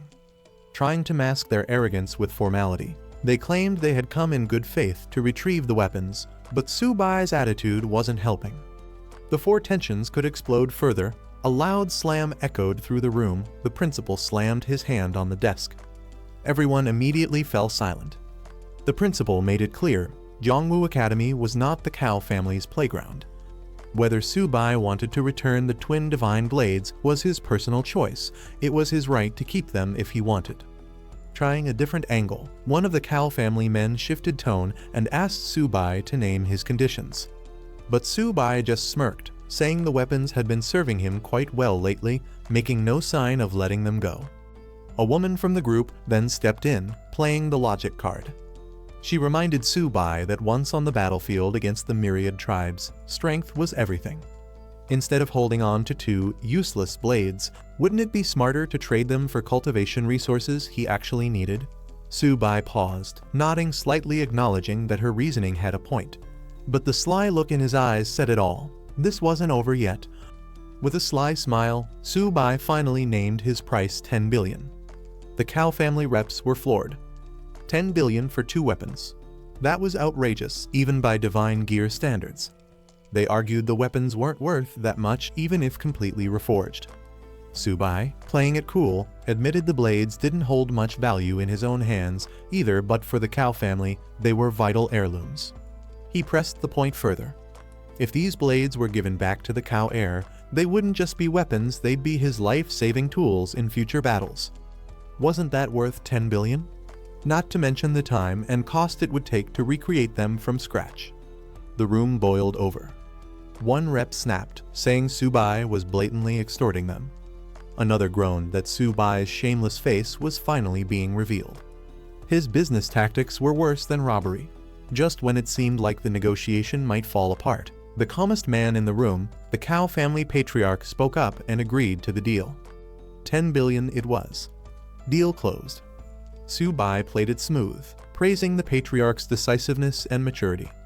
The Cow head said the money would be transferred that very day and expected the weapons returned immediately after. The others confirmed money first, goods after. Subai reassured them with a confident smile, promising a clean and honest transaction.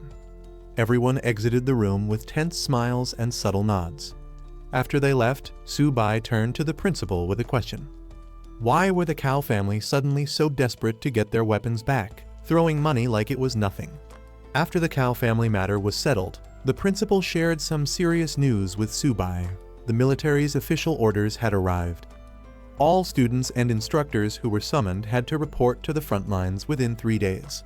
Not only that, Subai and King Shu had been assigned a special mission on top of the regular deployment. Subai was surprised but ready to listen. The principal turned solemn. This upcoming campaign was no ordinary operation. It would be humanity's first counterattack against the myriad tribes in over a century. He reminded Subai that once they stepped onto the battlefield, titles no longer mattered. There would be no students, no teachers, no principals, only warriors. They had to face the mission with fearless resolve.